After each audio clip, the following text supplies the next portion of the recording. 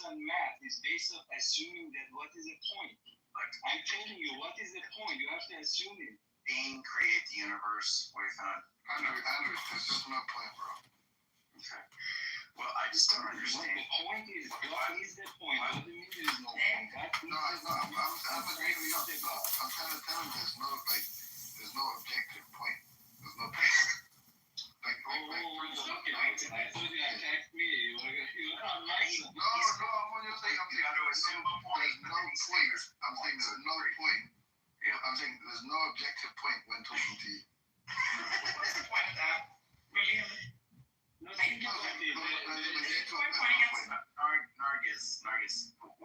like, why? I mean, it just sounds like you have a romantic relationship with theism, but really, when you pull back the hood, with simple God. Yeah, when you pull up the hood, you basically it's just cogs. Is it a simple Jack reference? And I pull off the hood, there is no man there. No, I don't. God is essentially a man, so I don't know why you keep saying that. That's very strange. Can't you give it like personal? The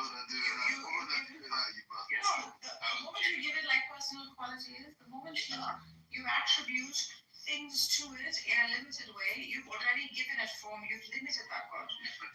So with divine simplicity, we're trying to build a God model in which He's free of time, space. Not dependent upon his thoughts. In fact, that's his very essence, right? And he's extremely simple with no composition. Fine. The divine is simple. I have 30 seconds to explain what is Allah. Just 30 seconds and then I go. 30 seconds and then I go. Allah. So somebody told me what is physical attribute of Allah. I mean, if you want to interrupt me, guys, just go, okay? Dave is way fan on the Christian side, and I'd like you to meet him. Just 30 seconds and then I go. I think today it was you. It's not so much interruption. The Muslim will try to interrupt me as much as possible. Okay, just 30 seconds and I go. Muslim, please don't interrupt me. So basically, it's a Muslim was trying to look for Allah, and then he just keep running, right? And then the Moses saw him say, Look, don't run. I have something to tell you. No, I'm looking for Allah. I'm looking for God, right? So, and then he kept running, and then he saw Elijah. Elijah said, look, this is very serious. I have to stop you. Muslim said, no, I'm searching for God. I'm searching for Allah. And then finally he reached the end of the road, and then God came down and talked to you. I want to speak to Allah. And then God put his hand on his shoulder and said, look, you are Allah. Give me 2 coffee. Okay? So basically, this is what Allah means for a Muslim. Okay? No more discussion. You just waste your time. You want me to believe in Dave's God? Really? Whoa. He actually left after dropping that. Bars. What a fucking beast. He's a G. What did he say? Who knows? That's not the point. The whole coffee pot. The coffee was so good. I'll tell you who's a beast. I really respect MJ's opinion. I was really upset today when you didn't want to get the fish. It's like, because it's almost like you chose Adelstein over MJ, which that kind of hurt me. Adelstein's not even a Christian, let alone a theist. You know? You make me want to go listen to the debate with Adelstein and the Muslim at Speaker's Corner. It was horrendous. It was just bad audio quality, or was it just blame? This is a shit topic. It just did not nothing about it was enjoyable at all. Honestly, it was not good. I hate that. That sucks. I think Adelstein and Dillahunty was actually pretty good though, because I think I don't think Dillahunty decisively just gets dispounded in most of his debates, but I think that in this. I thought he got cooked in the first round. No, with Adelstein does, but no, I'm saying I think with most people, yeah, he. Don't you think Andrew Wilson beat him as well? And by the way, I'm not even bullshitting. Did you see the debate? So So here's the thing. I need to watch. I only saw when like he gets. Did you see who was mediating the debate? Well, who is it? Was it Monsters? I guess his wife, isn't it? No, it's his girlfriend or wife. I don't know. The one that like Andrew Wilson was insulting. Yeah. But I think, all things considered, that Matt is punching well above his weight, you know. So I think he shouldn't be that upset by that. I mean, it might be the case though, to be honest, that like his wife is better looking than Andrew Wilson. Who is Andrew Wilson? This guy, he's this like Eastern Orthodox guy. He's on, I don't know, do you know that like whatever it's called, whatever podcast? Oh, he's from the. Is he the famous guy who gets clipped all the time? Yeah, he's like always chain smoking and just basically rating. Yeah, I know. Hold on, dude. Before you go on your tirade, MJ, you didn't get a chance to do a fully orbed, robust defense of Andrew Wilson last time, and I just wanted to give you an opportunity to do that since I cut you Why out. would MJ want to though? He's like retarded. And also, you know, these guys don't even think you guys are Christian, right? MJ, It's kind of weird. You're doing this like trying to defend them thing where they don't even think you're a fucking Christian. doesn't that just show you though, him? It's not about just just because he's It shows like you guys are like delusionally partisan, and all you really care is like, it's like what you really care about is like this cultural bullshit. I That's think what it shows. no. What it Not shows genuinely, that's what it shows. no, you're genuinely wrong. What it shows is that if somebody makes a good argument, regardless of what their commitments are in other areas, that's what you judge them on. It doesn't matter. There's like no area he makes good arguments on. You talk to your Uncle MJ. No, I'm saying, look, regardless of MJ's position, I'm just saying, like when I gave him this caution or warning, this is why. Like I'm saying, he's not good. Don't embarrass yourself by aligning yourself with him. Yeah, If MJ's like, oh yeah, I'm not going to heed the warning. I love everything about him. Okay, that's fine. This is what he does. That's fine. You wanted to hear from about Adelstein, and I said, I overtalked that. Yes, no, yeah, that's Right. So let's be fair. Go, MJ, go, MJ, go, Let's MJ. go, MJ, go, MJ, go, go, go, go, MJ, go, MJ, go, go, go. That's okay. He's like, I'm with Andrew Wilson right now. MJ, we want to hear. It's going to put you in very good graces with everyone here. He's going to have a great deal of love and respect for your appreciation. MJ, MJ, go, MJ. I mean, which part? Like, Is there what? Just be honest. Like, oh, thank you. I appreciate it. where do you think Andrew Wilson get good? Where do you think he's good? As far as the cultural war stuff, Yeah, any position you defend. I resonate with pretty much all of his arguments. Okay. Well, that's Give us an example.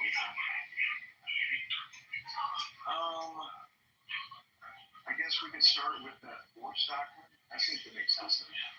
The what, sorry? The force doctrine.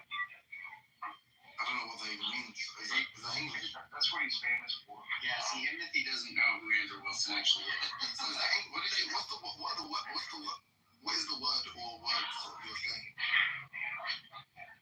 The force doctrine. It's The force doctrine. That's a force. It's like forced. So I just can't hear you, so I'm not sorry. I just Yeah, no, I'm kind of weird. There's a force doctrine. Like FORCE. I can explain it since he's loud and it's got background noise. The force doctrine is just saying that women, and this is something Andrew agrees with, women only have rights because men enforce those rights, and that women don't have the physical force to give themselves rights.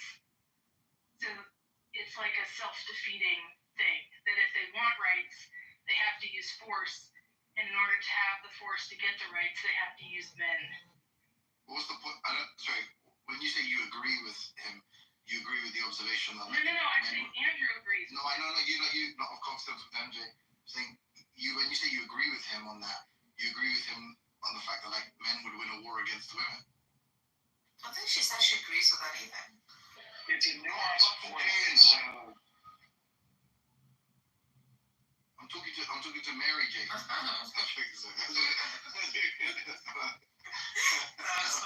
was funny.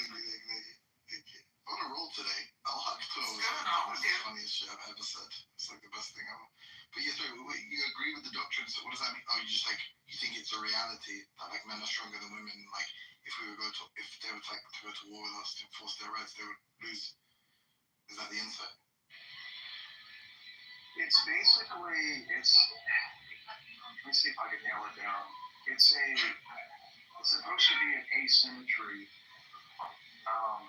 between men and women that is supposed to be support for the patriarchy, which is like contrary to like equality doctrines and egalitarian doctrines that seem to be presupposed by different versions of feminism.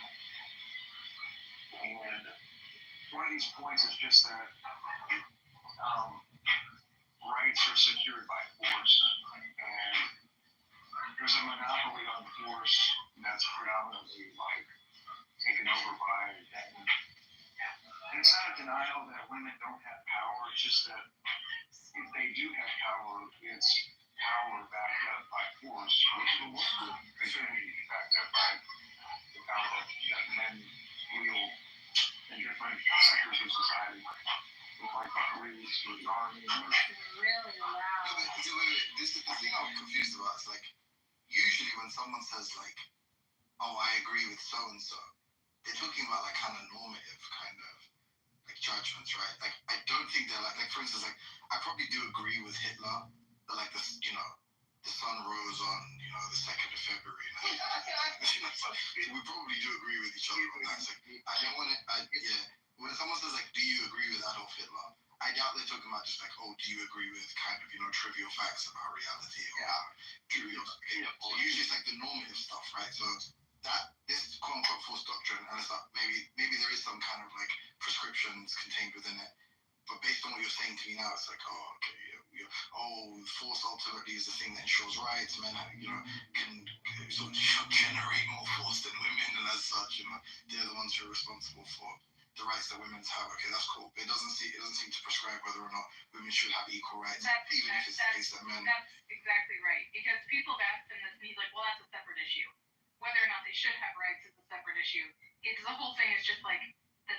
You are exactly right, Timothy. It doesn't really. Well, that's a nuanced issue as well, because you have to. How annoying is my background sound, by the way? Should I just wait? Well, see, my phone.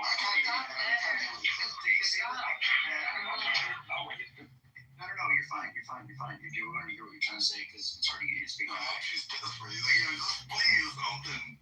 If all the women of the world didn't give up any nookie any longer, the whole world would crumble to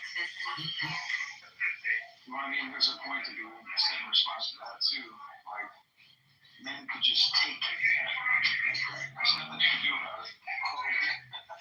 I agree. I mean, it gets to these descriptors that are a little like in your face. When Andrew Wilson says it, I mean, he's very aggressive about it. But at the end of the day, when I analyze it, I mean, it's persuasive to me. I mean, I could be wrong. What is persuasive right now? in a world that has Not exactly.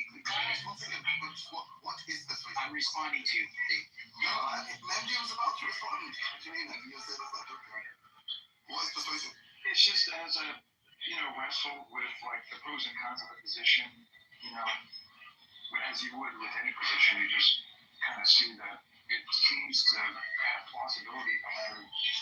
But is it prescribing something? Or what's it telling you?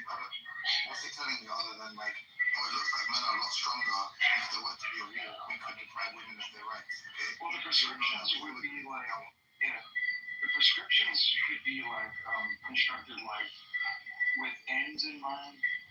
So like at the end of the day, like the end, like from Andrew Wilson's point of view, is the protection of women. And so the rights should be distributed such that the women are protected, the more vulnerable men are protected. the distribution of rights should reflect that because we're interested in the protection of women. From the headline of death of what a woman has said. Oh, sorry. Go ahead. So I'm saying, is this the idea that in light of this reality, that they shouldn't have as much say in terms of the distribution of rights? Is that the point? No, they should. So they should have just as much of a say. It's just that the power that backs up that right that's going to be equally distributed will be asymmetrically supported by them because they have a monopoly on force. Well, that's just like a trick. I don't know. It's supposed to cut at the root of the egalitarian normative stuff? I think I just said the normative stuff is anchored to your end. So if you have an end in mind, you got a prescription. What do you agree with him? Everything I've been saying doesn't talk. Which word? Okay, so if I say I agree with Hitler, you think it's fair for me to present the fact that I commit some or whatever it is? You think that's fair? It's like a reasonable way of me employing the term. I don't agree with think that. I'm talking about banalities like the sunlight. I'm talking about the asymmetry between force. Okay, so let's say someone disagrees with you. And what are you going to tell me? That, like, oh, on average, men are a lot stronger than women, and on average, like, and if there was to be a war in which force were attempted to be exerted by both sides, men would win. You don't think that's a trivial point? Say it again? I mean, I don't know what you mean by trivial. Don't think if women were to say, no, we're going to enforce our own rights physically against men, you don't think it's trivial to say that they would likely lose, and most people have that opinion? I don't get that point. That's a non-trivial point. How is that trivial? You think most people are walking around thinking, if there was a true and honest debate in the war, women would have a legit shot? Yeah, you can think about it. Yes, yeah.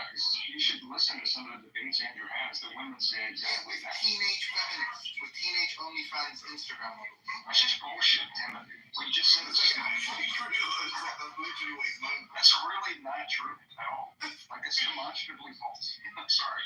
But I get it, like, you're a super fan, like, you're his, like, unofficial biographer, but no, 90% of what he does is argue with girls on the internet and tell them that they hate, and tell them, and ask them to give themselves ratings, and then, like, basically responds with, no, your value is in fact half of that.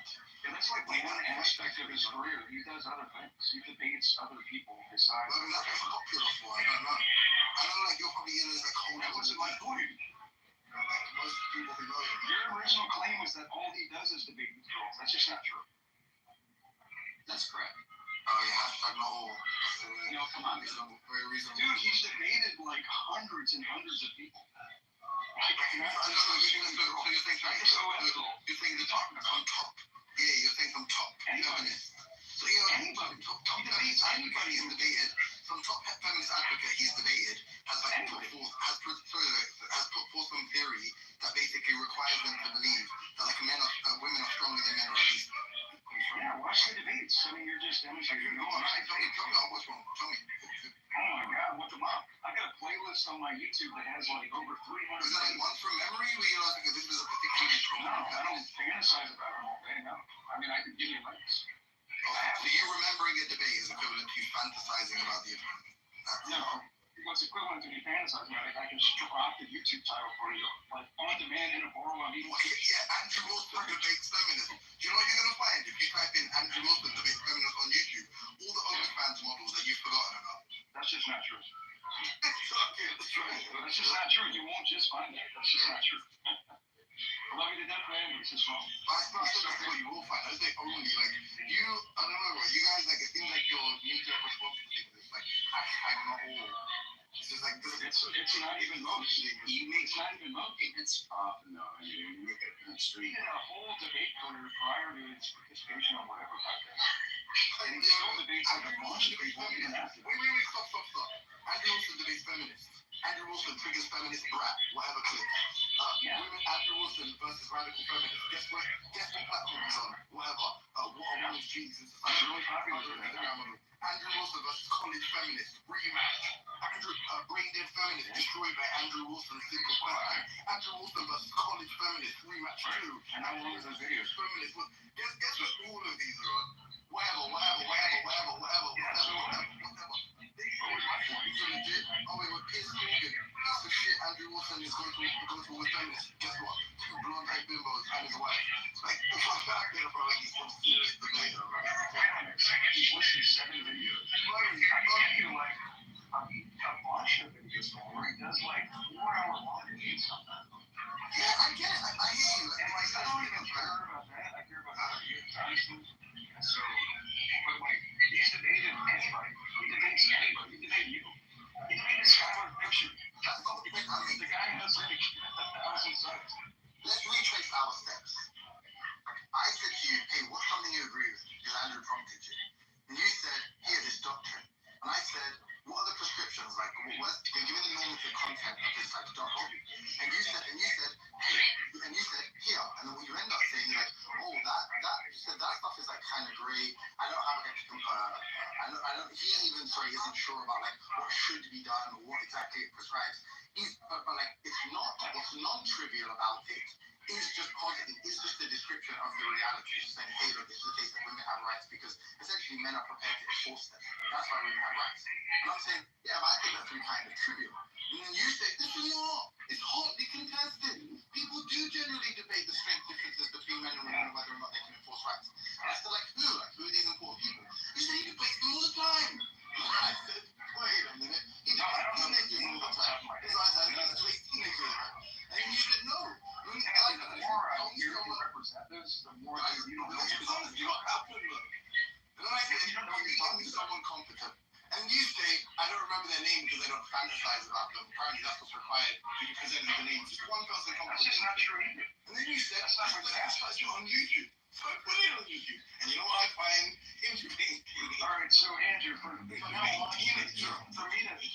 discuss this issue honestly, productively, any kind of semblance of edification, I only, as a rule, when I'm discussing anything with Timothy, is that we go one issue at a time. I can't do this issue. I can't do it.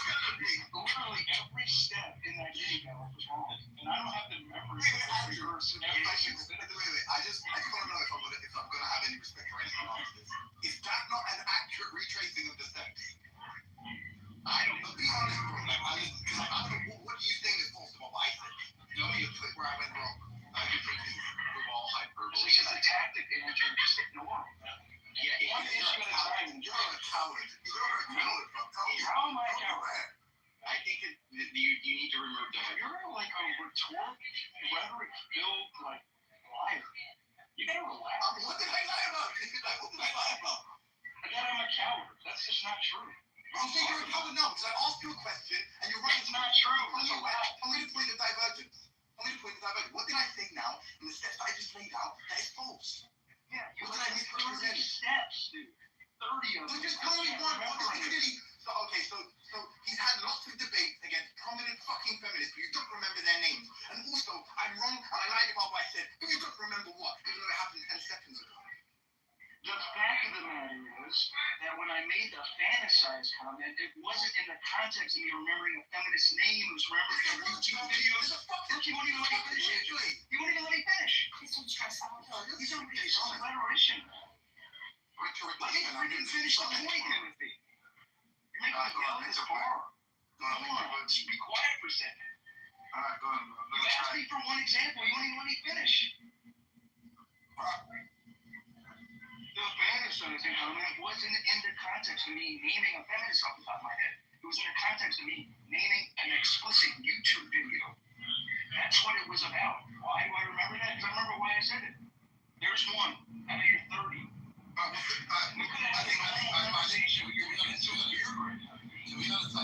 be honest, you said, yeah, but cool, maybe I have honest. But like, just to be honest, like, that's a silly kind of thing. You asked me to name one. Alright, now you want to respond to you? No, okay, that's silly. Because you said, shut up. Shut up then. And I'll just speak, and you can just fuck this shit. I'm never coming back in here again. You guys fuck Shut up, bro. Shut up. Such a fucking emotional rant. That's in like, what's that called? The force doctrine? That's so stupid. If someone says to you, tell me the name of the fucking feminist, presumably that would fucking comprise the title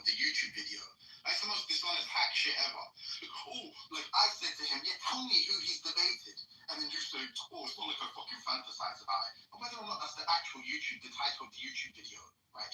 Or it's literally the name of the prominent feminist, because clearly that's what I was fucking asking for. Okay? Like, obviously, like that, what was required there is the name. So if you knew the name, but you didn't know the title of the fucking YouTube video, you wouldn't say like, oh, I don't fantasize about it. You say, it's so and so, I don't know the name of the YouTube video. But the idea that like, oh, I don't fantasize about it is basically just a justification for why you don't remember the name of that video, because he's not debating prominent feminists frequently.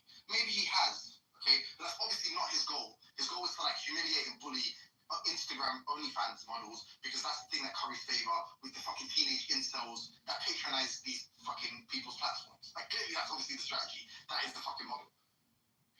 You're cringe if you're in your fucking 40s following Andrew Wilson. You are cringe. You're a very cringe individual. This is the funny thing that just happened. Look at this. I think this forced model has become completely opposite, because men, because of this power they have, they cannot communicate. Look at it. How many times in this app men just get to fight without any reason? How many times women get into the fight? So right now, I would actually claim for a man to have power, it needs a woman. Because we're living in a time where communication is much more important than physical strength.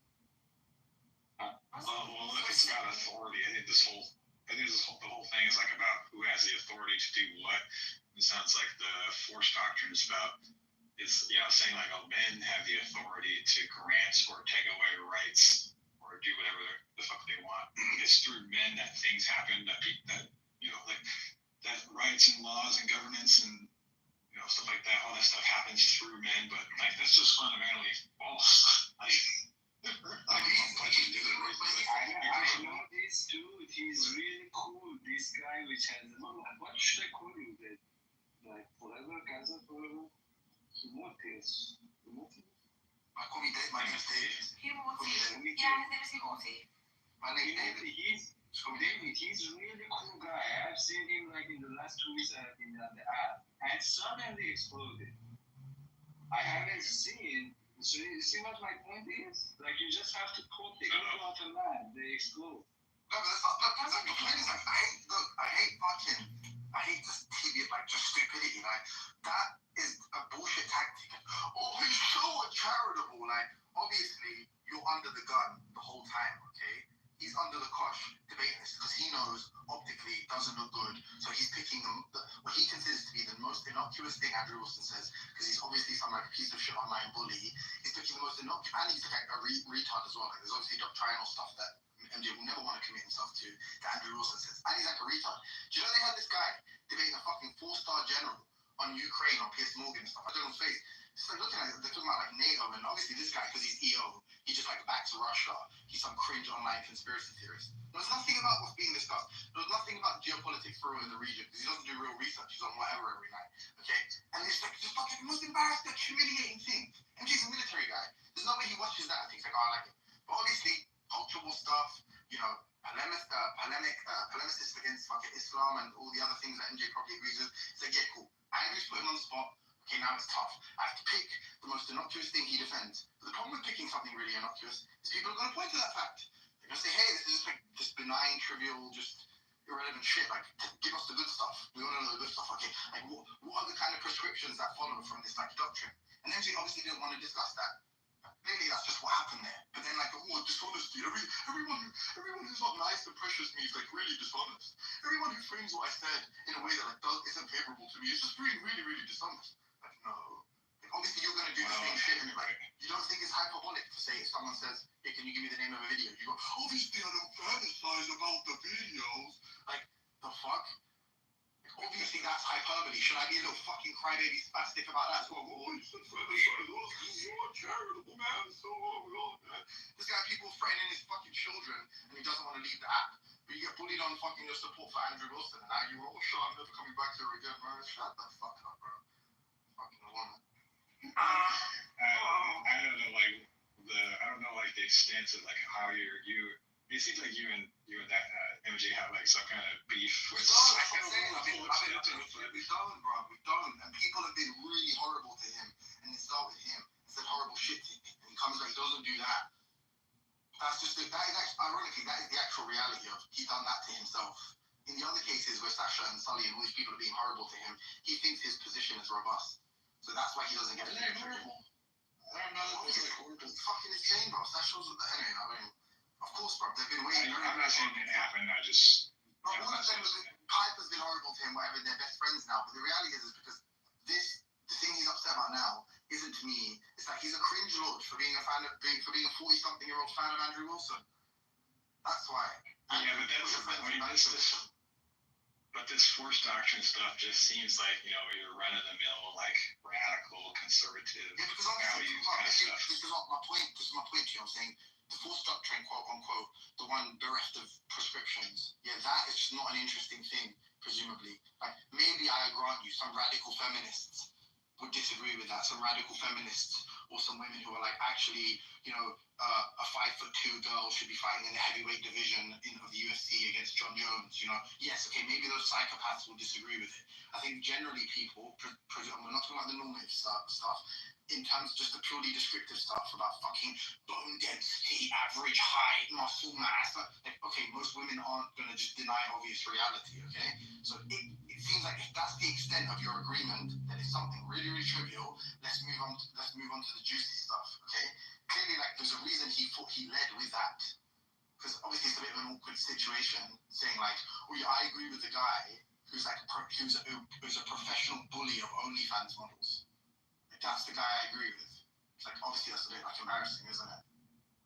So like he wanted a really low pressure discussion about his agreements on trivial things with the fucking online incel leader. Okay, that's obviously what just happened there. But why?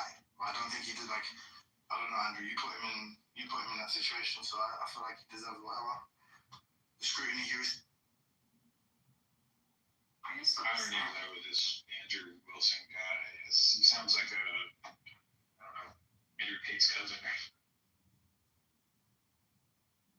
Yeah, just some like fat like dork on the internet who like advocates for like fucking self-improvement, but he's fat and chain smokes, and also like you shouldn't date what he considers to be promiscuous women, and like once women have a body count above 0, that they're basically whores, even though his wife has like 2 kids from a previous relationship with a junkie. It's like, he's just fucking actually. He sounds like he's related to Andrew Tate. Yeah, he's like one of these like red pill guys. He also runs Tag and gets just absolutely mullered frequently by like morons like the Pine Creek Dog. He's like just like an absolute cringe lord. So He's the Christian version. Not a good look. But like, but Andrew Tate at the very least is in shape, is clearly wealthy. I imagine like at least one woman on this planet finds him attractive, kind of independently of his success. Like, this other guy's just the complete opposite of that. Like, he looks like a fucking just like a cave-dwelling lizard. Looks like a hobo, actually, now that I'm looking at him.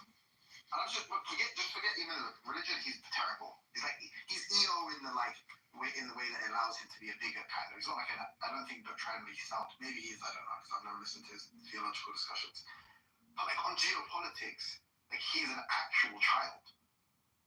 Like imagine speaking to a general and like to a former U.S. general and trying to like explain to that guy why like cringe 4chan Russia superior conspiracy theories, that's the reality. Like he's just completely wrong about NATO. It's so embarrassing. You know what's funny about that? What's funny is, so like, okay, there's the force doctrine from the Andrew guy, and then like in the military there is a thing called force doctrine. It means something completely fucking different. It means like it's about like the rules of engagement, like how your forces are like equipped, what kind of technology they do, like deterrence, offense. That's like the force doctrine in the military. They could have fucking debated that.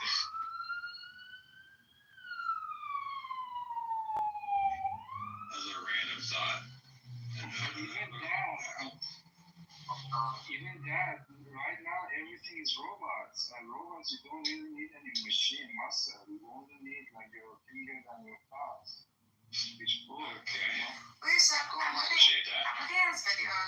says like Destroyer 304 Andrew Wilson. Apparently he's like. By the way, that's a hoe, right? In this like, that's some euphemistic way of saying hoe, like, and not getting like, I don't know, demonetized on YouTube. It's like, bro, it's like, don't get me wrong. There's only things people, you can say you agree with Andrew Wilson, right? In terms of like, I don't know, if you're a Christian, right? You believe that, I don't know, God is triune, you know? But to align yourself with him is like very embarrassing. Because even in terms of the conservative values he stands for, he's like an actual ridiculous hypocrite. Like, that platform has 4 million viewers, the majority of which, or subscribers, sorry, the majority of which sign up there to like find only fans models to subscribe to. Like, they themselves literally as a platform promote this like degeneracy and depravity that they seek to rid the world of. Like, so they're clearly not like sincere, genuine. Like, they're not the kinds of conservatives that you would want to align yourselves with anyway. So it's just like an actual joke to say like, to be a serious person and say like, oh, someone like Andrew Wilson there's a lot of things I agree with him. It's just like embarrassing.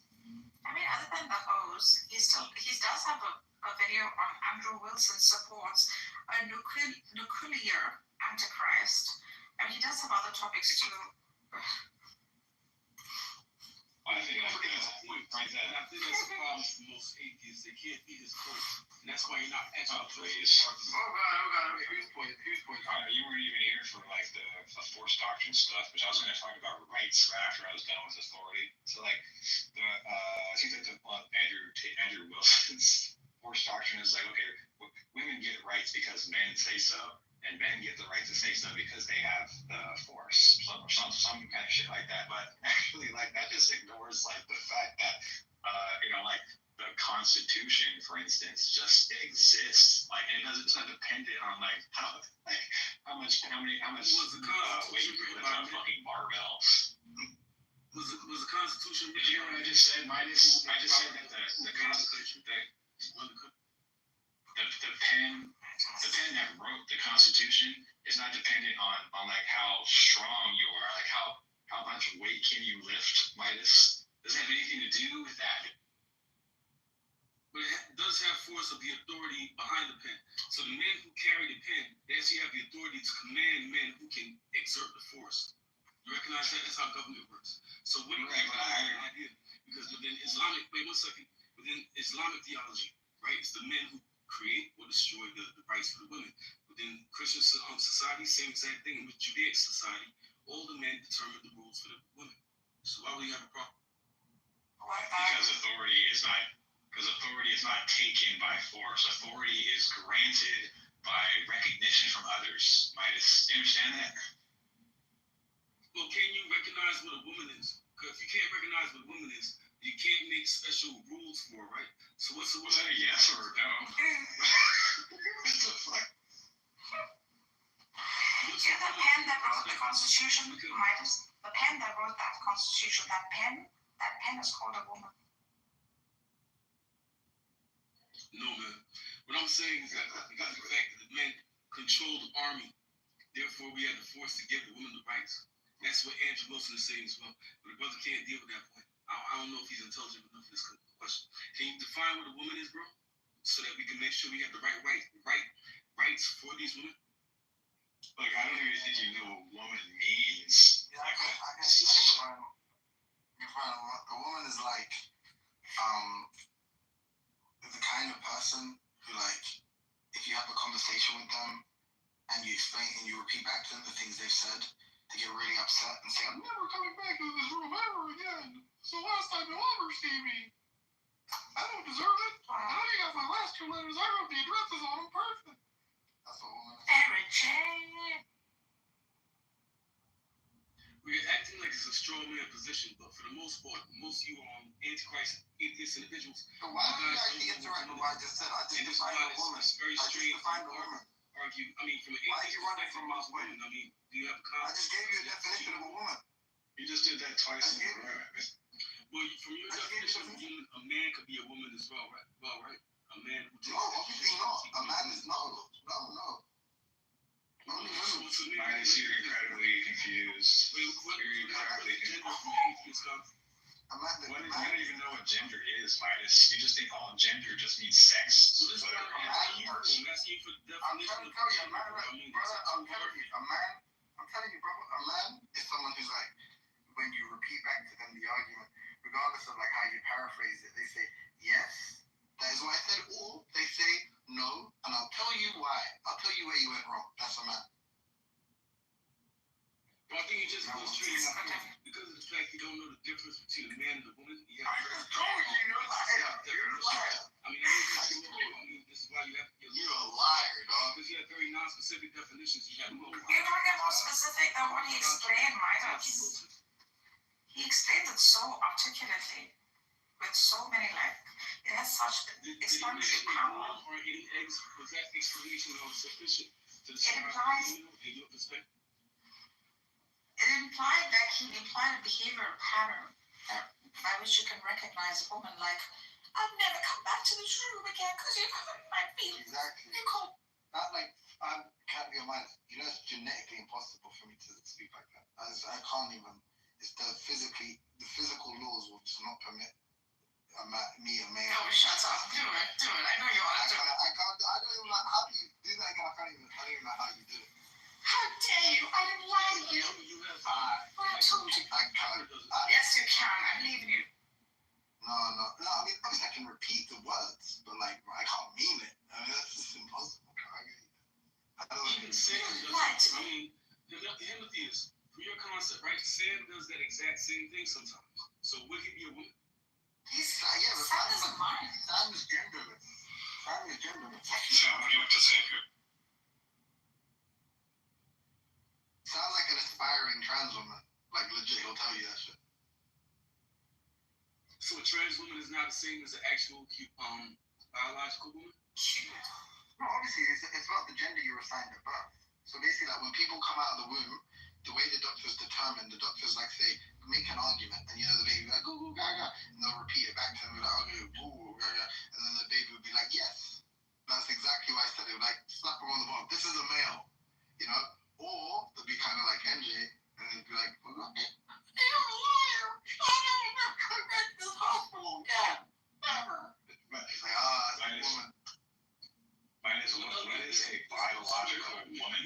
Elliot, he just. Wait. You said something that I don't understand. Like, what is a biological woman? What does that even mean? A woman who is born from birth with eggs within her womb and is able to conceive children. You mean a female? You mean a biological female? Is that what you're talking about? Is there a difference now between a woman and a female? Whoa. Oh my God, Linus. You're an idiot, bro. I'm sorry, man. No hard feelings. Well, you're the one who can't actually define gender. You're saying that a woman could be a man and a man could be a woman. From your definitions are for a woman are very vague. So this kind of shows the hypocrisy. Well, you've had this conversation many times with people. Talking about the rights for women, but you don't know what a woman is. And everybody on your side, they advocate for men to become women and for women to become men. And therefore, you have no argument. This is the atheist perspective. It's pitiful. You haven't responded to any of my points. Like, what the fuck are you talking about? All right, sorry. You can't define the parameters of your points. That's the problem. You're just speaking the parameters of my. What the fuck? Just. You said your concept is about the forced doctrine for women. So I asked you what a woman is. You don't know what a woman is. And you also don't know what a man is. So therefore you don't know the parameters. Have you ever been to school? I know how a woman feels. I don't know what a woman. I've heard. I didn't meet myself. I had act like a woman. And I had to demonstrate, whilst like everything gave me pointers of how and what a woman is. And Midas, you're still asking us what a woman is. This is. Yeah, that's what I was gonna say. I've sat in rooms, Midas, where people have explained gender to you, like what does man and woman mean, and still you don't get it. And here again, you're asking me to define it for you, which just shows that like either you're an idiot or you're dishonest or something. Okay. Define a woman. The social construct of a woman. Oh gosh, just. No. Right. Yeah, so, I mean, if it can change, why is it defined?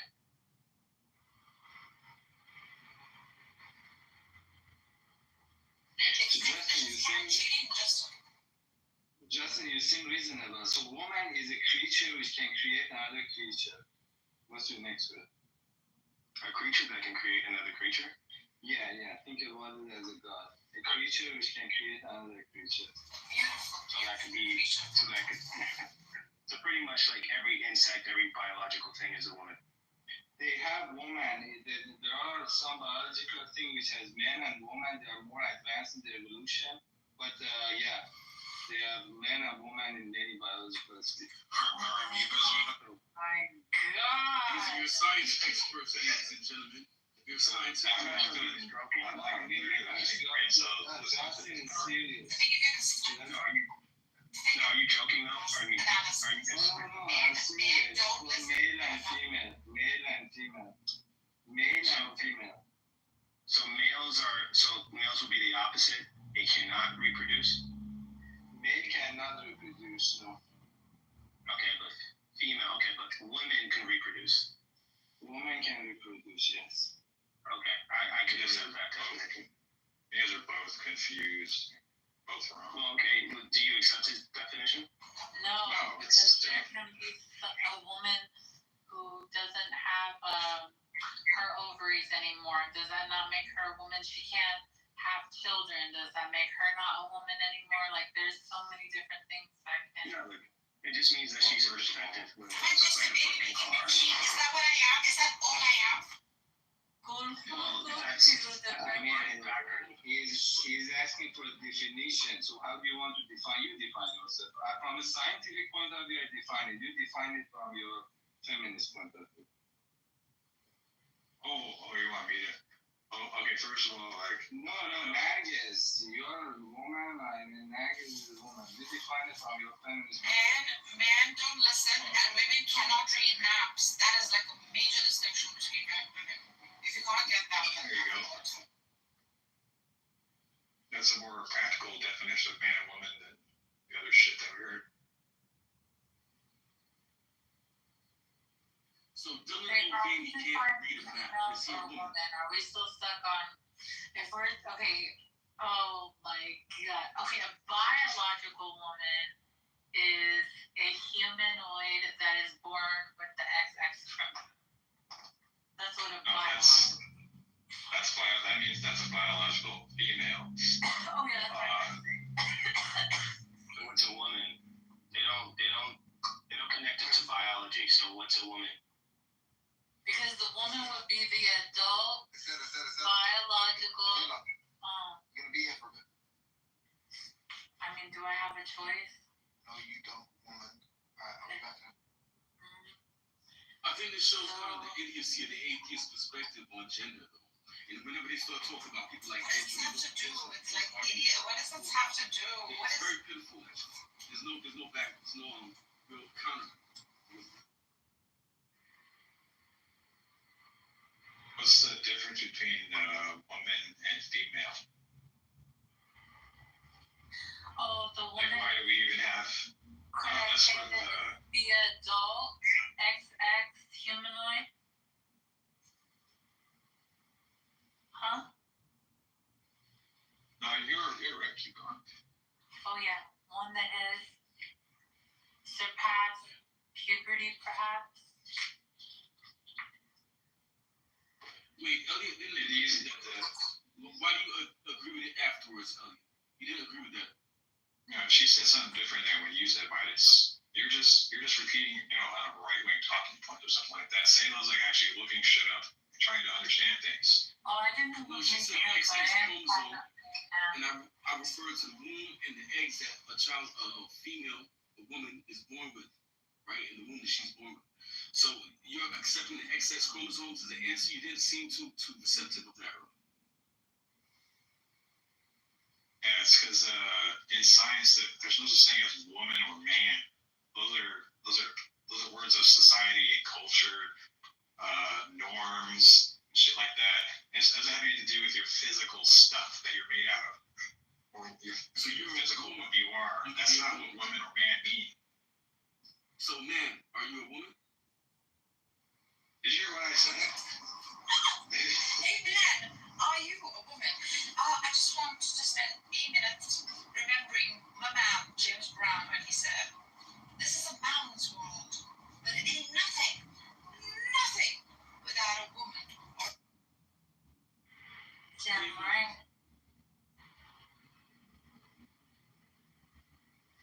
So why doesn't Elliot know what a woman is? And why does he believe that he can be a woman? And does he believe that we should set aside certain rights specifically for him on the fourth option of him being a male and trying to impose? Look, Linus, I just got through telling you what a woman is, and you're saying shit like, I don't know what a woman is. You actually want to have a conversation? You just want to talk shit? Because I can talk shit. Man, just relax. Just answer the question. Do you believe that you are a woman? Why would you ask me a stupid fucking question like that? Yeah. I feel like this conversation is futile and Justin. Linus is the greatest debater of all time, though.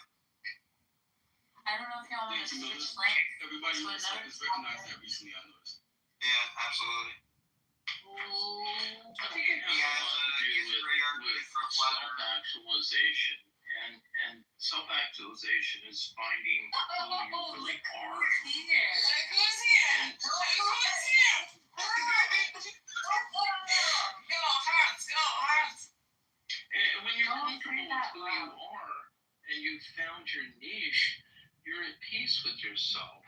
When you're trying to be something that you're not, for example, if you had a son that he'll never be taller than 5'1", but you want him to be an NBA star or MVP, there's never going to be peace for that person because it's impossible to be self-actualized. It's just not possible. So, I had one of my kids in Waldorf from preschool on, and they were trying their damnedest to feminize all the males in the school. They had them doing crochet and all this stuff. They were talking about toxic male energy.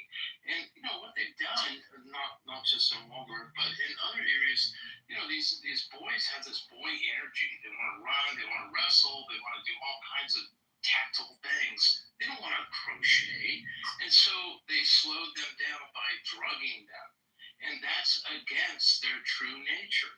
So how could these kids ever become at peace with themselves and become self-actualized? So they were drugging them to get them to slow down, which I think is quite wrong. And they're not wanting to recognize the inherent difference between male and female or boys and girls. And I think that's a bit of a crime. So I think instead of trying to get everyone to be homogenous and the same, or, oh yeah, you could be this, you could be that. No, the reality is we were created to be one or the other. And of course there's this paradigm. Every human is a bit androgynous. Some people have Who the fuck are you? great feminine characteristics, and some females have great masculine characteristics. But at the end of the day, they're a male or a female. And so you should just embrace that instead of fighting that, because it's just going to wear you down. That's really all I'm saying. Oh my god, I'm just gonna talk now. Shut up. Like, the only important, like, what are you guys even arguing about? Right? Like, you're just rambling, shit all. Like, the first thing is, like, the boys are boys and girls are girls shit, right? Like, there's no clear essentialism to, the genders, right? It's a spectrum. It's a broad spectrum. Of course. Okay, so I'm not sure what you were saying then. I'm saying generally, boys have a different energy than girls. It's that simple. I don't know how many kids you've had, Noah, but I've had 5. And they go to school and there's these interactions, and it's so very obvious to me, after having 3 girls and 2 boys, that there's a different energy that they have. I'm not going to force my daughter to learn calculus when she doesn't have the ability for it. Inherently. Oh my God, you didn't say that, Bill. Let's have someone laugh about that. That's really one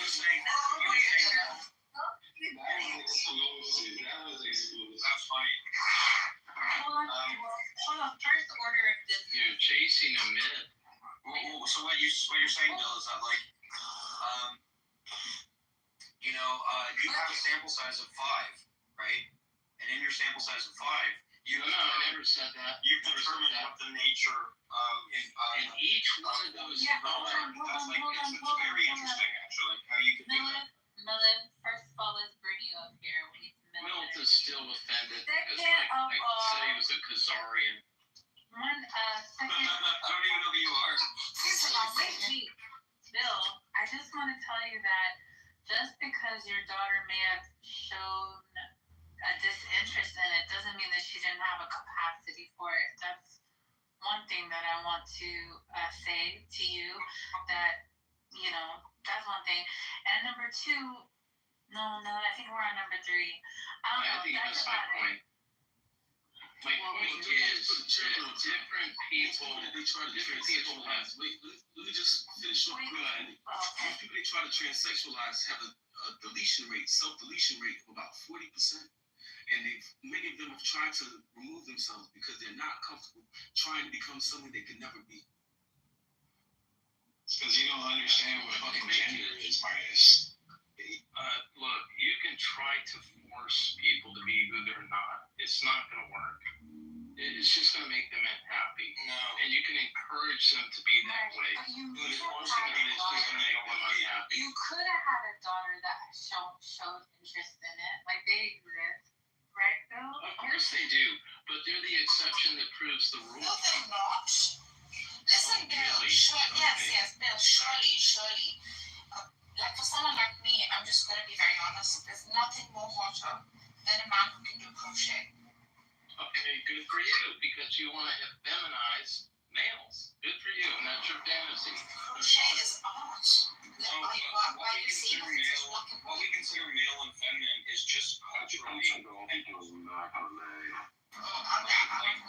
like in the middle. I'm going to say this, Nargis. If you had a flat tire or your car broke down and your male partner... Stop talking over me, Bill. Okay, Khazarian. Thanks. Alright, cool.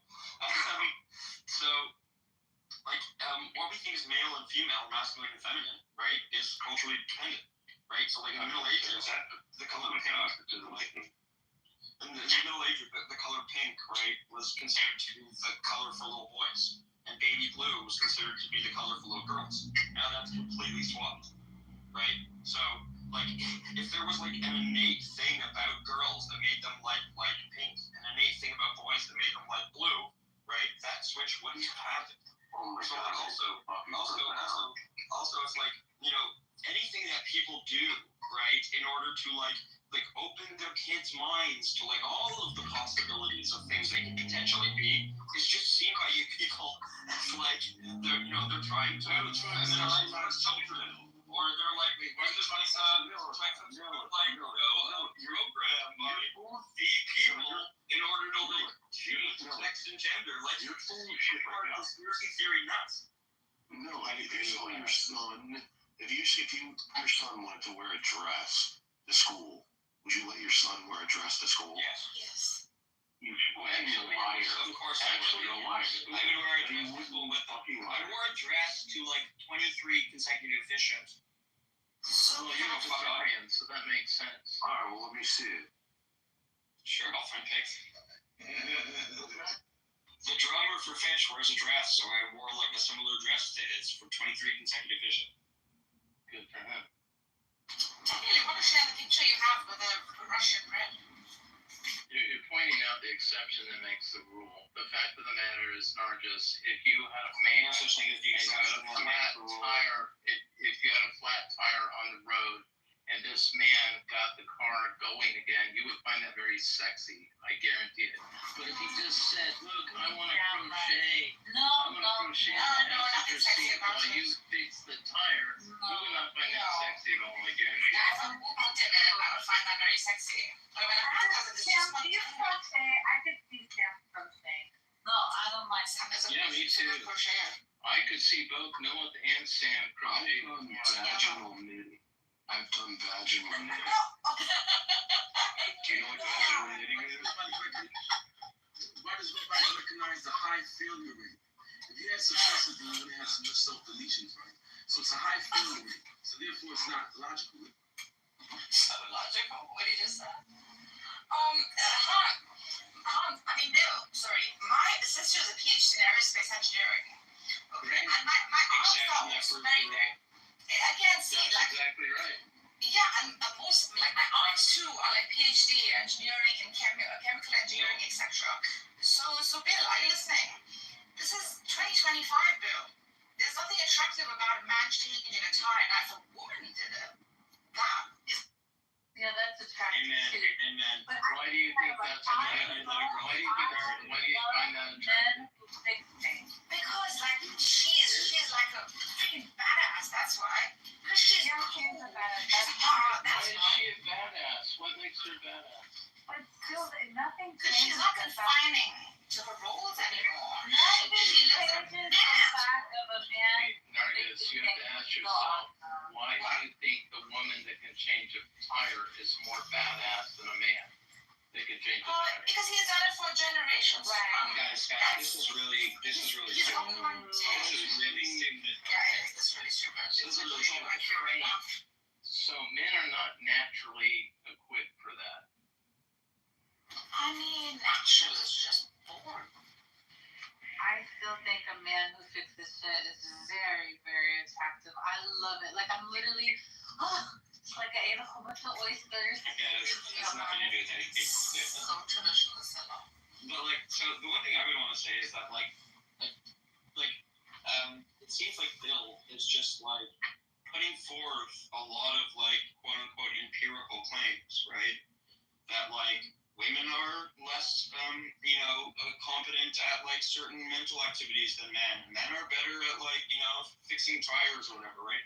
But he's like offered no reason that we should think his assessment of like the empirics is correct, right? Yeah, I'll just show you right now. He's just asserting things Show you right now how biased you are, Ellen. You only portrayed it in one way, but you didn't say that women. You didn't even begin to talk about what women are far better at, right? You portrayed it in a very biased way, Miller. Just now, you exposed yourself. Sure. Right? But you didn't Give us talk the about. empirics. No, wait a minute. You Give didn't us the talk empirics or shut about. up. You didn't talk Just give about us the empirics or shut up. women. Please be nice to Bill. You. Well, I'm sorry. if you're making So the empirical fact of the claims, matter is, give us the empirics or shut up. The fact Or of don't the make matter empirical is, claims. You know what I'm saying, Bill? you're a Khazarian. You guys have promoted What this does Khazarian for have to do with anything? I'm just saying, like, Oh, if you're gonna make empirical about it. claims, think about it. give the You guys empirical have promoted this stuff. Guys, If you're gonna make empirical Stop claims, being nice to Bill. Bill, I love you. Exactly. And Bill doesn't get to speak on the stage often, so let's definitely give him a chance while he has it. All I'm talking about is self-actualization. So it's easier to become your natural self, and you can become self-actualized far easier than becoming your natural self than the fighting nature. That's all I'm trying to say. That's it. Ben, I have a question for you. If the guys hear everything. So obviously they do. So mean, Say don't put me out. You got an echo, so I can't hear you that well. huh? چون همه رومون حرف میزنن فکر میکنی نمیاد. Oh, okay. Never really dealt with the deletion rate. I mean, So can you hear me now? Can you hear me now? This is understand you. بیا که صدای همه میاد. before we go further, I mean, we have to address no, this. nobody cares, Mike. Nobody cares. They killed themselves. So let me deal with it. Well, okay, Isn't it the point of religion? You might as well. Isn't it the point of religion make us to be what we are not supposed to be? Isn't it we as an animal are supposed to be very do very bad things, but because of religion, we are taking the roles that we are not designed to take. So what makes it right now, we can say that religion, we can be more civilized to give boys and girls, teach them to be what they are not supposed to be. What do you think about that? Okay, I'm trying to understand what you're saying. You're saying it's a valid thing to teach boys and girls to be what they're not naturally No, are. he's saying like the nature of religion is to teach you to be like your higher self. Like for example, Yeah. if you that human beings have the potential, more potential to lie, to cheat, to whatever, all the negatives, right? So religion gives you that opportunity to like rise above that, to act against this base nature of human. So are you telling me he's asking? What was the end? Are you telling me what? That like boys and girls, if they are behaving in a way that, like for example, boys do not be so active, so girls can get the chance to be active. Is it a value? Does this make our society stronger? So he's saying, why is it, hold on, he's saying, why is it then that within the religious paradigm, when our nature is to be like a woman nature, it would not hold the same principles that to rise above our female nature and embrace maleness, why is that like not a good thing? Whilst religion teaches you to rise above your like human nature and become transcendent. Oh, I see what you're saying. I think the whole point of religion is to get us to become just and righteous people, to be fair to each other. That is the sole point of religion. It says that God created man, but Samuel Cole created them equal because he gave people the revolver.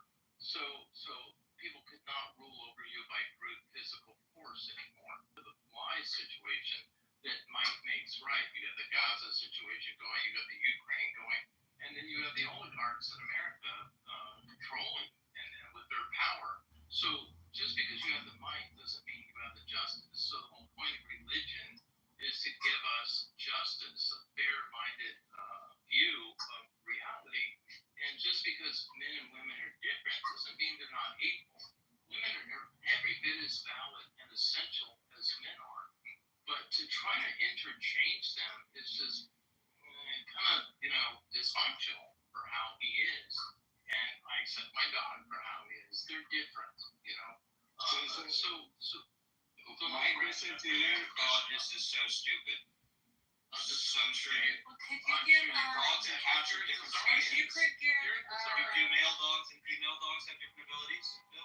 if you could give waistband and No, but they're dogs. Right. Waistband So male humans and female humans have different abilities? Wait a minute. Wait a minute. Wait, what? Let me What? ask you something. Male dogs. Let me finish. Male dogs are the male and female dogs. You're going to tell me about like the nature of Please control your hormones. Please control your hormones. Or like stuff for themselves. Males dogs engage in homosexual activity. They usually have to wear pants. Male physique. I don't know anything about that. female I do know dogs that and male female dogs dogs are all duty too. If y'all I can do make know room that for male waistband dogs to are speak far too, more because aggressive. waistband's been on stage for a very long time. And I just think that y'all should make some room as well for him to have To opportunity. do weight Well, I could be very quick, and I could wrap it up really quickly. I think male dogs, and I know We're this talking for about making me aggravated. if you've ever owned a dog, well, that's because you're a Kazarian. If you've ever owned a dog, you would Why know do you that keep male saying dogs. that? Just Explain that too. Because this is part of the agenda, whether he understands it or not. The male dogs are far more aggressive than female dogs. My wife, she's into animals, I'm into plants. She's got male and female goats, male and female chickens, Bill, what's and the the males are. Why do you feel the need to interrupt all that? male Male animals, for a fact, to answer your question out of ignorance, is that male animals are far more aggressive than female animals. Female animals are very submissive, by the way, in case you've ever been on a farm or lived on a farm or know anything about animals. That's a fact. And I'm glad you brought Yeah, that but up. that's not because it's a she dog. It's not because it's a he. Or it's not because one's a he and one's a she. It's because one has more testosterone and the other has more estrogen. Well, that's what comes with the I wanted to- territory. Thanks for I wanted to make a explaining. further- That comes with the territory. I want to make a further One point. has testes and the other has ovaries. You're right. Yeah, but that's important because there's there's a distinction between gender and sex. So like, I wanted to ask this to you guys, like what is it about some animals' chromosomes? A female's chromosomes. What is it about a female's chromosomes, a human, that entails that they have to, they can't go to work, they have to stay at home and wash the dishes and cook food and do the laundry and all this kind of shit. Like, how do you get from these sexual chromosomes to these roles and behaviors? I think that's a great question. I think that's a great question. Inclination for nurturing roles more oftentimes. Yeah. With the one that's lactating. Yeah. And they've already proven that babies who are breastfed are far more secure than babies who are not. Not only emotionally more secure, but they're physically more secure and they're healthier. That's a proven fact. And I know that when I was a child, it was like the women were like way down on nursing. Oh, that's so crude and that's so primitive. But it's come around to people have realized that this natural approach is far healthier emotionally. There's a concept called attachment parenting. Kids that their mother has given the time to them to nurse them and be attached to them for 2 solid years are far more confident than kids who are not. And that's a fact, whether you want to believe it or not. So Okay, yeah, so there's a lot of I think facts that's a good point. Are you going to deny that? Transgender is Wait a minute. Millet, are you going to deny that? deny what? That babies who were attached through attachment parenting and that were nursed for 2 years, are you going to deny that that's, oh no, they're all the same? A formula baby and a baby that was breastfed for 2 years, oh, that doesn't make any difference. Do you believe that? What does that have to do with my question?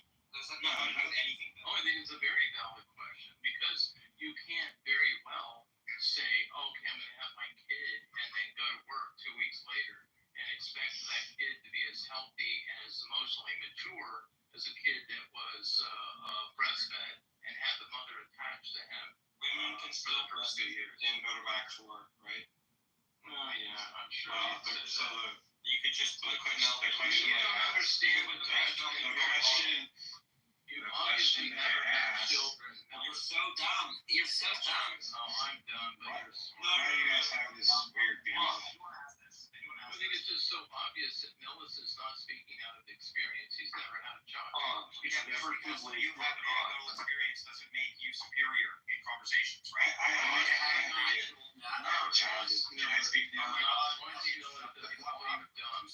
Millis is not dumb, but I can't say that for you. Bill, just explain of course you can't, because you just make assertions and never actually back it up. Explain the Causarian. Never had in the way of life experience. Great, thanks. Post support for any of your empirical proofs, and when you do that, we'll take it seriously. Your voice was cracking. Yeah, I think you know. I want to talk about that. Yeah, so I want to ask Bill what the Causarian thing is. Hold on a second. Let's finish up this conversation and then we can ask the other questions. Hey guys, let me finish with Bill. 5 minutes. Go ahead, wait. Did or not, but just in case, I'm just letting you know. Go ahead, wait. Bill, my argument is this, that we as a human are fundamentally designed for an animal behavior. We have some genetic features, like for example, as you said, boys are just more active. But at the same time, there is a huge difference between us and other animals. Our brain developed much more than any other animal. So we can learn to behave in a way that they are not designed for. And that's basically the concept of religion to me. And I'm claiming that for boys to learn not to be what they are designed for, to create a space for the girls to be what not they're designed for, will make both better human beings. And it's better for both of them. And that's a concept concept of this is a religious concept. I hear you that you don't want your boys, you want your boys in the school to be active, but the claim is that your boys being active is taking away the right of those girls to be active. They're in the same classroom. Either we have to separate them, that we know That's not what I'm some. saying. The fuck are you talking about? I'm saying to No, I'm saying to become who they Don't naturally do are. that. Don't do that. No, guys, y'all have to understand that people on stage could be somebody's cousin, could be somebody you don't know. Like you gotta not just be rude out the gate. I'm not being rude. Like what he's saying makes no sense. Some people say it like that. Yeah, but like that's not not confusion. That's why I said what the fuck confusion. Given what you not think. to you is sad. Nothing makes sense. That's different than I don't understand. what you're Nothing saying. makes sense to you, Sam. Only you make sense to you. That's your problem, man. Wait, Only man, you just make wait. Only sense. you make sense to you. Yes, That's that's like confusion. The confusion here is Sandra Mike's open, by the way. The confusion here is that like I'm gonna okay, close think the about mic just in case. Go ahead. I don't want him to poop and he doesn't know he's on. he might be sleeping or he's snoring. You might let one rip. Oh my god. The confusion here is like I want to create a picture for you guys and you ask me like and then I want to see what your guys' answers are. So like think about you are a student. just shut up. I'm talking way fast. Man, I was talking and you Shut open your mouth. I was talking Shut and up. you open your mouth. Shush. Hold on a second, Elliot. Wait You're a interrupting second. me, wait, man.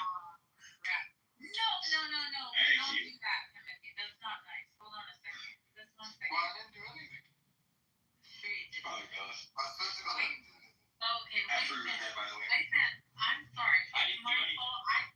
I thought you were done, Ethan. Were you not done? Must have I been a was sound talking to Bill and Bill jumped in the middle of the discussion and like talking. You did that to me like 3 times, dude. Like you pick me up like what the fuck are you talking about? It's okay for you to do it, but not for others to do it. Who? No, that's Bill. Yeah, Bill is hands. Sorry. Here, you Aw. What are you doing? You know, like, No, that was Bill. no, Okay, can I say something now? Now that Bill's name? that's for yeah, I think he did. What about Russell? I think it shows you guys Listen, I respect names and pronouns. because your arguments are so pitiful. I hear you guys crash out. It's hilarious. I hope you have a great one. See you later. Okay, thanks, Sorry, Mike. See you Myra. later. Sorry. Oof is right. I guess I'll still say it.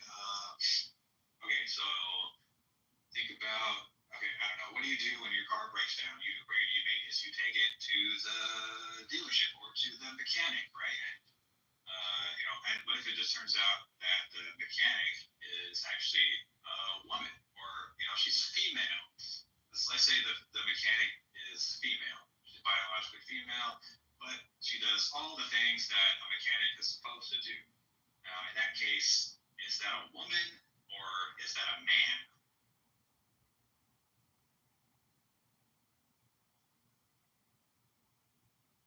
Feel free to, anybody can answer that. So, woman. Can you say it again, Elliot? I'm sorry. I'm talking about like gender norms and roles and identity and stuff like that. Like what makes someone a woman or a man? I'm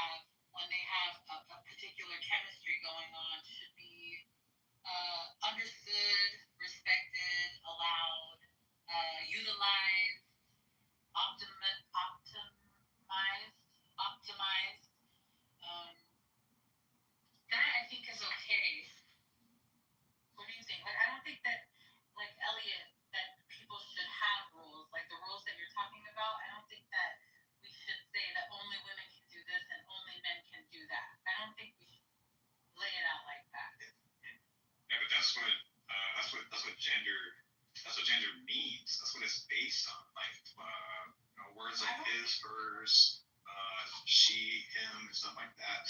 Those are based on femininity and masculinity. They're not based on male, female. Based on chromosomes, like right. I wasn't finished. So like feminine and masculine, those things are more fundamental, and they refer to stuff like behavior, social and cultural roles and norms and values and identity and stuff like that, and they don't refer to like your biological stuff. And that's the issue with people like Midas and like all these troglodyte, idiots who think like woman just is the same thing as female. They don't get that. They're just they're morons, and they've never been told this stuff before. Elliot, I think I believe that you're right as far as sure you can have feminine men or masculine qualities in a woman, but when it comes down to it, when I heard both of you agree to is like it's unfair, it's not right to say that like there's certain roles or things that just a woman. What about childbirth? How many dudes? I'll take a poll. How many guys on stage? How many guys have you given birth? None. Well, the word guy doesn't mean male. That's like the issue. I want to be specific in case of being confused, at all confusing. A penis. That's what makes a guy or a dude or a male. And testicles. No, it's not. What makes someone a guy refers back to masculine. Doesn't refer back to male. Doesn't refer back to your biological characteristics like your genes, your chromosomes, or like your phenotype and shit like that. It doesn't refer to that stuff. It refers to like Elliot, how many genders are there? There's lots of genders. There's all kinds of genders. And for the record, there are more than just two sexes. There's more than just male and female. Okay, there's at least 10 different sets of chromosomes. There's not just XX and XY. There's a range of those things. So even on like the biological stuff, there's more than just two genders, more than just two sexes. And you can have XX chromosomes and like present with like female genitalia. So like, what is that person? All kinds of deformities. I'm not trying to be. Yeah, but I'm just saying, like, what is that person according to like people who think that like genitalia dictate what sex you are, right? If they have female genitalia, but they only have male chromosomes, one would think like we should go with the chromosomes, right? Because that's the like actual way to determine someone's gender. But for the people who want to just look at genitalia and determine it that way, they're going to make the wrong answer in those cases, right? That makes sense. No, so if there is like a baby form appendage that they identified as a penis, I think that they wouldn't be able to have a child if they had the XX chromosome, right? No, I think you can have fertile XX with the or XY with the other genitalia. No, were you born with two I was testicles? gonna say, Daniel, if you start giving birth Or to is it babies, just a fucking pussy? exactly. When he starts giving birth to babies, then I'll say it's fair that I should be having these very physically demanding jobs that it would ultimately be far more skilled and easier for it's not like it's putting women down. That's the problem. I don't understand society of saying that it's like it's okay for guys to be guys and women to be women. And if you're It was the same in the 60s when women could only be secretaries. They couldn't advance in the corporate world, right? It's fine. It's fine. Women can be women and boys can be boys. We have two mutually exclusive realms, right? Which girls can have these certain professions. Like they can be airplane flight attendants, but they can't be pilots, right? And women can work in nursing. Women can work in nursing, and even if we have a shortage of doctors, we shouldn't look to women to be doctors, right? Because that's the male. That's not justifiable as far as. Why is that not justifiable? Just only Why don't you keep virtues and we get it? Exactly. Yeah. We understand that you are, a social justice warrior. You get all the cred. We love you. There you go. Don't speak for No. That's fine. The thing is that retort was Daniel. The important thing, right, for me at least, is that like if we have a shortage of doctors, I do not want to limit our pool of potential candidates to just one gender, right? Because then we're going to limit our pool to significant. We're going to open our doctoring positions to significantly worse people. Yeah. Let's have that female doctor deliver Daniel's baby. This will be a fun day. Chris, Let's have that female don't doctor. make me Let's have that female doctor look after like thousands of patients in her career, right? And have a better overall medical system. You know, you see how a man talks You're to a absolutely woman. right. No, you see how a man talks to a woman. Exactly. Keep your mouth shut, They run them over. right? And go make me a They run them sandwich. over, motherfucker. There you go. No, that's how it's done. Be a man. Women will respect you when you actually start following up. You're coming Well, along. only like really conservative Kitty. women will respect you when you do that, by the way. You don't mop that Women where I'm from, will fucking laugh in your fucking face and speak like that to Yeah, them. the women where you're from, they have penises and No, they have They have what's called self-respect. They have like a white collar work, right? of their respect.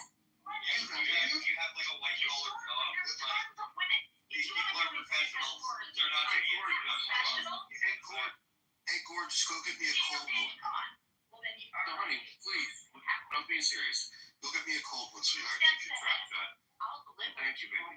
That's how you do So, it. Kitty, like if we were that much inferior, That's not a like bitch. had like intellectual pursuits, like None of you are respected by women. None of you are respected by women. None of you can get laid. doesn't make any sense. Like And this you is how guys it's are done when an alpha male steps in. When an alpha male steps Have in. you ever listened to that on YouTube that says alpha male? Like the 5 steps. Kitty, you refer to me Like as the quality Daniel is Alpha. interesting, Daniel, but it's not interesting when you're telling someone like Kitty. It's not hard to teach. You know what I mean? I don't even understand what you just said. But look, the bottom line is that if you want to get a woman to respect you, it's certainly not going to be by groveling and being a social justice queen. Come on, dude. Have some balls. And you know that. You should be praying, man. That's crazy. You know what? You're right. Milk, you should be pinching your chubby cheeks and each morning praying to God that you're not a boy or a woman. I do the first one.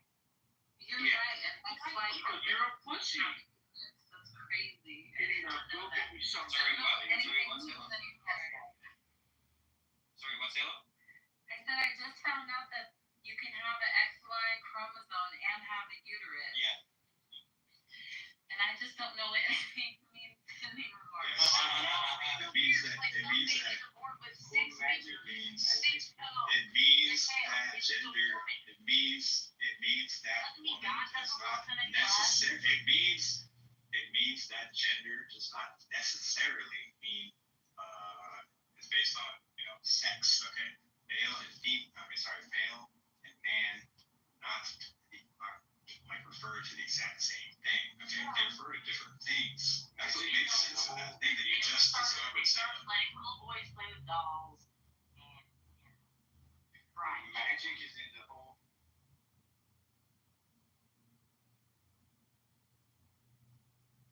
The magic is what? It's a Portland donut shop. Its logo is magic. Is in the whole. As riveting as this conversation is, I do want him to see to give an account of what happened between him and Jen. Oh, fuck. I only caught the tail end of it, and it seemed like it was a bit of bloodbath. Bro, please tell me this. Please tell me this. Was the replays on? But he was fired up. So was MJ. I've never seen MJ. No, but what room would it happen in? This one. I've seen him feel like that a bunch of times. I've seen him feel like that towards me, but I've never seen MJ with that. Sorry, Kitty. What did you say? Oh, I was just gonna say, Daddy, may I please say something now? Of course, honey. Oh God, this is so gross. I'm gonna throw both. Yeah, it's pretty. What are you talking about? He's asking her man if he could do something. So what? I just wanted to know what he wanted on it. Of course, baby. There's just so many choices. It gets confusing when it comes to making a sandwich. I wanted to make sure I made it right. It's Oh, like, are you joking? Because like you were literally No, she's making not. that women aren't as smart as men. Look, why don't Daniel? How come you don't say that to like? Why is it true that you are not supposed to say that to men? You know, like you don't tell another man, go into the kitchen and make me a sandwich. Why is that wrong? You know what I do say? He's not my, because he's not my woman. And who needs to be in the front lines taking bullets? It should be the dude, not be a very feminine, I guess, identifies as a female. That's not the one you want next to you taking bullets. So women don't have the right to defend their country or some shit like that. No, So, they fucking just saying. can. You want to know about now? Okay, well, which is it? Can they defend their country? Do they have the right to defend their country, or do they not have the right to defend their Women country? have served in our military. Let's talk about some of the nurses. The chick that Nurses. invented like Red Cross. Fucking nurses. You know, women can White men should be out there taking bullets, and then feminine women should not be out there taking bullets. Female doctors. Leave them Yeah, as I nurses. just don't agree with this, particularly being Persian. Like we have women warrior generals that were extraordinary in the Persian army. I just don't accept No, it. you didn't say that. Yes, we did. No, You It's not possible. Women Another are thing that you is know, you're fantastic. like, It's just the more and more we try to grade the line, the worse it becomes for You go women. and get me a It's just TV becoming dinner. worse for women. Look, man, I'm gonna not burn my bra, keep them strapped up on my chest, go in the kitchen, make Daniel a freaking sandwich. yeah, That's After fucking baby. some women aspire for more than that. Some women want careers. Well, let me ask you a question, Sophie. What is You have a job. No, just it's so ignore stupid. no, these like just No. I'm just saying like some women want to be like no, somebody, no, you it's know, just some women want to be like high-powered and high-paid lawyers, right? But they want to work in like business and like finance. Like they want more from like your small parochial aspirations, right? That's really gonna suck when Wait, AI. wait. And you just because you're a dumbass, can you guys just say fucking if you're a dumbass doesn't mean you should say that they're dumbass. Okay. They shouldn't be able to do what they want to do. everybody? Okay, great. Got it? Village? Jeez, AI you guys. is right for over. Settle the fuck down. Okay, earlier, Kitty, you said you used the phrase effeminate women, and I want to ask you, what does effeminate mean? I think I said effeminate male, is what I was saying. I'm just asking about just effeminate. What does effeminate mean? There is distinct differences between biology and like gender roles and response. What makes one person have feminine qualities if they possess feminine qualities can easily be, I guess, shown. There's Daniel, and I just can't see Daniel having a lot of freaking feminine qualities, and I like that about him. I do. What does effeminate mean? What does it mean? I don't know. I like things like growing up. I had an easy bake oven, and I had dollies, and I like to. I can go through spend 45 minutes on Amazon looking at 1950s dresses. Well, that's. I just. I mean, that's all right. You hear like Dream about things like shut up. Daniel, just shut up. Like you said. So when it comes to you said earlier, but just wait, just relax. You guys you're all hopped up on my shit. Daniel wants to be like that. Oh, yes, you are. And you guys just shut the fuck up. I'm trying to have a conversation So now, with if I somebody. want to sit and daydream about what I'm going to decorate the baby's room in, and giving birth to our child, and all of the oxytocin that's released in childbirth, and I want to sit, bitch, and moan and complain that Daniel doesn't get a period every month.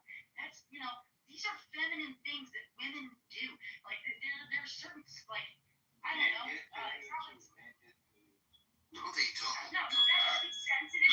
I mean, that's it. That either one can have. Guys can be okay at interior design. I mean, guys can do a lot of things that women can do. Women can do a lot of things that guys can do. Like who was it that just said These women libtards that in their fight for place. army. But at the end of the day, All I asked you, freaking line. all I asked you was for your understanding of the word effeminate, and you gave like a bunch of examples. Like you said, thinking about designing a baby's bedroom, playing with dolls. Shut up, Dave. Playing with dolls as a child, playing with an easy bake oven. These are things that people do. Things that people wait. This is important. These are things that people do, not what they are. Okay? Do you understand that, Kitty? So now I want you to ask me how many genders are there? No, I answered your question. Now I'm asking you. There's lots of genders. I don't know. There's a lot of genders. There's a lot of genders. Vagina. Two of us together, I'm gonna bust the baby out while he goes to work. Absolutely. Now, I'm gonna this is that's it. Can you guys stop like the freaking sniping and Yeah, so I do believe that, one second. I do believe that some women are born to rule the world, and some other women are born to stay in the kitchen and eat bonbons. But there is one kind of woman who most probably will always be loved and remembered no matter what. And that's women. She was saying she's made for ruling the world and you're made for finish. I said there are all kinds of women, but there's one with a nice probability. Sorry, Dylan. That's actually in accord with what I'm saying, because if I'm saying I'm dreaming about making the baby room and giving birth as a mom, I'm talking about motherhood.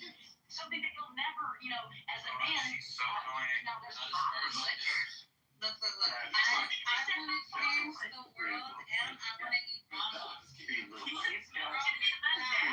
wrong with watching bonbons. Daniel's gonna play catch with his son. It's just like Katie wants everyone else to have the same parochial, interests and like practices and shit that she Dylan has. can eat bonbons with his boy daughter. You have children. Suck it. Hey, there's JCC. I'm down with JCC. Wait. You know what I mean? Look. Hey, do you have children? I have 13 nieces and nephews. I have 2 miscarriages. I'm sorry, no. And I guess that discredits me out of this conversation because I don't know what it's like to raise No, you just say too much shit. You just say too much shit. You just talk way too much shit. You stay awake with a sick child longer than our. Alright, stop. Remember what we said? Remember that thing about like I'm gonna give myself dictator and I'm putting you in prison. no, it's just no, stop. It's just too much. So can you act like a 9? Can you just dial it back to like a 7 or something at least? Tell them to stop doing that. Alright, everyone, let's just let's zen. Let's just everybody calm. Now, Kitty, what is a woman? Does anyone else feel like there's like extremely annoying people on this app? I was already in Calm, man. I'm saying Mellis would probably be better if he just goes and cries into his little rest.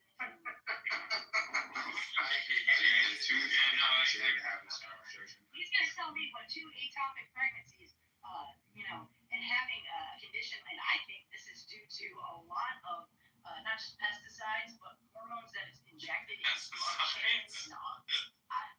That you feed kids chicken McNuggets. Like if you worked at a chicken plant, now this is an all masculine role. 32 Chicken plant.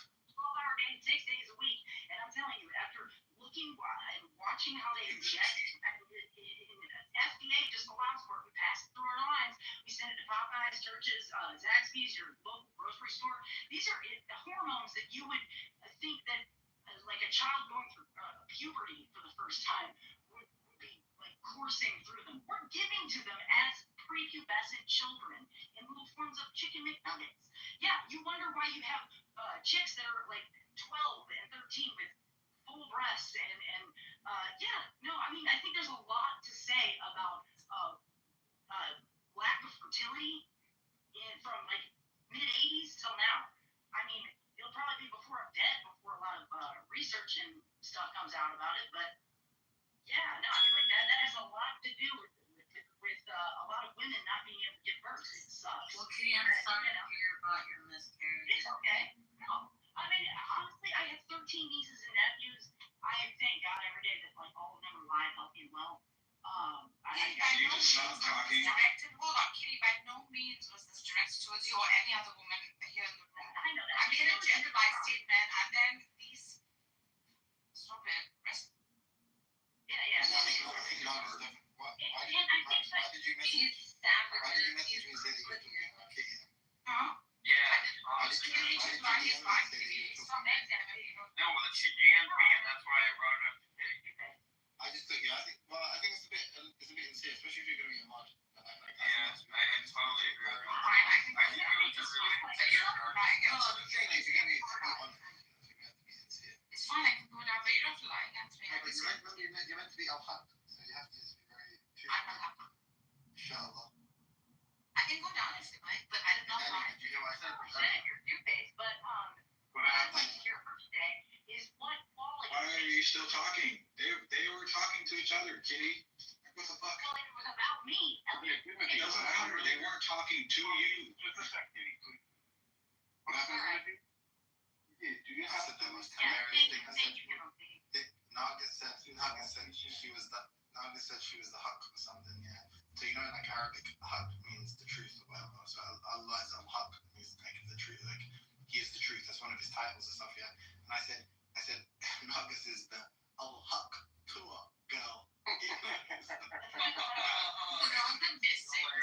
That's really good. Thank you. It's some of my best work. Bro, did you and MJ have a little scuffle? What happened? You're gonna love that. Is it on this replay? Dude, I was asking you when you first came in. Back to the room again. I only caught them on like back end of it, but like you were both so even. Yeah. Do you know what's funny? Like, I don't know. Listen back to it and then tell them we'll talk to them. Maybe. See, now you've got me. I don't know. I mean, maybe I'm biased. I was probably a bit aggressive. But this happens a lot when like Andrew sets me up in these like debates with people, and you know, I don't. You wild out and show your animals. I feel like to be honest, I feel like I always begins reasonable. Maybe it breaks down because of me. Maybe it breaks down because we're I don't know. I can tell you. I'll have to listen back to it.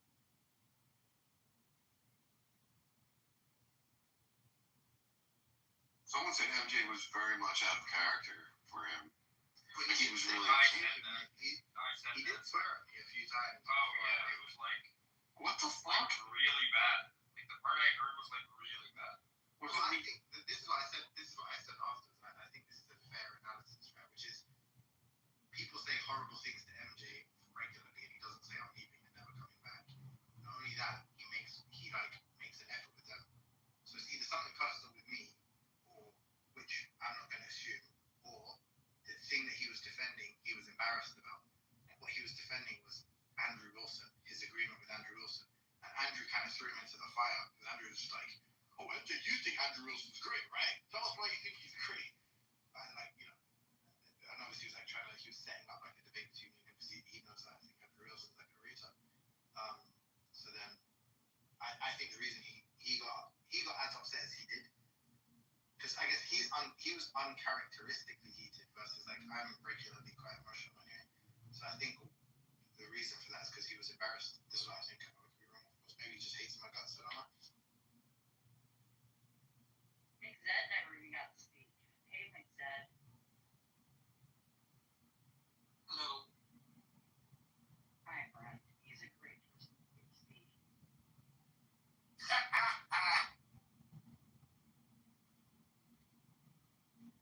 All I'm saying is I think that the line has gotten so gray that it's the norm to put men down, to make it so that they're such an oppressor and that they are have toxic masculinity, that they only look at someone like Andrew Tate as being like the leading example for a male. I don't think that's the case. I think that there's wonderful fathers, brothers, sons, nephews. I think that these like roles, responsibilities that are traditionally given to men that are very, if you want to look at it as a masculine thing, sure, but at the end of the day, they do have, biology makes them a male too. And I don't think that like trying to like gray the line between what women can do, what men can do, is doing any benefit at all to women for sure. But I think it's also really, really hindering our stronger masculine male figures that we have. Not only in like a nuclear family, but a unit, if that is even a thing anymore, but like in society, in the workplace, Yeah, in my general, is a thing. in our military. Do you think modern men are pussified, Kitty? You don't even understand what the conversation was about, Kitty. We keep going down this road. That's exactly. If we don't take this conversation to the end of it, that's where we're going with it. That's what this results in. A bunch of really sad, effeminate men that think that they are. Do you even know what the conversation is about? I know the questions. What are you talking about? I know, but the questions that I was. I didn't ask you anything about that. Timothy asked you what does feminine mean. Timothy asked you. Yes, Timothy. Yeah, you're kind of trolling right now. And Timothy asked you, what does a woman mean? And you're talking about like what the fuck are you? I have a vagina.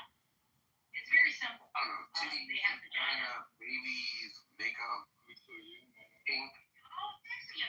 Whoever this person is, I fully support this person. Yes. You do that. So the answer to the question, what is a woman, is I have a vagina. Are you fucking kidding me? Titties, vagina, pasty bake oven, doll, pink, lipstick, stuff like that. This lipstick you put on today, huh? Daniel? I know he didn't put on any. Alright, You guys are being cringe. Oh God. Outline. What is a woman? What is so complicated about this? What the fuck is cringe and fleek and it was probably like in the 80s I would have heard somebody say tubular and I probably acted out like a fan and punched them. You're nailed on fleek right now. I think they said eyebrows on fleek, but I think my Yeah, those two.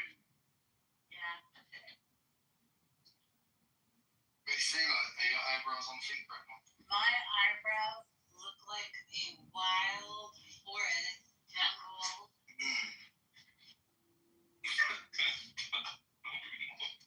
Maybe it's best we just change the topic because I don't think you people are even fucking capable of that. What about nuggets? How are your nails looking right now? They're on fleek right now. Oh, my nails. I thought you said my eyebrows. I said, well, no, I'm just asking you all different. I'm trying to get an idea of the level of fleek. Turquoise. I'm sorry, Ellie, do you know that should be more bolstered in society of talking to wrestlers that men are So they have nails on fleek.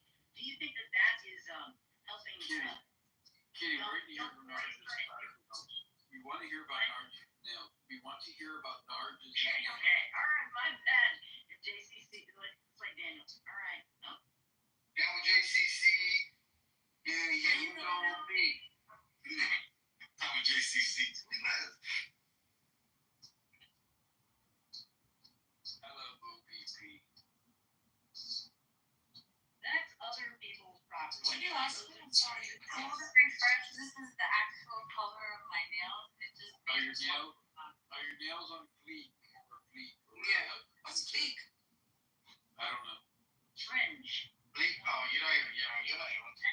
It means like justice. Yeah, fleek means like awesome. On fire. Actually. Yeah, they don't. I got Imagine from Toronto, and accountant from Toronto knows more slang than you do. You're like Jewish accountant from Toronto. Thank you very much. Well, that's redundant. Yeah, that's a good one. Now wait a minute, I like Yiddish. Like butts and like those words are cool. I like big butts and I cannot lie. Are you a What happened on stage, everyone? Are you flipping? Yeah, we should bring up. Yeah, why? You know how you guys are kind of mean, Nagas and Naragas and Sailor, because BB is like another Persian woman, and you guys have like blood deterring to your gang. Yeah, Kind of fucked up. I freaking love Timothy right now. I don't know what's happening. It's kind of messed up, like, right?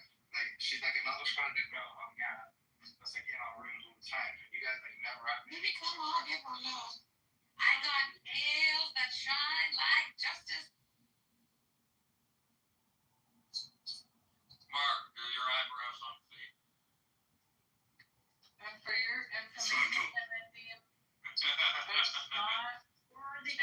we haven't accepted her is that she doesn't accept us. She always has a colorful amount of things to say about us.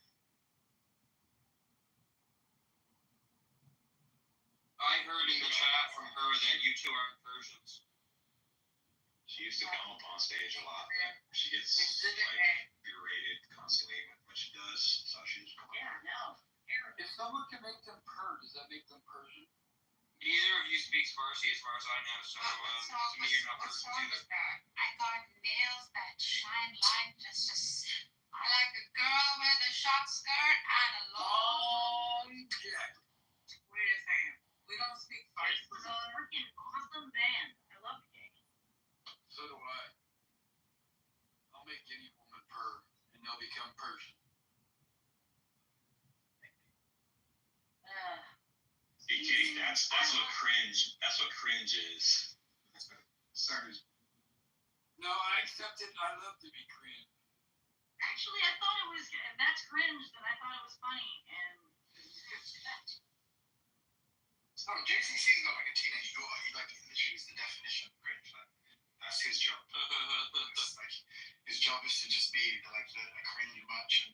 I love to Tell shit embarrass. like I love to embarrass my teenage daughter. That is correct. yeah. Oh, there's nothing you can. There's no way around it. It's like you can't not be embarrassing. It's like, that's the role of a. That's the role of a teenage conflation. father. That's a conflation. Okay, I have a daughter, and she loves to play with Barbies. And she often asks me to play with her. I'll go and sit down and play with her. She's 6. I'll go and sit down and play with her. You're not even close to me. I'll play with her. If she wants me to have like a fucking tea party and dress up and shit, I'll do it. There's nothing cringe about that. That's just I'm not even finished fucking talking. Can you guys just hold your horses? Fuck's sakes, I was almost done. That is sweet. If she wants to have like a tea party or something like that, you know, she says, Dad, can we have a tea party? I'm just gonna say yeah, because that's what fathers do. There's nothing cringe about that. Yeah, well, first of all, I don't want to use that word. If you have to, fine, but that's not at all. That's in favor of what I'm saying. I think that's what defines being a good dad. I think that moment that you can sit down and that actually in Greek, what's the term for it in Greek? It's a unique father-daughter love, and it's got its own term. Like agape is a word, but then there's a certain Greek word. There's a Greek word for unique boy-man love. Yeah, it's gay. And are you talking about? Yeah, that's the term. That's the term sticking in my came from. See, he's not cringe. He's freaking hilarious and awesome. But no, Elliot, that just makes you a good dad. That's good. You'll have a well-adjusted daughter that doesn't either fear men or hate men or, that's good. Now, if she didn't have that masculine dad role that can sit down while she's little and spend time with her and in daddy-daughter time, that's where the problem lies. That's when you try to sub in or make a, then you look at the nuclear family unit and you've got a single mom having to take on all the responsibilities of both dad and mom and having to do all of that for a son or a daughter. That's when you got problems.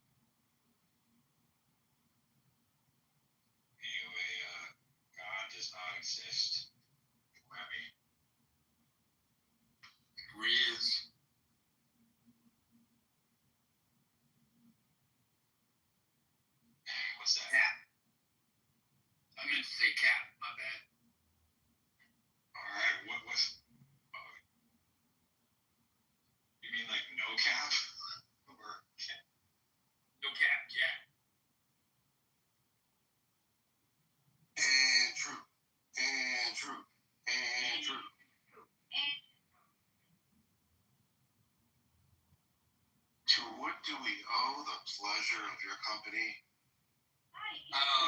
Albedo. It's Albedo. So good of you to join us here. Thank you, Daniel. Have we talked about the nature of God? I talked about how you suck. What's the fucking word for that? How you beat MJ against Timothy. Andrew, what the fuck happened with it? What the fuck When you like sick's the word. When you sick your dog on someone. I was just like, you sick MJ on Timothy or You love Andrew Wilson. You love Andrew Wilson. This Andrew Wilson stuff. Star Power, thank you for coming back, brother. You don't like Andrew Wilson, Daniel? I don't know who that is. Yeah. Well, you need to get privy, my friend. Watch his 394 debates he's had recently. And But bro, I googled it. It's Andrew Wilson is an American actor and director. I'm like, that's what it says. No, he's not. He's a conservative, like debater and podcast host and stuff like that. Like politics or religion? What? Politics, social issues, politics, yeah, for sure. So he's on modern day debate. He went on Piers Morgan. He's gone the whatever podcast a lot. He's debated a lot of people. He debated Destiny. He debated I think he debated Vosh. He debated a lot of people. He's a Catholic. I think he's Catholic. Andrew Wilson. Yeah. I think he's Catholic. Were you on the phone trying to get all that? I can't tell you. I cannot tell live. See what I said? Yeah, I'm 100% sincere about that. No, I don't know that. It's not even worth it. No, I'm still being right. I'm not even doing it like when something like, That's all. Like, I get it. I wish you guys were just. Look, and you know, I'll even apologize to him for being a bit aggressive. Although, I can remember after this event, I thought he didn't say fuck you to me first. I thought.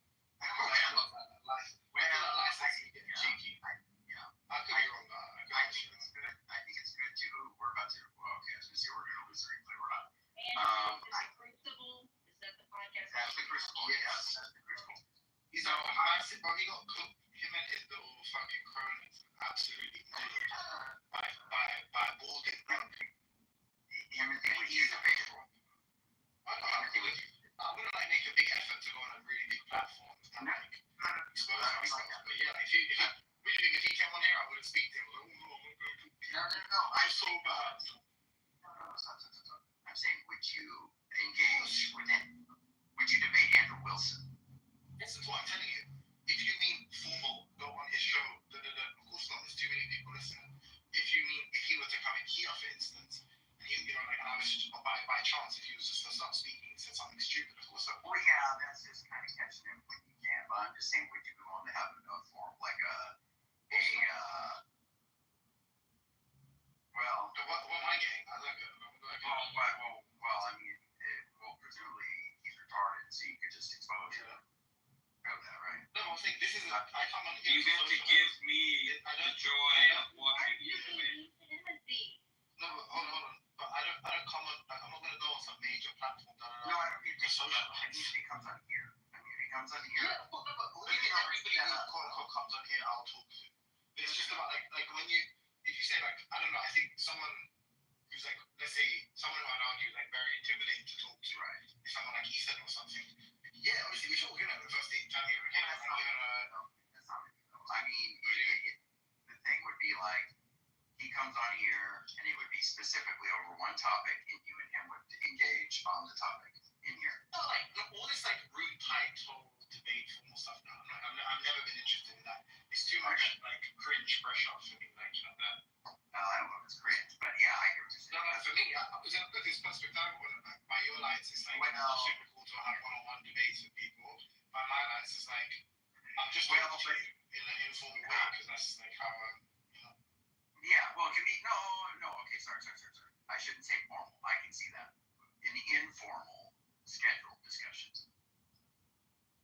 Oh yeah, Jane. I know you're gonna think Jane is biased, but I think she has a generally a good relationship with MJ. So I think her opinion. Jane, was I unfair to MJ? I don't know if you.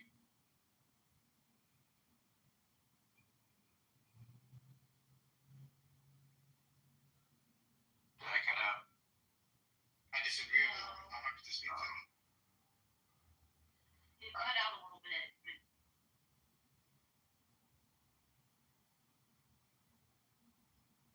Is he silent? Oh, sorry. I'm driving. Hey, Andrew, but presumably you think I was unfair, right? Well, I think you were framing it in a way that wasn't fair, yeah, for sure. Well, okay. Yeah. I always feel like you have to listen to it though. I'm gonna say something very insulting to you, so I do apologize in advance. Okay. I almost feel like Sasha, Sully, these people's debate tactics in terms of responses they give to one another, saying those things in your presence is like cursing in front of a child. They shouldn't do it in front of you. Oh, that hit home, brother. No, what I mean is, you know what I'm saying? No, because like, it's just like, what do you mean framing? Well, if I say you said this, I said this, you said this, I said this, you said this, it's either not true or it's true. You know what? I don't know. Let me explain. You can just ask what I mean. I'll explain it. I'm saying that you used a lot of hyperbole there, and then when you were mimicking it, or when you were recounting his position, you were using a voice that was pretty disparaging, like making him sound stupid and stuff like that. And it was I would say that it was definitely uncharitable at the very least. And if you just listen to it, because like framing I take to be almost like an illicit or a dishonest, where you're saying something like, we can look at it from an irrelevant perspective, but one that's very favorable to me. In this case, I'm saying, you said this, I said this, you said this, I said, what am I framing? What's the framing? Well, Unity is an alpha. Got it? I think it's I think he just wanted to have a non-contentious discussion over a topic that is contentious, which is Andrew Wilson, and so he's willing to talk to you about it. But I think just kind of the barrage of points that you were making, and then the way that you were like, I wasn't really making any points. Sorry, just to I wasn't making any points. He said, this is what I agree with. And I said, okay, what's the thing that's controversial? Like, that's all I was asking. What's the barrage of points? I think, well, the barrage of points what you did towards the end there, I think. But what I did towards the end there was like, it's very confused about what was being discussed about whether or not what you offered is by your lights banal or whatever, right? So I said, okay, just remember, this is how we got here. This is why it is relevant for you to produce something, for lack of a better word, like normative or something, some kind of judgment, some kind of evaluation you've made that is like controversial, like as in that's like interesting to defend, right? Like not something really trivial. And I led him, and I retraced the steps that we've taken, just so he understood why it would be relevant for him to produce something like that. Okay, then he said, okay, cool. You know, like what precisely about it is dishonest. And what he said was, the thing that was dishonest was that when I had asked for the name of a famous feminist or a competent feminist, he had debated, right? When I asked for that name, that like really what I had asked for was a YouTube video. So when he responded with, I don't fantasize about them, what he meant by that is like, I know their name. They just don't have the name of the YouTube video. Because for me to have the name, or for me to recall the name of the YouTube video, I clearly would have had to have fantasized about them. Okay? That was his response to that, which I think it's clear that like that's far more dishonest than whatever the fuck it is he's accusing me of doing. Which is just basically like repeating back to him what he said, but not being super charitable in terms of the way I'm describing, each one of his statements. Like, that's just like far less dishonest in him than the move he tried to pull. I would be I try to be fully objective about it because I don't really, I'm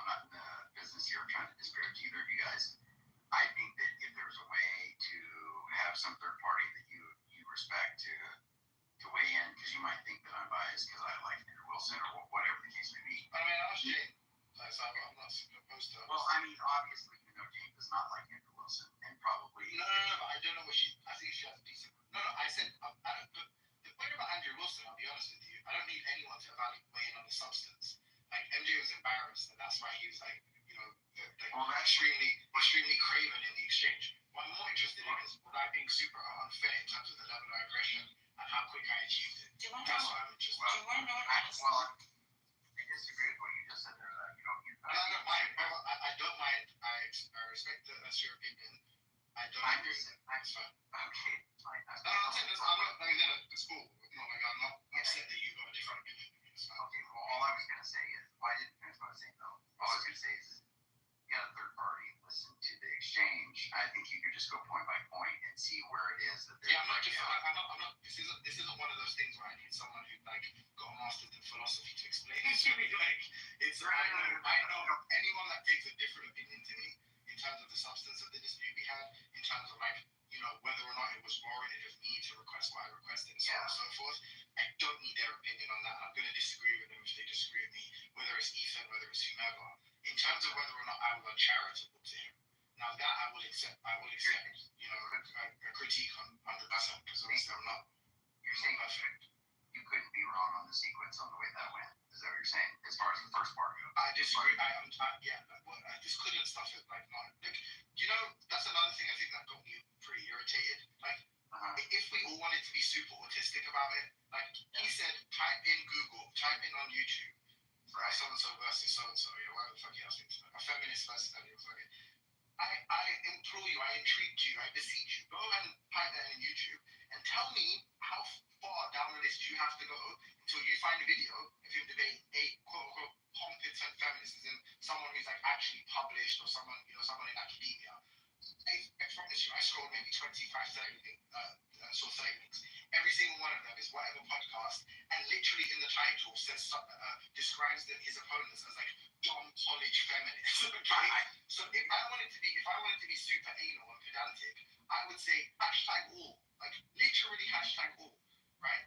But the problem is if we have these kind of conversations, so I'd be completely justified, I think, in saying, okay, if someone says all of the people he debates are so-and-so, they should have, well, not all of them. He may have gone to university and may have debated a feminist in his dorm one time. Obviously I don't mean that. No, but I'm saying obviously I don't mean that. If you're applying that level of pedantry to it, I think it's already kind of souring in terms of the faith of the discussion. Right, that's not what he means either, obviously. It's just that when you make the statement. That's what he literally said. No. When you say that he only debates, bimbo women on the whatever podcast, that's certainly not the case. Right? I said all, and then he said or maybe I said only, actually, I don't know. Right. Well, not absolutely only. I'm look, in terms of the bulk of what he's known for, it may be the case. Yeah, but see, the thing is he doesn't turn down debates. Andrew Wilson. No, but this is what I'm saying. What's relevant about it? What's relevant about it is he's saying that this false doctrine is something that is to be agreed with, just the descriptive portion of it, because there is so much pushback in terms of the feminists and stuff, right? And I'm saying, that may be true, just to be clear. That's not what I'm disputing, okay? I'm saying, okay, how do we know that how do we know that how do we know that Andrew Wilson is the champion of the force doctrine and basically explaining to these academics and these professionals and stuff who deny something so obvious, let's say, about reality. And so he's we'll just look at his debates. And I'm no, but he's a professional online teenage girl bully. So that's obviously not what we should be able. That's not what we should glean from Andrew Wilson's catalog. Do you think that because we don't see him debating professional people who are deranged and delusional? We don't see that a lot. We see him debating teenage girls who are delusional. What do you say? Yeah. So I don't know. I mean, I think the thing is having somebody that defends your ethic in the public eye, and since there's not really anybody that's doing that, I think that people shouldn't be doing all this. I'm saying I think you're right. I think you're right in that MJ agrees with far more, and that was the most innocuous example of something he agrees Well, with. no, yeah. Because he knows that would reflect poorly on him. I mean, I don't agree with the motivation thing. I mean, you can say that it might just be. I mean, you can put it. See, I think that's the way you're framing. Yeah, that framing. Yeah, the way that you're putting that is that he would be motivated not to look, whatever. I think MJ's competent to defend his positions. He may not want to have a throwdown. I mean, that's fine. But you like ridiculous. What do you mean? You're like a ridiculously insecure person. What do you mean? Every second sentence is fucking caveated by, I'm a fucking retard, man. I'm so fucking stupid. I don't even know what I'm talking about. Yeah, I know. The most ridiculously contrived self-deprecation. For what reason exactly? For what reason exactly, though? And it's definitely not like befitting of an American, right? So where does that come from? Comes from some ridiculous insecurity. Like, I think that he wants to have relationships with people on here, not have it be contentious, and so he knows that most people on here are very against his. Yeah, you forced him into it. I feel bad for him. When you say I forced him, you definitely forced him into it. You did not force him into anything. Like, just be honest with yourself. Stop. I definitely want to hear a discussion. I want people who oppose the view that's the standard view in here to be heard as well. And MJ is who I think is competent. This is an arena. This is a debate arena. And you're saying he doesn't want to confront. Okay, well then you shouldn't put him in that position. I'm saying it's got to. Yeah, but I'm saying, he wants to defend positions that he knows are vehemently, opposed, and so much so that it can get hostile very quickly. So I think he leads. But it didn't get hostile because he supports Andrew Wilson. Well, because it's just got really tedious, and I'm like, like I said, I could have been wrong for being I could have been the aggressor, I could say. Yeah. Which I'm happy to acknowledge and apologize for. That's not me. I'm also happy to say, like, yo, listen, we don't have to talk to each other. Like, you're not obliged to, it's not like I'm this guy that whenever MJ says something, I jump on the back of the thing. No, we barely ever really say, actually, whenever we do, it's really polite. In this case, he said what I took to be a bunch of stupid things, and I put it to him, and he didn't like that. Like, that's it. And then when it got contentious, he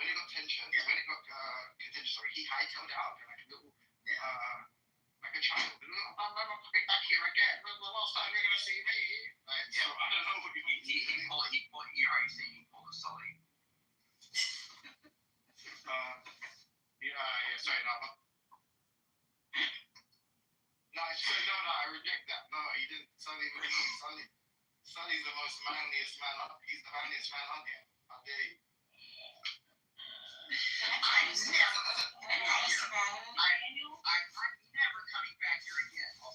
Sully's never ever said that. You're lying. Yeah, I'm never coming back here again, and I'll see you tomorrow by 2 p.m. No, look, I don't. Obviously, I think that it's unfortunate how that ended, but I think I wouldn't really want to comment on this specific because it's kind of rough. As you're listening to something, you can kind of see where the missteps are and what's happening. I'm not telling you what they are, but I do. No, these are not I promise you. I won't even push back. I just want to hear it, and I won't say a word. But I gotta finish saying what I'm saying. As you're listening to something, you can tell where the missteps are. But because I don't want to say something that's not accurately recounted, although I think I can say a few things, but I think the order is important, and so I think that it's better to listen to that kind of stuff live and then point it out as it's happening because it's unfortunate. Like I don't want to recount it inaccurately, and it was kind of an interesting exchange. So sometimes I'm not logging it the same way. Can I just say that whatever you think the account is, look, I'm not just going to assume off the bat. It's that like I was incorrect, right? I won't even give you my response. I just want to hear what you think. I perfectly. Don't fall for it, Andrew. Don't fall for it. Oh, do you think I'm lying? I promise you, I won't even give you my opinion. I just think that you're. Well, no, I already said it, but I'll reiterate. I think one thing I could say is that you were exaggerating different points that he was making in such a way that really made what he was saying looked like what it wasn't. And so I was like, so I don't know. I don't know. Is it any example? Do you want Can I give you an honest opinion? But just like you can say no, and that's it. Like, After action. No, I don't have. I'm trying to think of an example. No, that's what I'm saying. I'll do that too. I just remember the sense of what I had, during the exchange, and so it's really difficult on stuff like that. It's like when I hear psychophysical harmony, I'm like, that's a good argument. Can you ask me? Can I ask you a question? Like, this is kind of this is a principle, like a question about principles, not about this thing. Like, if I remember, like, if I can give a blow by blow account of what transpired, yeah, and someone disagrees with me and they can't remember and they can't produce a single example, do you think I should take their criticism seriously? Like, do you think I should be moved by their criticism? Trying to talk about me, I think you should, because I'm telling you that I heard it differently than the way you're framing it right now. And I'm not saying in a pejorative. Why do you think? No, I get it.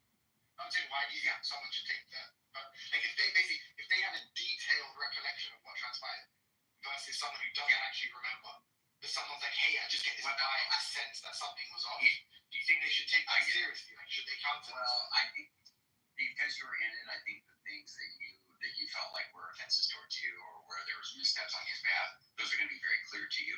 And so I think that you're just not going to necessarily see something from a more third-party perspective that might be helpful. And like I said, my thoughts in this fight are not really, I don't want to disrespect either of you guys, and I don't want to say anything that's like incorrect about what took place.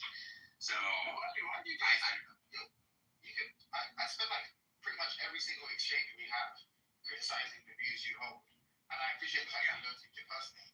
You think I'm gonna get upset if you're like, oh, this is why you're wrong? No. Just say it. I'm just gonna disagree. Why I already told you, I think the hyperbole was the first misstep that you were doing. I think that was you drew first blood in that sense. I'm saying, okay, I heard that, and I'm not gonna challenge that. I'm just saying, you just said just now, like, oh, I don't want to like offend either of you. I'm saying, with me, it's I agree with you, and then I apologize, or I don't agree with you, and that's it. What I mean by that is it's not like just because he's defending Andrew Wilson or because, I think you're being a liberal cuck or whatever the case may be. I'm not going to, I'm going to be as objective as possible because I care about both of you guys. So, like, this isn't like me just being like, just because I'm not it's not some partisan thing going on right now. So, but that being said, I'm just telling you my assessment of the exchange was that you kind of ramped up hostility.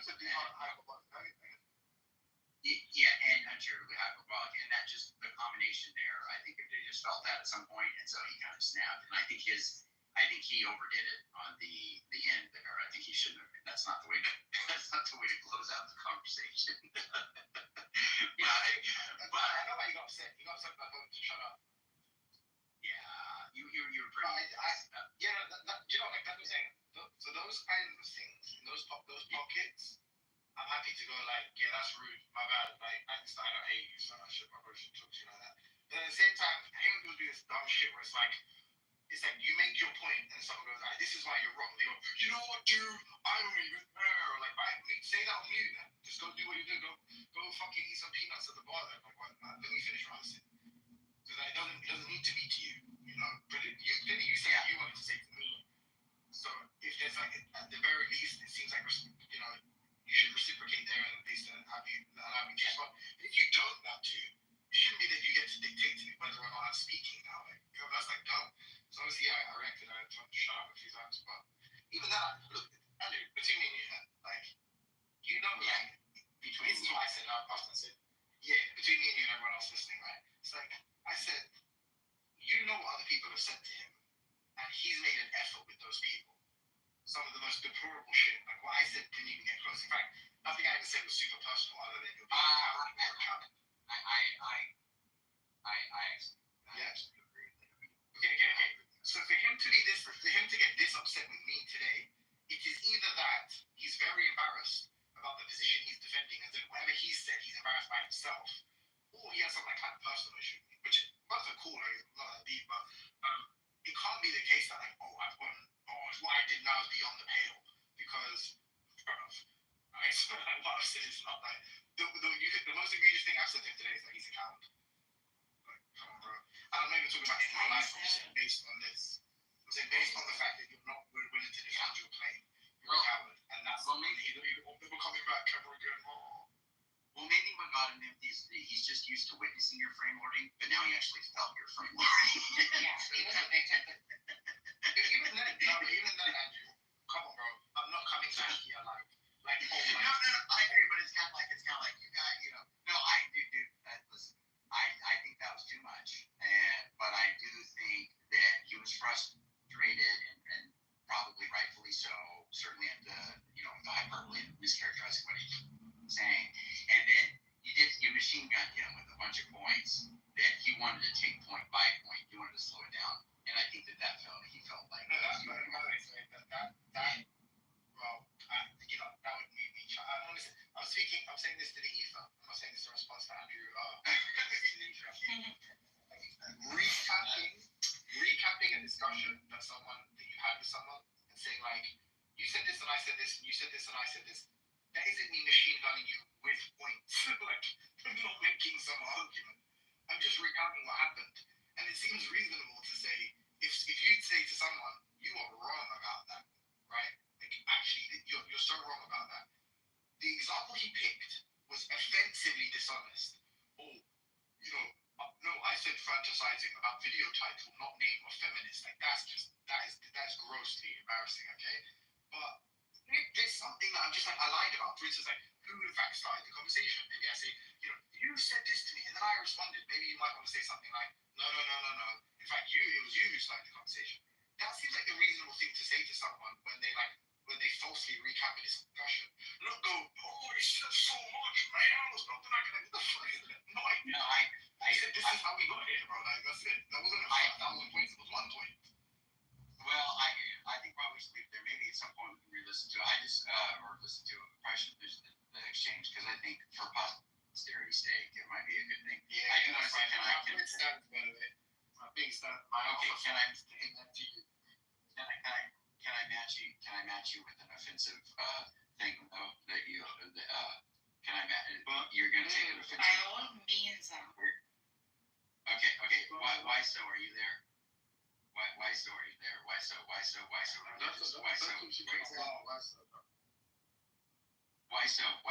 Is Timothy a frame? Someone who lords over the frame. Yeah, you know why so it started? You know why so was thinking one time he proposed starting a GoFundMe for people that hated me to buy a ticket for him to fly to London to slap me.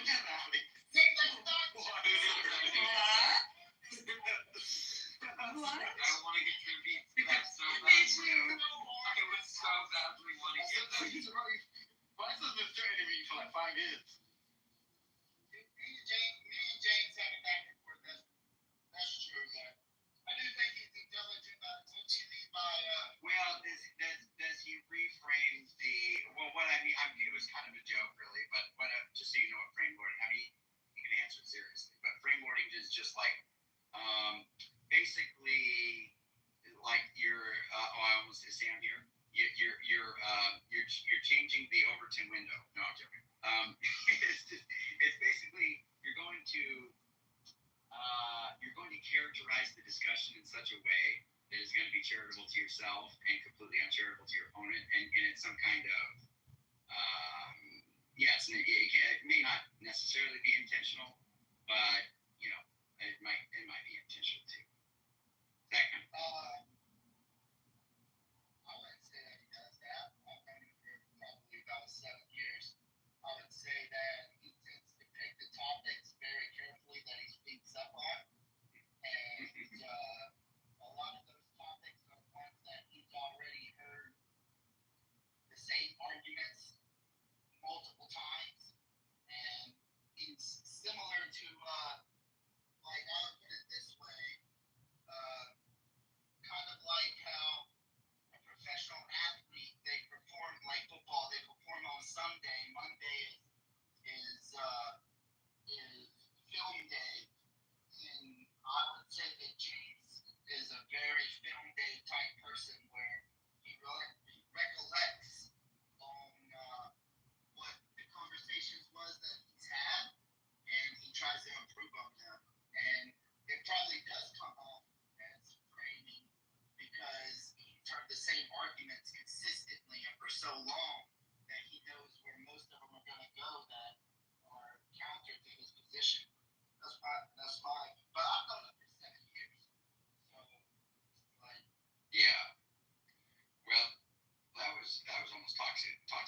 terrible, huh? No, it's something like. No. But who's James? Who's James? Well, maybe I'm not characterizing what frame boarding is correctly, but what is who is James or Jane? Or who are you talking about? He used to go by James Jones. So that's what I call him most of the time. I didn't ever call him by this. when he was just a wee lad. Okay, well I appreciate that. But no, like he and I do not get along on a lot of shit. Like, no, I know. I think he boots you off the stage. No, I'm joking. so coming to Billy's password, James, just so you know, dude. Go phone me is at like $62 right now. So wait, Daniel, since you want to be a pot stirrer, buddy, why don't you give your account of what happened, Daniel? Go ahead, Bob. And just remember what you said about the last encounter that the last encounter that Timothy had that you felt inclined to speak up on. Why don't you go ahead and keep that in mind and then give your account of what just happened with Jay and Timothy. Go ahead, Bob. Yeah, sure. I didn't get to hear any of it. I've only heard Melody tell me this. I promise you, I didn't get to hear any of it. So what I was hoping was that this replay was close to an end, and we could like replay it and talk about it and pause it. And really what went down. We get to vivisect it. But honestly, I didn't hear it. Okay. Well, you didn't just know. You'd be wasting a big stage and a big audience. So you should say stuff like that for like when it's a bit smaller, like just stuff no one cares about. Yeah. Oh, I don't know. People might care about it. No, I'm doing. No, it's fine. We still have a little bit of time, but we can definitely do that. But we want to welcome Star Power back. And Star Power, you're one of my favorite people. As of now, you're one of my favorite people. Your exchange with Bob today, as for those that didn't get to hear, Star Power was telling Bob that a picture of an apple is an apple. It was awesome. Bob said, no, it's a picture of an apple. And Star Power said, it's an apple. And we're also made in the image of. Yeah, and we are made in the image of dirt. Yes. Star Power, are you there, brother? And you left just abruptly when we were talking earlier. Are you there, Star Power? Yeah, sorry, earlier. Well, you just gotta say, hey, I'm rolling or something, because I was like trying to talk to you, and then I was like, well, where'd he go? So, I mean, if you would, you don't have to, obviously, but if you know, It was abruptly. So. Okay. Well, I'm glad you're back, brother. That conversation you had with Bob was hilarious, and I definitely don't want to lose that replay. But what did you say? Do you know what a formal argument is? Since you do teach, what did you have here? You're a logician. You do know what a formal argument is, right? Yes. Okay. What is the best formal argument for the truth of the claim that God exists? I wouldn't say there's a best form of arguments. There's just a lot of them. I wouldn't even say if there's the best or at least not the right. Well, what I mean by that is which one do you think has the most force? So the best argument for God is higher intelligence. Okay. Being actually visible. Okay. Could you put that in like a premise conclusion type thing? Could you be like premise 1, this premise 2, I mean, conclusion. I don't know if I would like to speak like that right now. Okay, that's fine. But I can say that the best argument for higher intelligence is the basic nature of where humans would actually discover God is the truth in a situation where they do not know, but there's a higher intelligence that exists beyond what they know.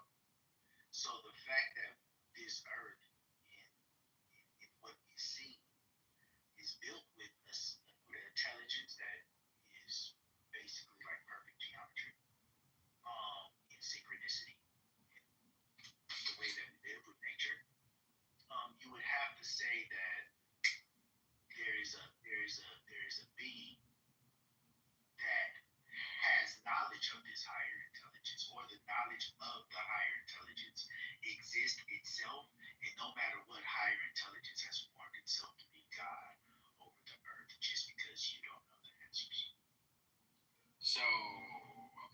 You don't got the answers, Sway. Mark, are you convinced? As soon as possible. All right, it's good. We're making progress. Why so? Are you convinced by star power there? I just got home, so I couldn't hear it. I was also texting my union rep. What's up? He said higher. He said higher intelligence is the best. You're deuces, therefore God. Yeah. You're dingleberry, therefore God. What did we present? I'm sorry, I didn't hear it. Can you go ahead and give it again, Star Power? Can you give your give it the punch? Give it the atheist knockdown punch. Go ahead. No, I was saying, well, no matter what, this being God, that if there is a God that exists, it would exist in higher intelligence. There's a higher intelligence of things that you cannot explain. Here's what he's saying. So basically, Star Power, he's saying God, therefore God. It sounds like. Yes, intelligence, therefore God. I mean, the main thing that with me, right, or a good number of people would know my position is that being an atheist is towards theistic belief, but being agnostic is like, so that's how I take his argument. It's like intelligence doesn't lead to a theistic claim from that God. You'd have to show the leap from that agnostic, what I would say is agnostic, towards a theistic. But, just saying, oh, we have intelligence, and therefore something has intelligence more than us. I mean, I guess I could still hold my agnostic opinion about that because there's no way for us to prove or disprove that. So you would keep an agnostic opinion about it, but the whole time you would be praising and worshiping intelligence because you would seek for the intelligence, and the intelligence will be forever changing you. So no matter what, you would be bound by a God because, like if you touch fire, it burns, then you get the intelligence. That becomes now, I would say that you like kind of get the experience, right? You like get the experience. Like maybe we don't really have the same understanding as intelligence, but I wouldn't be praising something that I'm agnostic to, right? Like if I'm agnostic to it, then I don't know if it exists. It could exist or it might not. So to say that I would be praising it would be taking a leap forward for me, right? Do you understand that? It depends on what you would consider praising. Now, there's different forms of worship. One worship is something that is life-changing. Like, let's say we didn't have fire for thousands of years. Now, every day you live by fire. That could be considered a practice, which really religion is. That's something that you do religiously. Okay? Oh my God, no. And if you think there's a higher form of intelligence, because the one thing that every human knows, this is why God exists in the first place, is the I don't know, the higher form of intelligence that exists. Dude, you're wrong about everything you fucking said. What are you talking about? So the reason why what do you mean by fire? What analogy are you making with that? The reason why humans are actually believing God is because of the I don't know. That's not necessary. I mean, most people who believe, right? Like, let's say Christian. No. Wait a second. Like, I would agree with you, right? That like in some that like let's use Christianity because that's the most popular in this room, most likely. Like Jesus did say, blessed more are those who believe without them. Essentially, after put my finger through the hole from his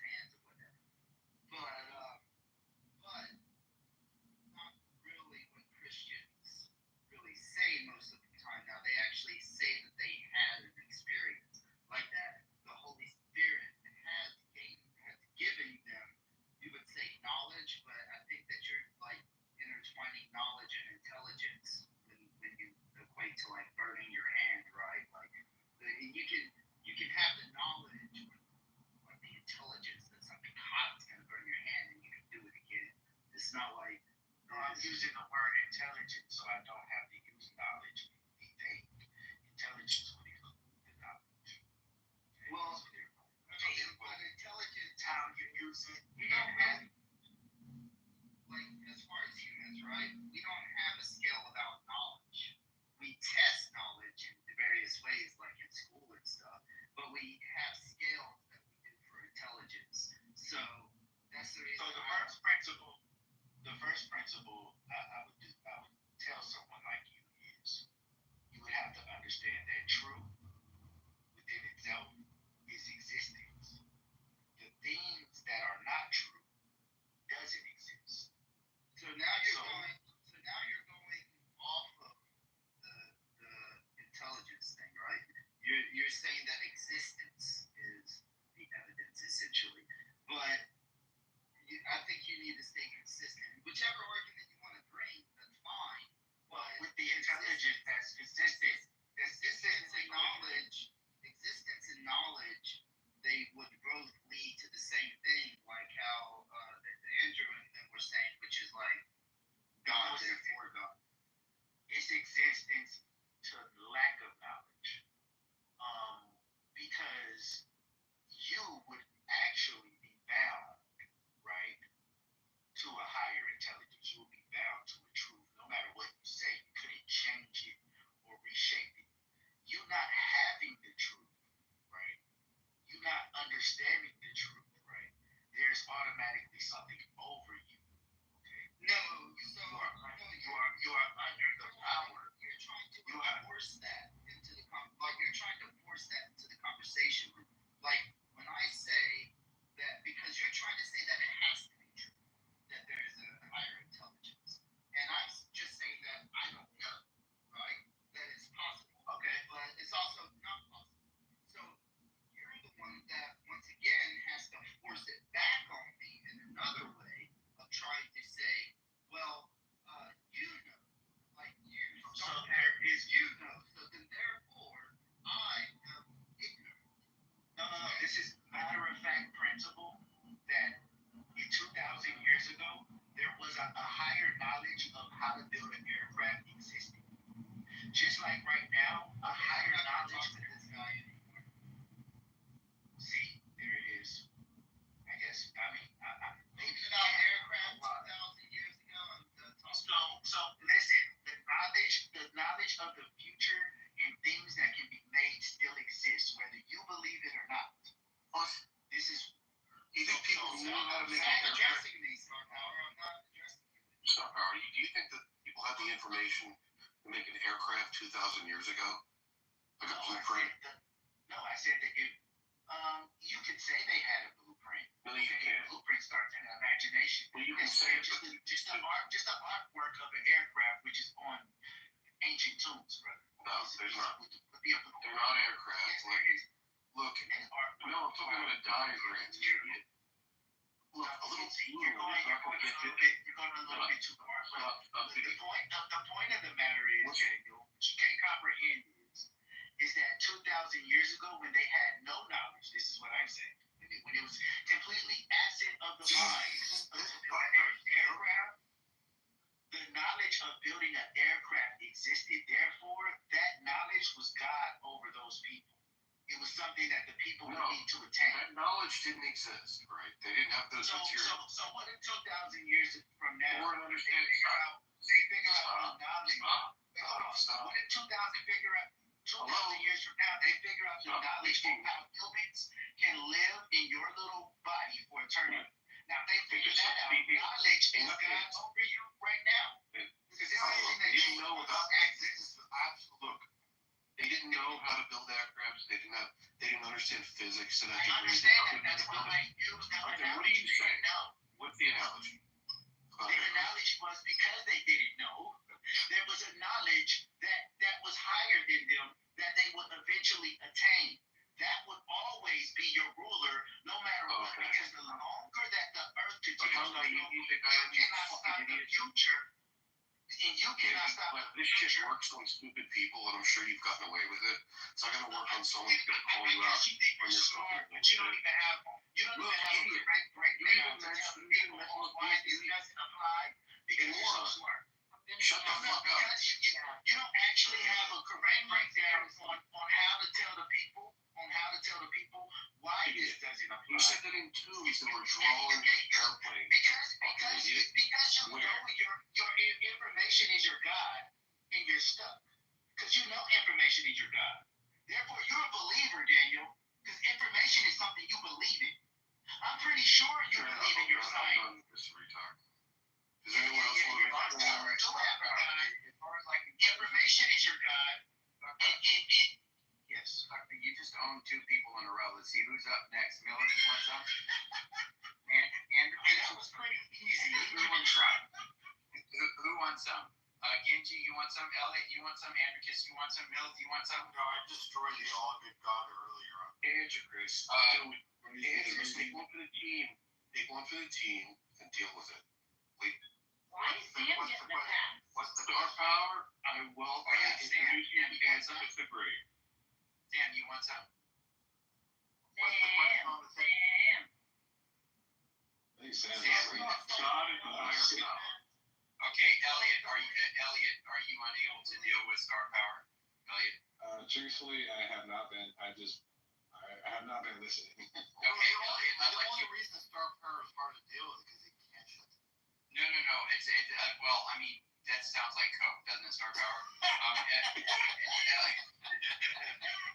Elliot, I'd like you to meet star power. What's up, dude? What are they getting on you? Nothing, man. I've met you before in a room. You were going crazy. Know exactly who you are. I hope I didn't embarrass myself. No. We actually had a good encounter. It was okay. So I was able to calm you down. It's star power. Do you believe in an all good God? Andricus, Elliot was just getting started. Now you come in. Elliot would. No, that was already over. Elliot, you don't. Yeah. No. What do you mean, Elliot? Do you want to engage with star power? I think the actual question you're asking is like, I want to ask you, do you want to see blood? Is that why you're asking? Listen, there will be blood, but we won't. Well, I'm not. I may want to see a little bit of that, but no, I think Star Power's. He's awesome. I think the stuff he says is next up. You believe his claim that 2,000 years ago they had a blueprint for flying. Did I say a blueprint? You idiot! What? That is not my argument. Why is it You never in a sentence blueprint. You literally never in a sentence. You've been watching the Discovery Channel too much. Okay, right? what do you think? Use the word blueprint and then This is interesting. Here's what I do. Which he was Let me be charitable to Star Power. Hold on. What I think he said, not that they had StarCraft 2,000 years ago, but that the knowledge was always there. There was always the ability to learn these things. The understanding of lift was always there, really? Once you got hold on. There was information is to think about it. The ability to do these things obviously was there. They were able to run fast and all. They weren't able to lift. Hold on. They were able to do it, but it's just they weren't aware that they had the capabilities, that they could do those things.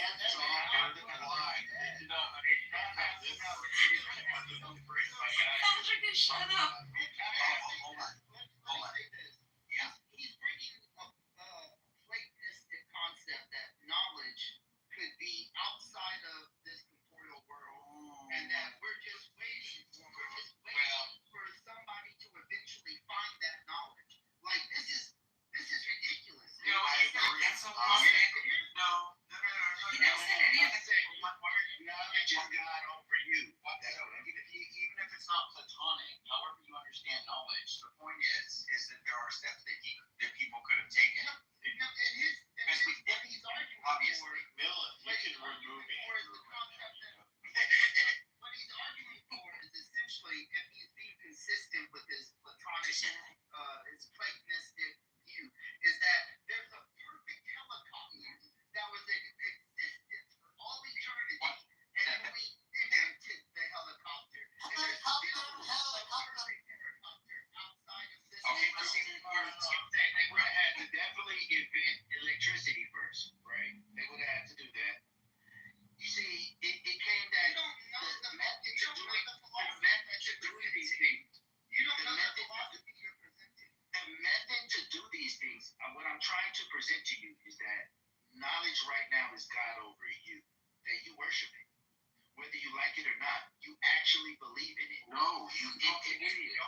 Like God. And if you don't believe in knowledge, you're just an idiot. God is a being. So wait, do you believe in something and not worship it? Start out.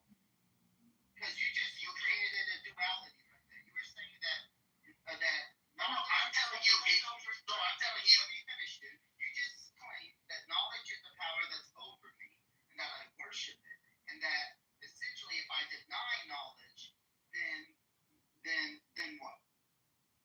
No. That I'm saying, unlike anything else, because you could believe anything and worship it, right? That was your first. But then what? But then you could believe anything and not worship it.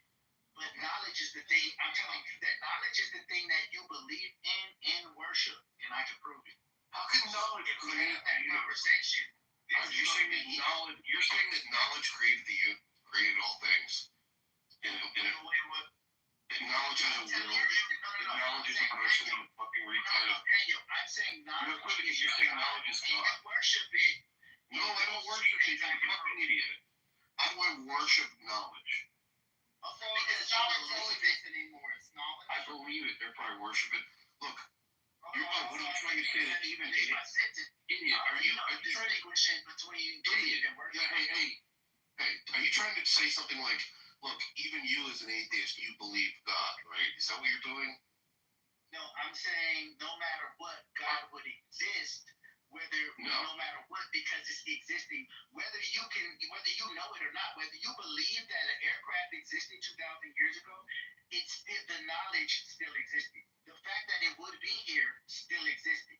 You couldn't stop that 2,000 years ago. Hold on, slow down. You know what the fuck God is? Whether you're a believer or an atheist. And I'm showing you what God would look like to an atheist, whether he believes in God or not. And you just can't accept it.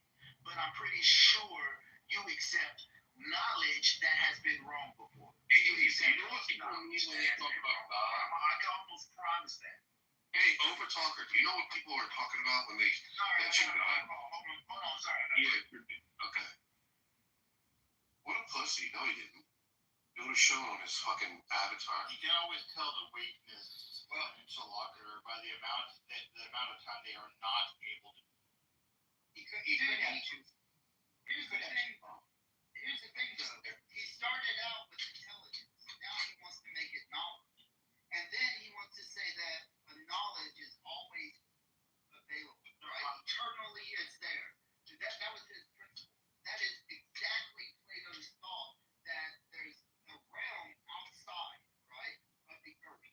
And that when things come into this realm, the perfect of that example is outside of this realm and has always existed. But the thing is, though, that's the reason Neoplatonism came up, which is the concept that God is the one that is all of the perfect things, like emotions. I just had this conversation earlier with Caleb. That the problem with the God concept is usually, if it's all good, there has to be another realm outside of the God, because there's concepts that exist that aren't all good. So where did they come? That's fine. I just want to ask you, if you really believe that guy was saying, like, he changed from intelligence to knowledge, then he specifically said blueprint, that there was a blueprint for inside of tombs 2,000 years ago. Like, he changed immensely depending on whatever the counter argument was to him. Like, you might like the fact that the concept that there is an eternal knowledge, right, of all things that could ever be known. And that humans, right, they are just waiting, going through the motions, as people could say, until they finally gain that knowledge. Like, nobody could deny that possibilities until we discover it. Now, that doesn't lend anything to the argument that of an intelligence, a higher intelligence / a higher knowledge essentially being there to give it to humans. That's essentially his presentation. That's the contention. The contention is whether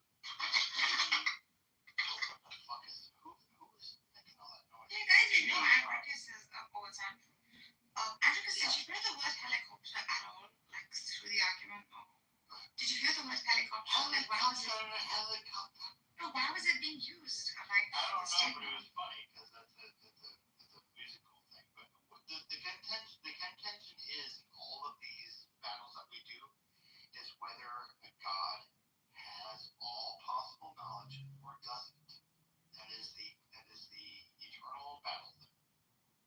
He didn't want to address when I said I'm an atheist towards theistic beliefs, but I'm agnostic towards his higher intelligence, which was the original. Right. Because, as I said, like, there could be a higher intelligence, and I'd be agnostic to that because there's no way to prove it. But then you'd have to make the leap to it being a theistic claim or a theistic position. And he did not want to address with the omnis, right? Andrew, you there? Andrew? Yeah, I'm here. What's up? Check your DMs at your leisure. You betcha. Hey, Andrew, I'm pretty sure when I presented my argument earlier, it spawned an entire other bunch of arguments. But I'm pretty sure that my argument, right? I have to flesh it out. I have to formalize it, but I'm pretty sure that my argument that if your God concept is everything within that God is normatively good, it is not possible for any concept that is not normatively good to originate from that God. And that's going to destroy a large number of God concepts, including what about like the free will stuff? I mean, that only answers like some things, like the things that. But that's Elliot. That's post my idea. My idea is like the idea that, and if you're going to say that God, that free will comes from, is all good, he has to contain within his being the notion of concepts that are not good. And if the being is all good, how do those concepts even occur or even come into being? Because he knows the concepts that would occur if he is withdrawn from the Of situation. course, but how? I agree. But if he knows the concepts that would occur, how could he remain? In what sense? That's the thing. All he would have to do is just continue to be good, and everything that doesn't listen or abide by it. Even though all concepts, that's all God would have to do. Even though all possible concepts originated from him, even though all possible concepts, including the not good ones, originated. Wait, hold on. If he's given anything free will as you asking for it, right? That doesn't matter. That does not matter. It does matter. Because if he's given free will and he's all good, then anything that doesn't listen to him will of course, it doesn't matter. That's the part that you're not getting. That would be the recognize. And that's why God says, get away from me, I don't know you. It doesn't matter because as soon as the concept of free will occurs with that God, then all of a sudden all these other concepts that are not good occur, right? And if the God itself cannot be anything but all good, those concepts could not occur. So you're dealing with a severe contradiction. No, you'll be dealing with a severe narcissistic God if God didn't make you to have free will and you cannot say no to him. God, the number one good thing for God to do in character would be to give you free will in the first place. So then he gives you free will. And then he gives you free will, and then when the one that doesn't have free will, wait, hold on. When the one that has free will does something bad, does something ridiculous, you want to then blame God for being bad. That's how ridiculous you are. It's probably what you did to your mother, right? And yes, it is. No, it's probably how you acted and how you blame others for all of your mistakes. You don't want to recognize the things that are bad that are you. So anything bad, you say, oh, God has to create it all good. It just means you have no idea what I'm talking about. What I'm talking about is, I'll ask you a question, Star Power. Do you believe your God you can just come into the room, so you can clarify. Fair enough. But is the God that you believe in? Yes, 100%. Okay. So a God that is all good. Is the God that you believe in also the originator of all possible concepts? Yes. How are you using the word God? Wait a minute. That's very, he doesn't exist. Wait a minute, Star Power. No, I like that word. That's cool. All possible concepts. Yes, by proxy, because creating anything would be the creation of a possible concept. So if the God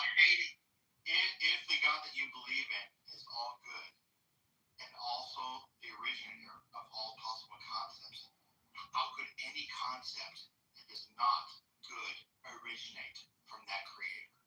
Just by being not God. Is it that easy? Is it that easy, Adricus? That's not what I asked you. No, that is. You said how could anything. Go ahead, ask it again. I'm gonna How say could any concept that is not good originate from a God that is the originator of all concepts? That nothing that is not good could originate. Just by not being God. First of all, but there is you're nothing, trying to get. But first of all, you're trying to use concept. First of all, you're trying to use concept as if it's a living, breathing being. You won't allow it.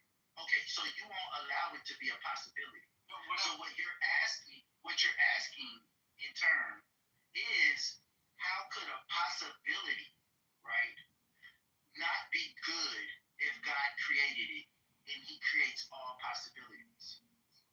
Yeah, well, God that's awesome. Yes, that is exactly right. Right. God creates things that are not Him. And if He is good, being what God is would be an impossibility in the first place. You could never be God. That's the whole point. Okay, that's fine. That's fine. Right? When I'm talking about conceptual content, you know what I'm talking about, right? It's the idea of something, right? The idea of whatever you think is bad, whatever any system thinks is evil or not good, right?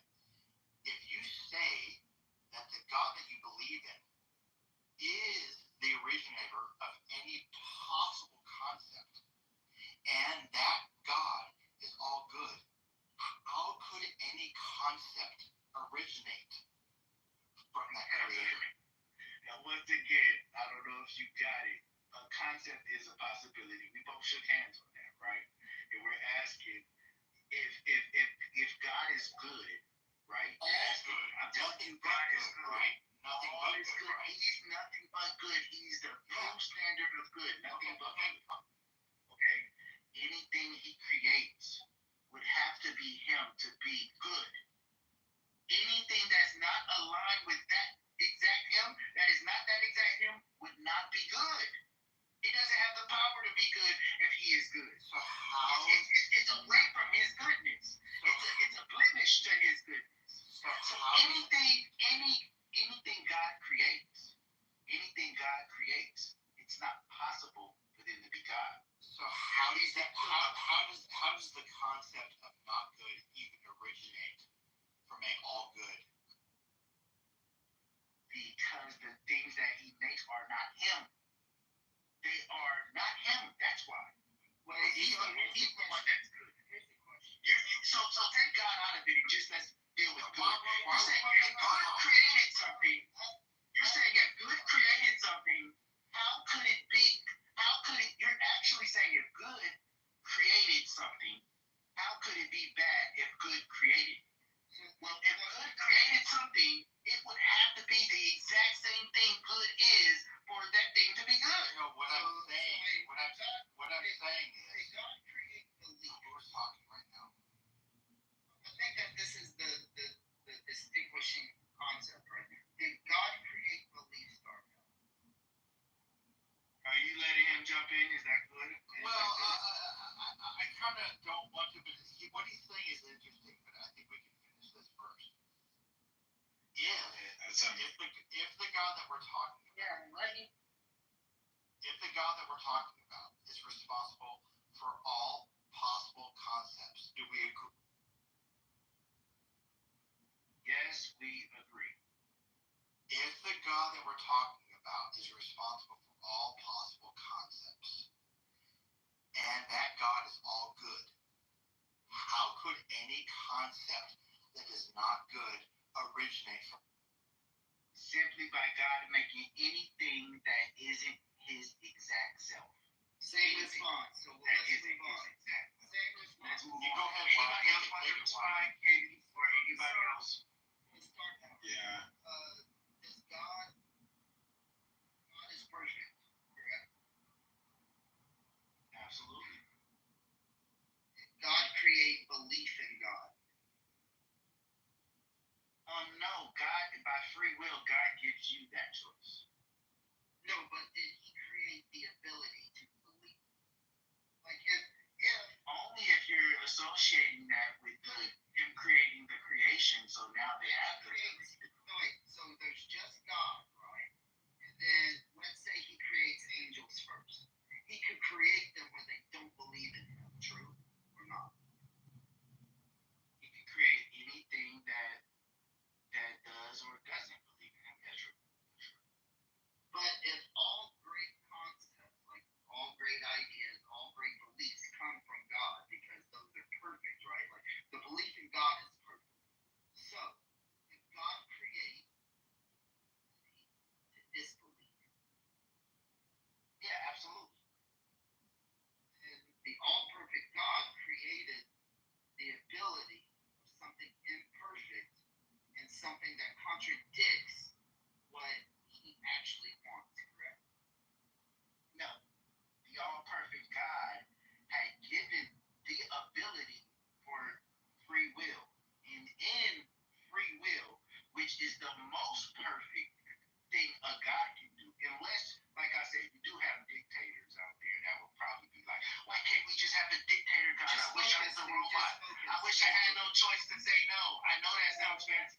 I wish I had no choice to say no. Wish I had no. You want to talk, Katie? You want to talk, Katie, real quick? I'll let you respond.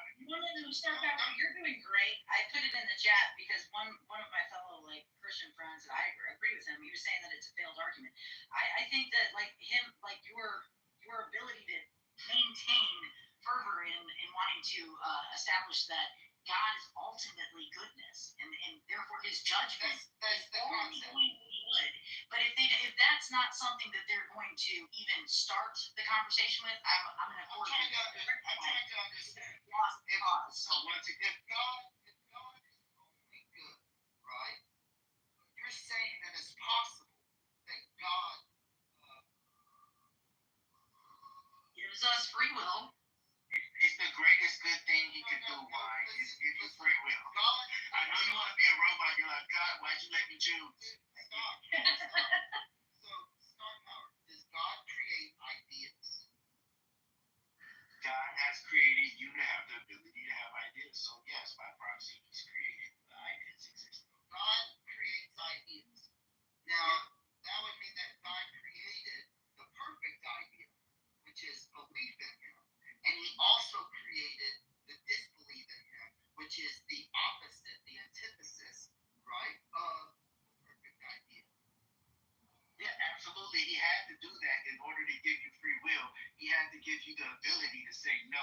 And in giving you the ability to say no should be seen by the creation as the greatest thing a creator could ever give anybody. Is the ability to say no. So any creation should not want to be a robot. Otherwise, you would be a remote control. And I like to talk to Siri all the time, but you guys cannot be serious. Focus, dude. Focus. So, if what essentially Andricus TG is bringing up, this is how I understand it. God is an entity, and he creates things. And he has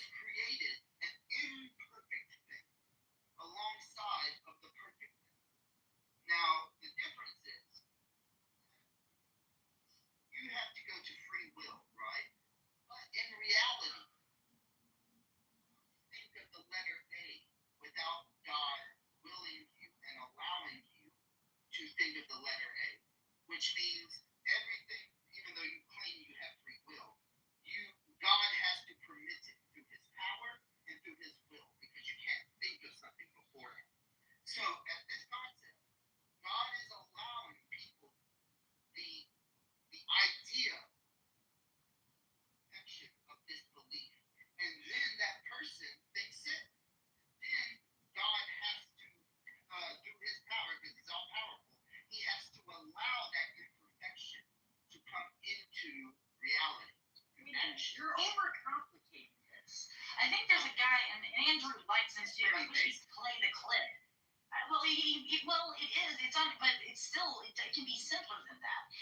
There's this dude named what is his name? Neidl is his last name, and Andrew likes him. I really wish we could play the clip of him. Stuart Neidl. You guys should YouTube it. The way he explains it, he's like, God gave me this hand. Now I can use this hand to look over at my fellow person and say, hey, Crimsonite, and I can slap him across the face with it, with this hand that God created and gave me. But I cannot then turn and say, see, God gave me the authority to do this. No, he gave you the hand to ultimately do good works and his purpose that he put for every single one of us. But if we choose, if we have the free will to use it for evil, then that's our choice. Can you hit that person without God allowing? No, that's not the wrong. That's the wrong response. The right thing to say to that is like, wait, hold on, wait. I wanted to say this real quick.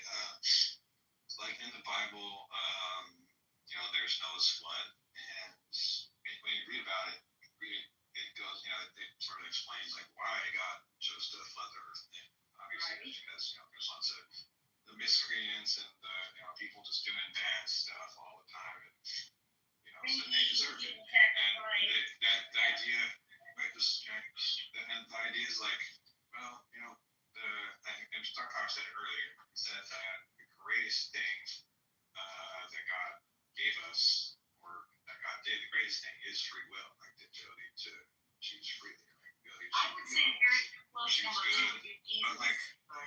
But it took kind of just get to my point. So you got people choosing good and evil. They got a choice between that. But like in the case of the flood, God literally just killed everybody, and the reasons are explained. He did it because they chose the wrong thing. So in that case, it doesn't really seem like the free choice is really a good thing in that case, because you can say that the ability to choose is good, but if you choose wrong, I'm going to kill you, or like there will be consequences. So it's kind of trivial. All right, that's a good point, Elliot. So I could take that concept and just move the dial just a little further in where God said to like the Canaanites, the Amorites, the Jebusites, like literally down to the baby skulls, like completely decimate all.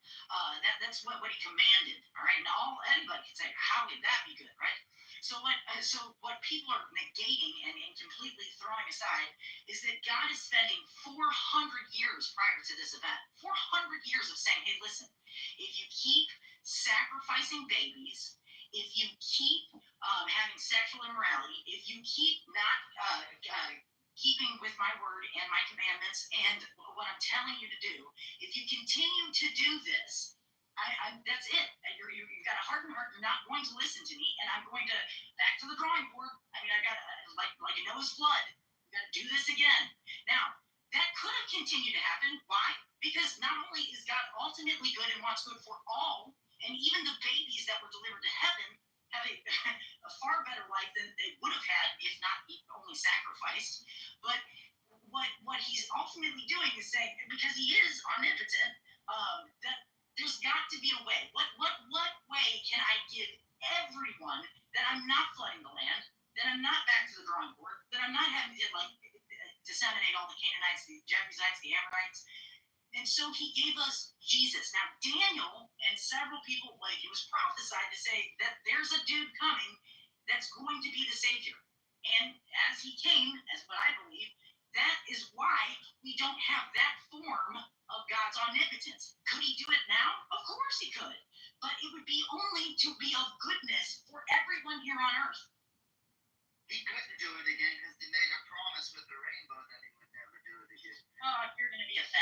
say hate things about Christians, then you're just dumb.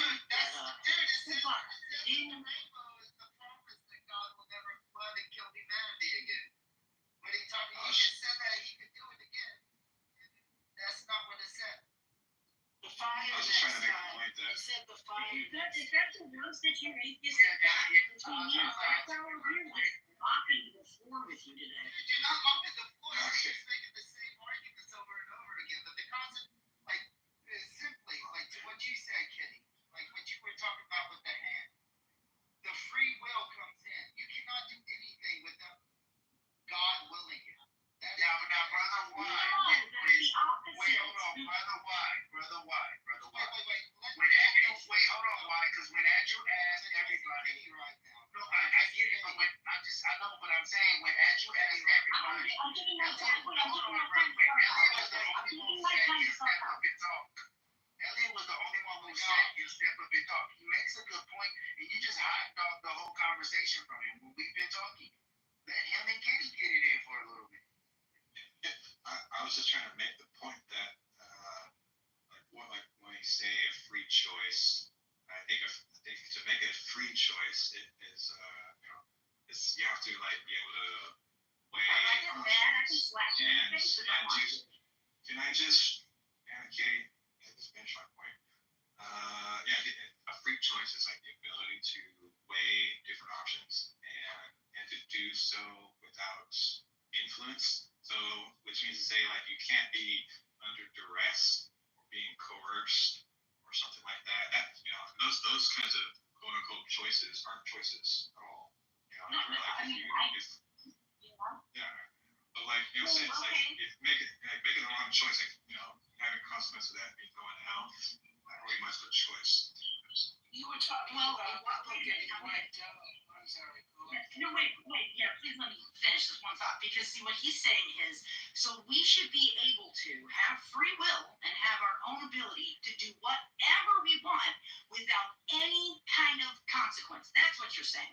So God's saying, that's not why I created you. That's not your purpose here on earth. Your purpose is to do good because I am good and I'm telling you to do good. But if you choose not to, if you choose to use that hand that I put on your body to slap Chrissy or Kitty in the face with, you can do that. Or option two, you can love me with all your heart and love your neighbor. And like you can forgive those that persecute you. You can choose Jesus, who is like perfect. You can try to aspire to be like him, who is forgiving. Or option two, you can get ticked off and sin and out of anger hurt someone. So that's the ultimate choice. Now, if you choose to be selfish, be prideful, and to do all the things that God is not about, because he is ultimately good, well, yeah, guess what? Tough luck. There's consequences to our actions. That happens in life every day. Go rob a bank and see what happens. So I have a question about this concept. No, that's You guys can live on it. wait. That's not even doesn't even address anything I said. Think about a person like under CIA interrogation or something like that, and they're using like these enhanced interrogation techniques. So that's stuff like waterboarding and torture, all this kind of shit. And the goal of this is to get like a confession out of the guy, to get him to confess to something he may not have done, like a murder or something like that. Well, just wait, Kitty, so you can hear the point that I'm making here. So like, let's say like there's a guy who he's captured by the CIA or whatever, and they torture him. They waterboard him and all this kind of shit. And while he's in that state, they ask him to make a choice, and they give him the choice of you sign this confession or you continue to be interrogated and tortured. In that case, there's no choice being made there. Yeah, actually, There's no choice. There's no free choice. The choice is not free in that case. I'll turn it all way over to you, Michaela, because I'm sure she's going to make points amazing. So let me just follow up with that, Elliot, and say, I don't know who's talking right now, but just, Elliot, what I'm saying is that is so outlandish that anyone would assume that God is like the FBI or CIA and is waterboarding us in society. He has a Let's special use a place. doctor. Let's use a doctor. Did I finish? Did I finish? Wait, hold up, Ryan. Okay, what I'm saying is that's so outlandish that it would even it would never be the case. We already know what this situation is. We already know that the wages of sin is death. So if we choose to continue to sin and we choose to not accept Jesus as a savior, that's like saying I want to be waterboarded and wonder why I'm going to die when I drown. I mean, Let's use a doctor's analogy. Let's use a doctor's let's use analogy of let's use a rational reality. No, let's not. the doctor. No. The doctor. No, why? Just stop. No, the doctor. Just stop, dude. Hit your knee with the hammer, No. right? Let's not use another analogy. Just talk about like three different Can analogies. I answer you? Maybe my friend is saying that she's been waiting this entire So, time. so I'm just wondering if a doctor. You gotta talk over him. And it kicks. Well, at that point. Just let Michaela say something. Yeah, I'd say that perhaps your free will, depends on your environment and how, maybe you're focusing on the word free. You still have a choice, even in that horrible situation. You still have some modicum of a choice. And that's sort of a depiction of what saints are. Excuse me, Kitty. That's sort of a depiction of what saints are. They die for whatever, for not giving in. That's what I'm trying to remember. Yes, because like Paul in the Bible, that's more better. If you're going to use your analogy, Elliot, look at Paul. They imprisoned the guy. They were like, look, you're going to deny him. You're going to say that he's not the Savior. Like, they tortured him, literally tortured him to his death. Like, went saying that Jesus Christ was the Savior. That would be a great analogy. I mean, you're not in the monochrome. You have that choice. If you're going to die on the cross of saying, I choose sin, then choose it. But then also choose death, because that's what you're choosing. So if a doctor hits your knee with a hammer and your knee kicks up, we call that an involuntary response. Did you have free will for that? No one responded. I'm sure y'all don't want to, because here's the concept, right? Like, you don't have an involuntary response is not considered what we would say free will. But that response of your leg kicking up had to be willed and allowed by God. So, Can you stop your heart beating? Does free will control your involuntary I'm just going to stop my heart. system? No. these are irrelevant. These are irrelevant comments. Don't make that. I know. This is dumb. The doctor says, Please don't. raise your left hand. Dude, just like three people are telling you to stop. Stop. This It is why should. I would never talk to someone again. This is why I would never talk to someone. I love you though. But listen, this is for us, or a happy club. Dude, all you're doing is like all of your arguments are based off of religious texts. I'm making arguments that we can utilize inside of our thoughts and our philosophies. So It just the doctor says just so happens the religious text is smarter than you. the doctor says raise your left hand, right? The doctor says raise your left hand. So you do it. Inside of the concept of theology, right? And this is something that the big three have not been able to address, is that you go to do what you're told. You think it. To even have that thought, God has to allow you to have that thought. Yeah, he gave us a conscious mind. Yes, we're not zombies. Listen. He has to will for you to think it. Because if you're saying that your thoughts are outside of the will of God, then that means that God is not all power. Right? That's the concept. Are you saying your thoughts, God has to think your thoughts? I use this one to like the religious. To have that thought. Like, in the concept that God is omniscient, all beyond, right? And that means there is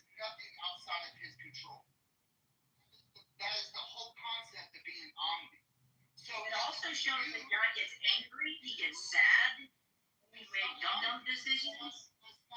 Yeah, what you're saying is that you're giving no feeling to this omniscient, omnipotent, omnipresent God. So God, knowing that we're going to make poor choices, still allows us to do that if necessary. So here's the point is that you're saying that there's free will. But before we can even will ourselves to raise our hand, not raise it, but will ourselves to do it, God has to allow that will to happen. He actually has to will that to happen. And then he has to allow it. why? Like why did you come to that conclusion? Why? It just sounds dumb, and it's the opposite of what. Okay, oh, there's concrete here. Okay, all right, it's cool. He can handle It it. sounds dumb, there's concrete. That's an excellent response. Excellent response. Yeah. You go, He has a lot more patience than I do. Stop talking about him. respond to why about how you go on. Hi, concrete. What's up, Kitty? How you doing? Pretty good. Enjoy this wonderful discussion of free will and God's ultimate goodness, and how He's basically somehow then arranging us to be like zombies or drones, and that we're just all lemmings doing His bidding, and that He can maliciously. Yeah, but that's what you're doing. So, literally, you guys were saying that it would be as equivalent to waterboarding. Like, yeah, like you guys are like you're not the form of the concrete. It was a slam dunk. You are not a good commentator of what the argument, like, or what people have said previous. Like, I agree that waterboarding and the eternal lake of fire are not equivalent things. Okay? I think one is much worse than. You're right. That's why we have a whole life to live for the pursuit of being like Jesus Christ, or we have a whole life to live to pridefully and maliciously make bad choices and sin and hurt others and not be like Christ. And then when we die, say, see, it's God's fault. He let me choose to do what I wanted to do, even though there's consequences for my actions, and it's God's fault. That sounds crazy. Hey, Kitty, I know you don't like my method, but trust me, I got this. Okay. It's like he's like the nice The crazy thing here is the thing that's really insane here is like the idea that people who make the wrong choices, they just send themselves to hell. That's the crazy. So you're saying that the person, well, Star Power, did you want to jump in? I didn't want to overtalk you. I know this is really honestly your discussion. I mean, I could. I only have about 12 minutes. Star Power. You're like Star Power.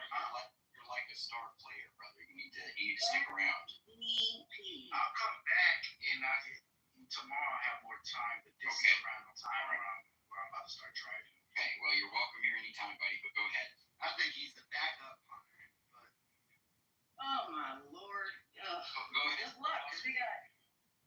Why?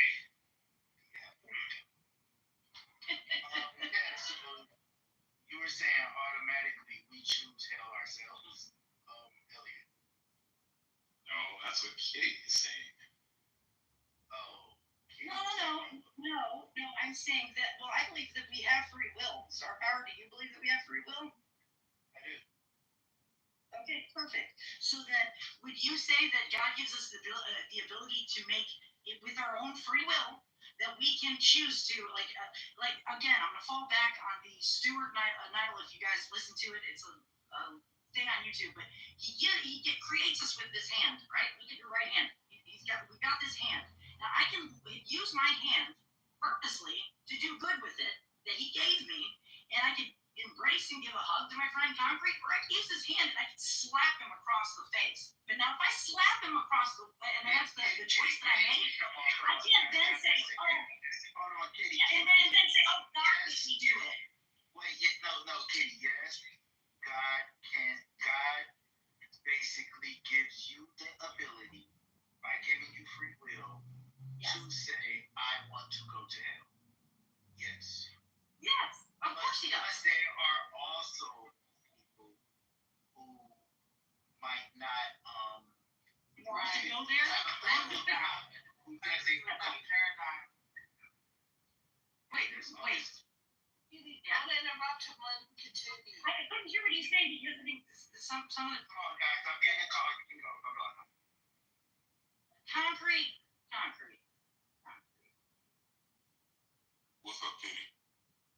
In your loving voice, can you best explain why, if we have free will, which I believe that we do, that God would give us obviously the ability, the wages of sin is death, so we can choose eternal death or eternal life.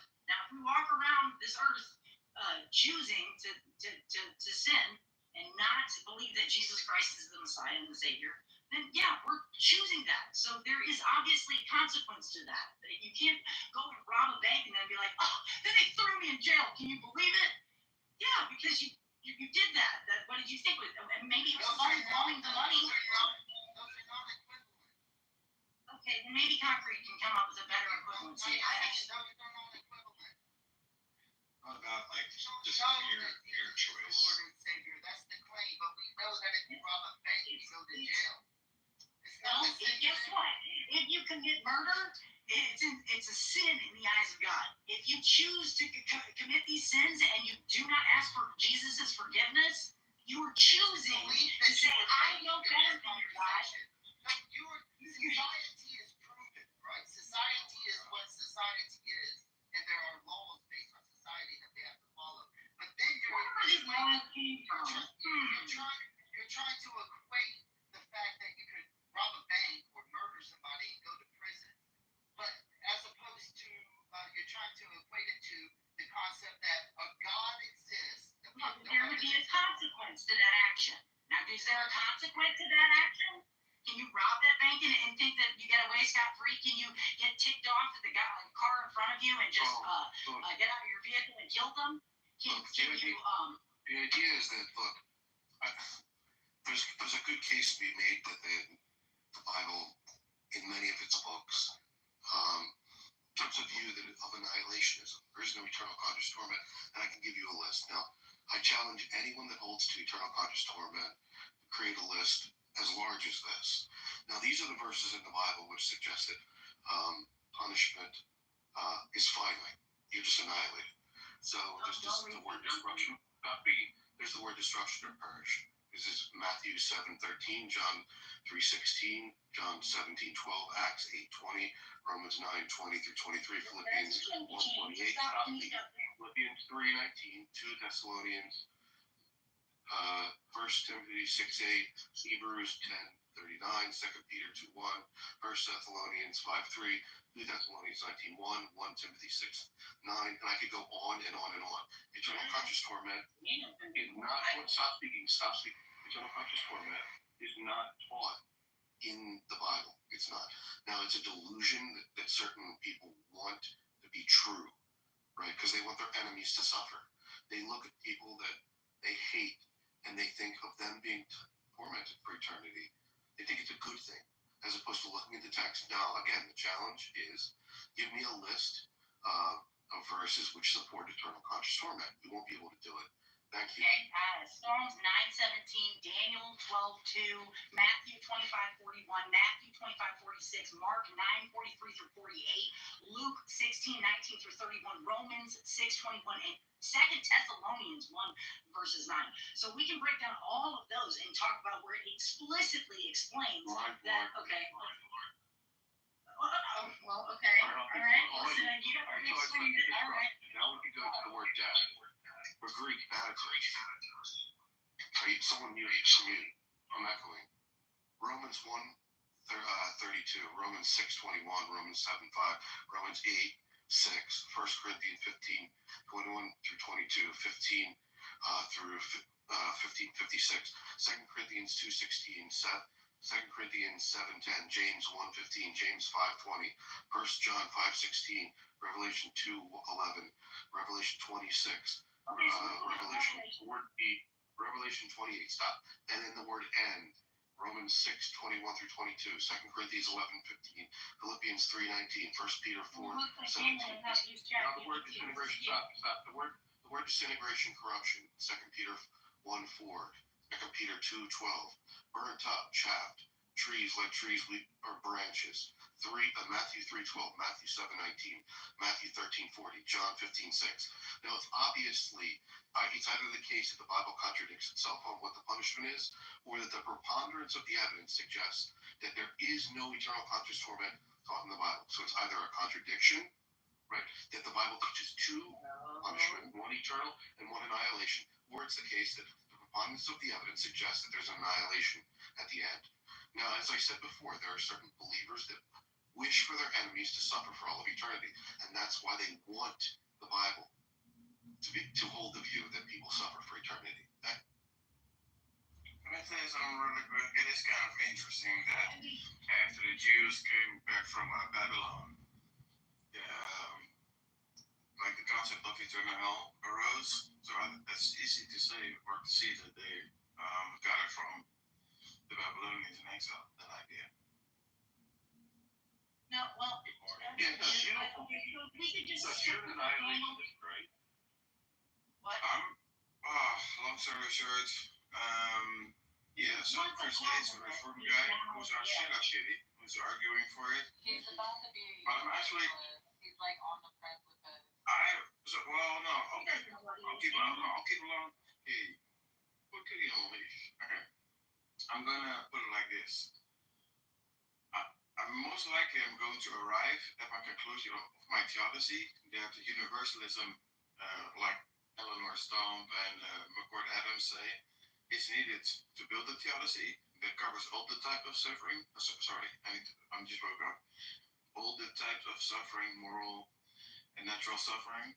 But then the follow-up question is that what the Bible teaches? If not, the Bible is in trouble. You totally redeemed yourself right there at the end. Beautiful. Yes, I clap for you, but I want to specify what or he just normal said. clap? Listen, Booty clap I'm or going normal? to Go ahead. Okay, so after we clap for him, let's go. Yay! Okay. So now, Daniel, one of which he brought up Romans 6:23. For the wages of sin is death, but free gift of God is eternal life in Jesus Christ our Lord. So while death here is obviously a separation from God. So if we're separated from God, we're not in heaven. So I guess Daniel's idea is, well, then he's an obvious evil God. If we're not allowed to until what, forever? I'd sooner spend this. Why did God flood the earth? Why did God flood the earth? We've talked about that one. We've talked about the one before Judges. Just keep going back. Yes, I did though, and it's mind-boggling. That you don't believe that annihilationism is the concept that is worthy of punishment. I do. I have not. Look, Daniel and I. This is the only thing. This is where we separate and we fight for 4 years. We went back and forth. Where he thinks that I'm some evil, maniacal Christian. That I think that my concept of God, and I'm sure Andrew will disagree, and a few other of the Universalists on stage will also. You've also got those that are Calvinists that think that it's so predetermined that there's no such thing as free will. Shut up, God! It's so mind-boggling. You have to interject all the time. What I'm saying is, It's coming from you, but okay. how can someone focus when they hear you talking all the time? See what I mean, Dutch? I mean, like, okay, so. Okay.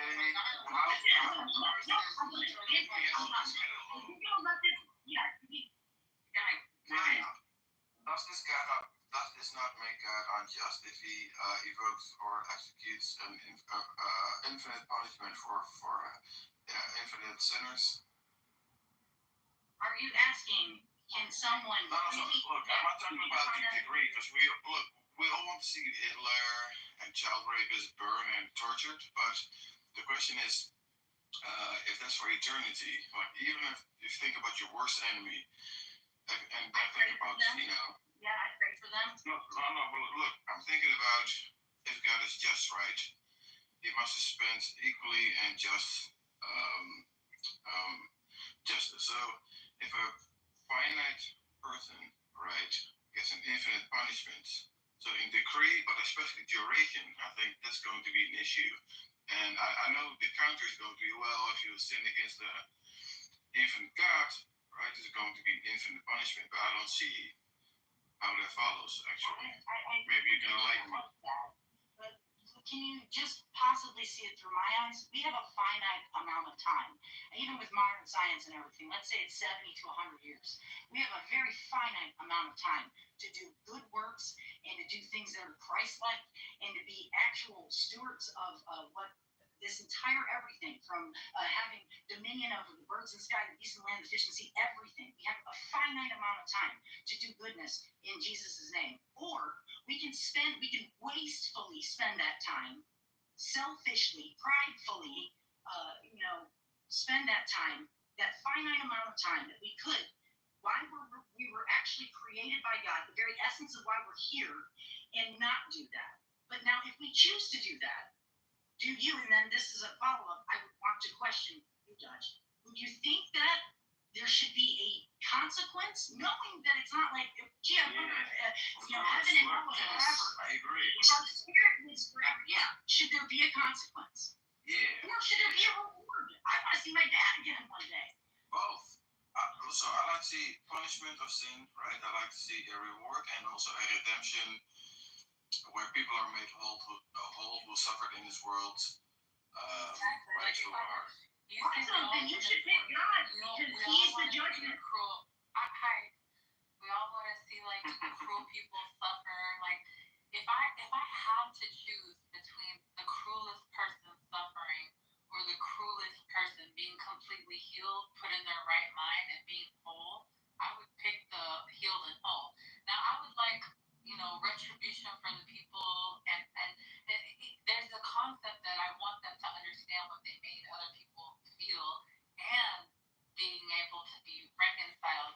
But Kitty, what you're espousing is not a concept of a savior. It's you saving you. You're the one pulling yourself up by your bootstraps. You're the one who makes the right decision. You're the one who's doing something. And that's not the gospel. Kitty, I'm talking now, and you're interrupting. You're misquoting me. You're putting words in my mouth. You're saying you can have it. You can have it, Kitty. You can have it. Good, because if you're going to talk, I'd like for you to do. You complain about other people interrupting you, and then you consistently interrupt people. I would rather be interrupted than misquoted. If you're going to at least. You can't get misquoted from the audience, can you, Kitty? Look how they eat their come on, dude, just relax. No. That's what's in Dutch. Good morning, and hope you had your coffee. Well, I thought some strange about not yet. Like With literally, one you breath. can't let somebody else finish a damn sentence, Kitty. That's number one. Number two, you're literally spazzing when you talk. Like you're on adrenaline or something. I think before you try to preach the gospel, you need to go and work on your deliverance. Yes, and like your level of intensity that comes across, like you're too. Go get a hold of yourself first, and then try to teach somebody something. He has ADHD, though. But the point that I wanted to make was this: in one breath, we want to say that God is this loving Father, more loving than any father could ever be, earthly father. But at the same time, they want to say that this person would torment someone for a sake other than their betterment. Like you can understand a father punishing you because, well, it's going to make you better, it's going to protect you, and it's going to have some effect. But what's happening with this eternal conscious torment business is just an endless torment with no purpose other than just to excruciating suffering. Well, Daniel, that's not entirely true. The last thing I was going to say before was that the only prerequisite to being found is being lost. Okay?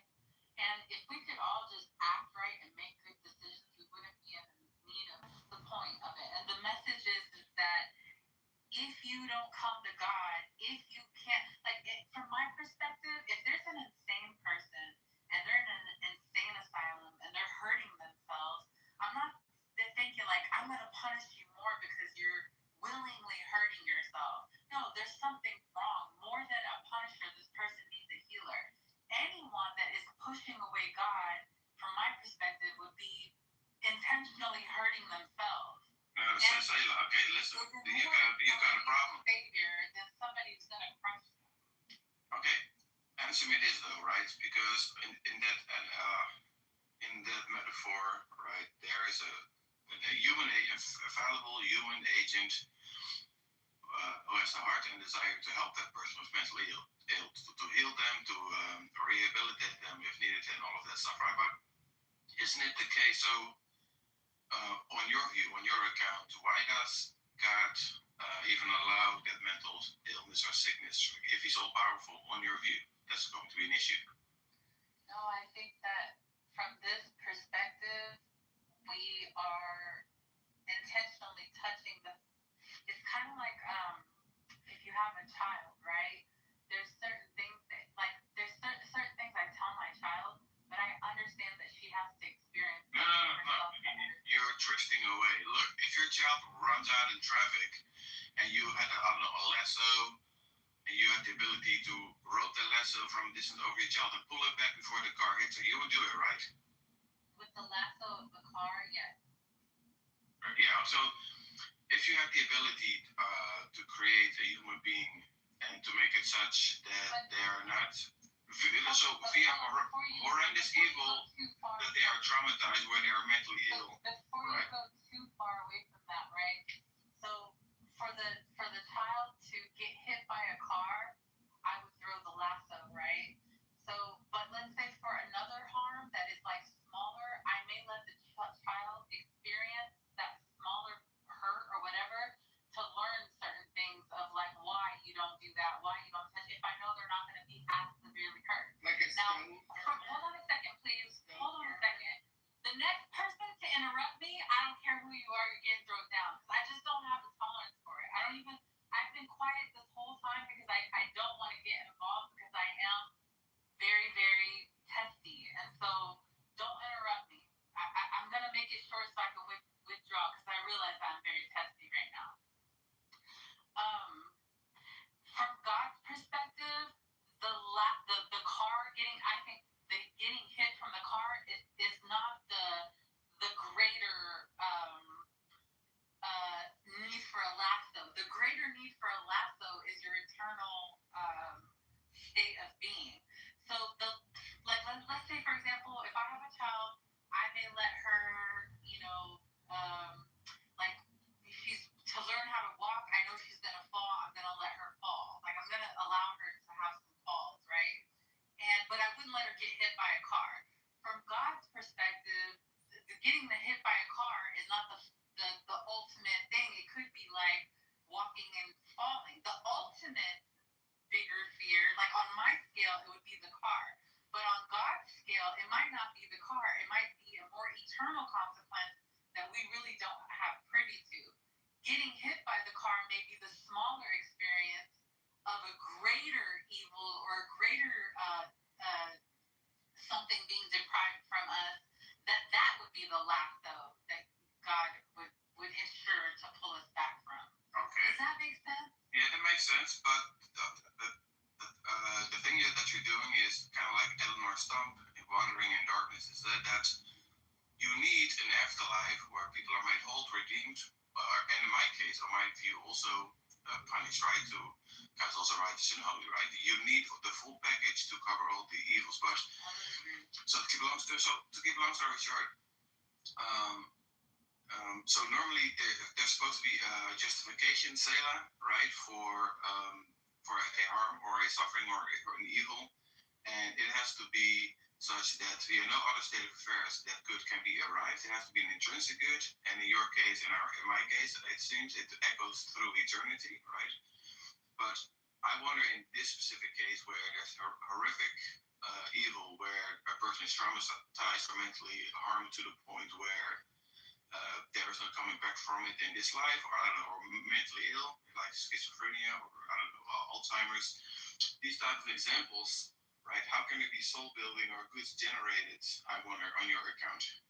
It must be in the afterlife, right? And then I heard you just appeal to skeptical theism. I think that's an easy way out. Was there a question there? Yeah. So, Why don't you wake up? How do you justify? What? Sorry, Daniel. Have your coffee. What was the question? But you woke up. What's the question? I don't even know. I don't understand what you're saying. What? It's over your head. That's okay. Go ahead. You're just saying like, oh, wow. I guess yes. The Russians. I mean, the answer is yes. Like, I don't know. For me, it's the answer is, how do you justify horrific suffering where the person either dies, where there's no soul building, or or where they dies, or there's a type of suffering where there's no recovering from in this life on this earth. What's the point of it? There's no soul building, but I think there's a lot to be said of like unmet potential too, like the potential of what you could have been or should have been, and not being actualized. There's a plethora of information that can be gained. If somebody has an Oculus on and then they're like, "What's the bleep?" Who knows what happens? What information is downloaded to them after they're taking the Oculus off of? Okay, what just happened there? Like this and this and this and this. There's like even the idea of not being able to actualize your potential can have so much information to be processed from it. Well, just to make a quick point, it seems that he's saying. Sorry, Alec, you what? Yeah, but you seem like to have be more. Go for it. Energetic about it. Okay, I was thinking like, I think about like two things. I'll say the earlier one first and the second one. The earlier one was like about the lasso in the car. If you just replace being hit by a car with being hit by hell, shouldn't God then throw a lasso down to prevent you from going to hell? That's one question. The other one was like, it depends on what hell is. If hell is a purification, restorative process, then no. If it's a never-ending torture pit, or the annihilation of most of humanity, then like that's a whole other conversation. Yeah, but the thing that's doing the purifying, isn't it just the torture? I think that what is tormenting us is our own state of being. Like the condition of how we are is what is tormenting us, and Jesus is taking that condition off of us so we no longer be tormented. So the way the other Christians explain it is different. Like you have the whole penal substitution idea. Like for my case, what is being changed is us, not God. God is not being paid off. He's so bloodthirsty. He has to have blood. Wah ha ha ha. But we're being transformed. That sin that is tormenting us, torturing us, separating us, hurting us, damaging us, is being removed out of us and being put onto Him because death cannot hold Him. But death is the ramification of our sin and can hold us. Anyway, super quick, right? So I'm sympathetic to Selah, but there's one issue, right? One issue is that there are instances in the Bible where God says, "I'm the one that's going to torture you," from my perspective, like in Revelation, where God is torturing the people in hell or in the second death. But also, our human intuition is such that, I don't know, if somebody fiddles with your child, or think about somebody like Hitler, right? In the afterlife, you're not going to slap them on the wrist. "Oh, you just didn't get it. We need to rehabilitate you. Like, you got it wrong." No, like, we want to go Dexter on that person, right? Like, that's why movies like John Wick or Equalizer or like Dexter appeal to moral intuition pumps. That if you do horrendous evil, you need your just desert. You need to be punished severely. I think that's also what the Bible teaches. There's no getting away from that. Like this fancy schmancy, oh, it's just a purification of, you dealing with your things and finally seeing how bad you were. So let's be it. Let me defend you. What happens Let me when defend you're you, able to see clearly? What happens when the deception has been removed from your eyes and you can begin to see what you've done clearly, and you don't have a warped sense of perception anymore? And then what if even God gives you the ability to see through other people's eyes what you've done? Maybe even give them the feeling. I don't know. It's like that's. Like, yeah, I think it was God's go ahead. To wreak havoc. I think it was God's plan to let it look like this is what it is what your governments look like. You can't put together a good government because of what is inside of your hearts. It's consistently going to have corruption. And so, yes, in fact, we are our brother's keeper. And here's what it looks like when that is the case. God allows all the suffering so he can say, I told you so? Basically. Wow. God allows all this suffering so that we have something to be able to call heaven, to be able to call paradise. Because until you have touched what it's not, you will not have the ability to revel in it, particularly for what we call eternity or for the ages.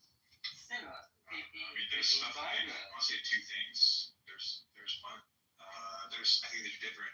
There's like gradations. Would you mind Wayfan getting one in there? Because like we've all spoken. Yeah. I know. Sorry.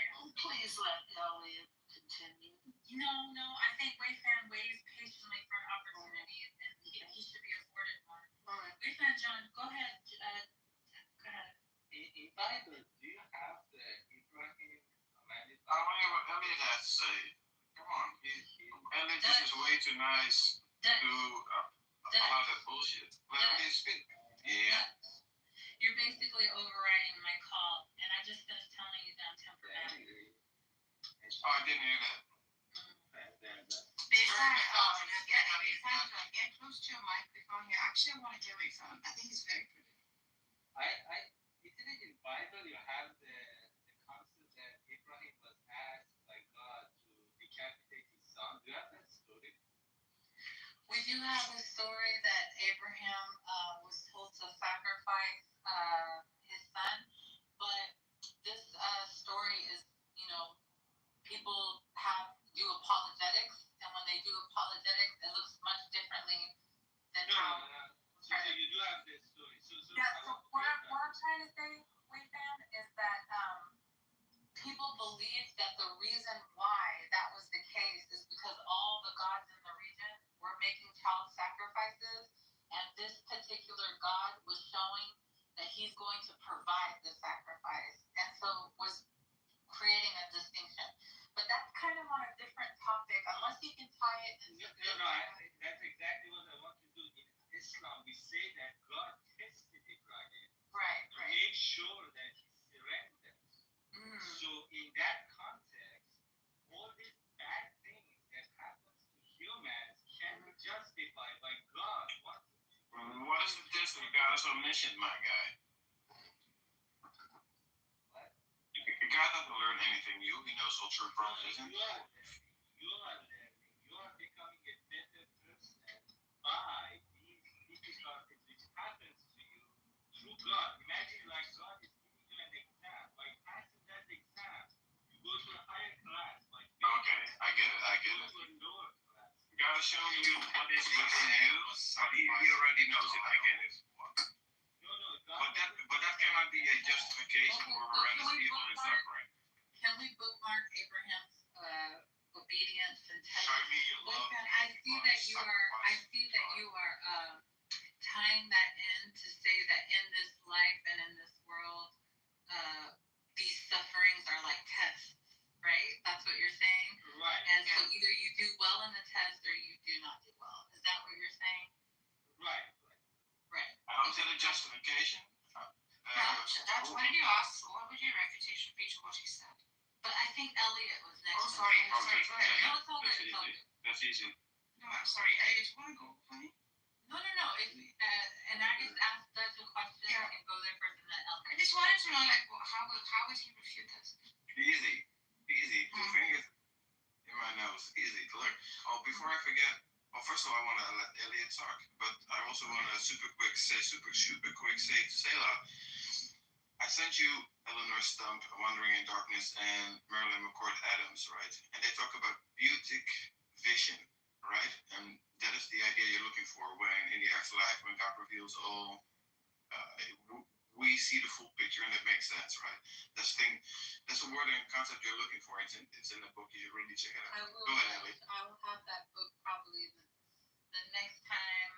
Oh, well, not next time because you're in here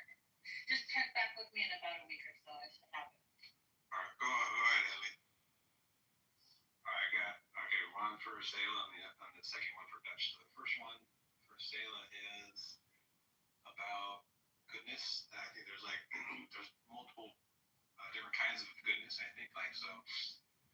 In one case, think about like you're sitting on your porch in your very comfortable rocking chair. It's like a bright, sunny, gorgeous day outside. You have like your favorite iced tea next to you. You have a good book to read, and you're very content. You're very satisfied, and the whole picture is good. And think about it, and take that picture of goodness and contrast it with the other one. Think of like you're hanging out with your best friends. You're doing your favorite thing with them. You're having a great time. It's the kind of memory that you'll have for the rest of your life. It's one of your favorite, fondest memories. That's maybe the birth of your child, or like your wedding, or peanut butter jelly sandwich. Yeah, we get. Yeah, so like these two pictures of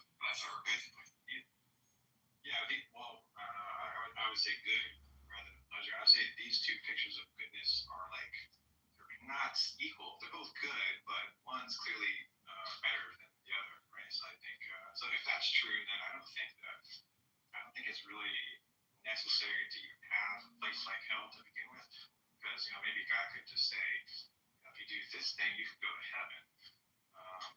Is that for me to say that, by the way?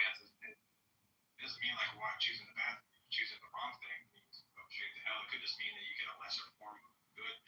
That could be the case. And then the other thing you touched is like you talked about like our human intuition towards things like the John Wick movies. Like John Wick does, and like Dexter does his thing against the bad guys, and you're like, exactly. Yes. Or Tupac saying, eventually the sweetest joy next to getting pussy, like Tupac said. Yeah, go ahead. I'm sure everyone here watched the Jordan Peterson gangbang, right? Danny was super French in there. Danny's my bro, but he was. Everybody's watched Jordan Peterson gangbang. Apparently, no.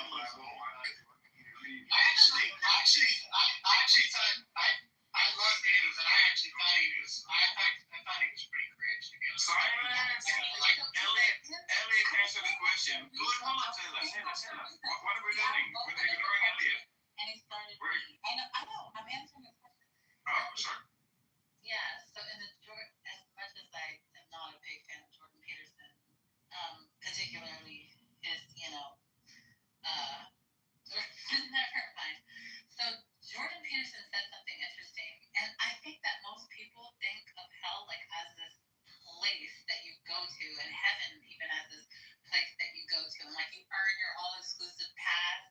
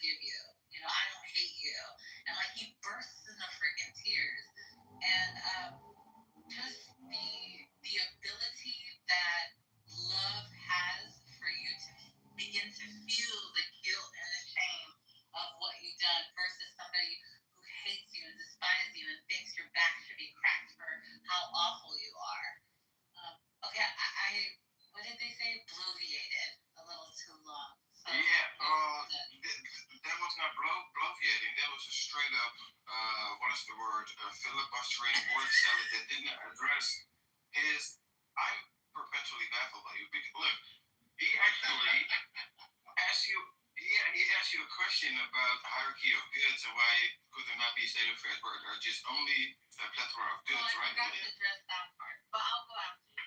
I can do it for you. Okay. Succinct, unlike females, how females do. Okay, so Don't test me, Dad. so I won't test you, right? Because you're a bit testy, and yeah, and I like to keep my testicles, so I won't test you because you're testy. Okay. I can go further with that, but I won't since you got the vent. All right, okay, here we go. Let's go. Okay, so you're correct. Why not instantiate a form of heaven or stable fact where there's only like a hierarchy of good, wise, evil needed? Solid, fair question. I think one of the answers would be or could be, or should be, is that evils are allowed or are decreed, whatever you want to say, for a specific reason. There must be justification. And T.E.'s principle of organic unities, which Ewing uses, where some evils are necessary to generate certain goods that couldn't. So like. Well, hold up. So there must. I'll give an example. So there must be true risk or danger or suffering for virtues like empathy and courage to develop, right? So that would be one answer. And a more brutal answer would be like, depends on what type of question you ask, is that where the good that comes from it is a God's glory, where He instantiates His holy and righteous attributes, right? And then we're right back at the Dexter and John Wick intuition pumps. So yeah, that's Terrible, by the way. By the way, can I just You're point terrible. out, Sailor, Your face really quick. I just want to point out that he said that you had filibustered and you didn't. He just filibustered himself. Thank you, Tim. I did not. I did not. Touch your face. Also, Elliot, if you all these, the idea is to experience things that you're able to say, I don't want that. I don't want that. I don't want this. And when you're eating peanut butter and jelly sandwiches and things, variations of good, I don't think you really get to an experience where you're like, oh, I really don't want this. I don't want betrayal. I don't like the way betrayal feels. I don't like the way the war feels. I don't like. I hate to say it, but say last point. Poverty. I don't like getting older. I don't like pain in my knees. I don't like arthritis. I think those experiences are what's going to make us appreciate wholeness, not decay. Yeah, but speaking of. Some things are. We're talking about evil. No, Tim, I'm not talking about reasons or justifications for why evil exists in the world. I'm talking about why is it that people get sent to heaven and sent to hell? That's why do we need this motivation? Why do we need this motivation to avoid hell, or this motivation to go to heaven? I was addressing what Sailor was saying. I agree with you. Well, I'm saying Sailor wasn't addressing what I was saying. Well, you keep saying there's motivation to go to, because once again, it's a destination. Let him finish. My point, dude. The point is like you can create the motivation to do the right thing by juxtaposing like one good thing versus like a perfectly good thing versus like a run of the mill good thing. You can say like you do this thing, you get the perfectly good thing, or if you do this other thing, you get the run of the mill good thing. And there's you don't need hell for that to motivate. I'm not just listen. Let's take hell and just bring it down to torment, things that torment us. In order for us to say, I want to be plugged in, I want us to act as one, I want us to move in wholeness, I think that the experience of not is what makes a free will desire to engage, and it's the substance that love is formed from. I'm saying he's saying it's superfluous. Desiring to. I don't know. You're talking about hell again. He's saying it's not needed on his concept. He's saying like what he's saying is it's possible that God could have made a world where you didn't have like evil or the idea that you're going to go to hell. It's just that you have like almost like you could think of it as like the bronze, silver, gold levels of good, right? Right. Your motivation could be like, like the bronze level is a good level, but you see the motivation to get to the gold level or the platinum level, it still can motivate you to behave in a better way. I think that's what Elliot's saying, right, Elliot? And also, I think that God, God could have created the world, but then we would have to really examine what other things that world would tamper with. How much would it tamper with free will? That's number one. How much would it tamper with our ability to really actualize the desire to how does it tamper with free will? I don't get it. Can you explain that? I'm not interrupting you. I really do not get it. I really do not get it. Freely choose to stay in bronze or Don't ask the psychopath a question. I'm sorry. Don't ask the psychopath a question and then start talking while you the psychopath asks the question. I take offense. I take offense. Listen, yeah.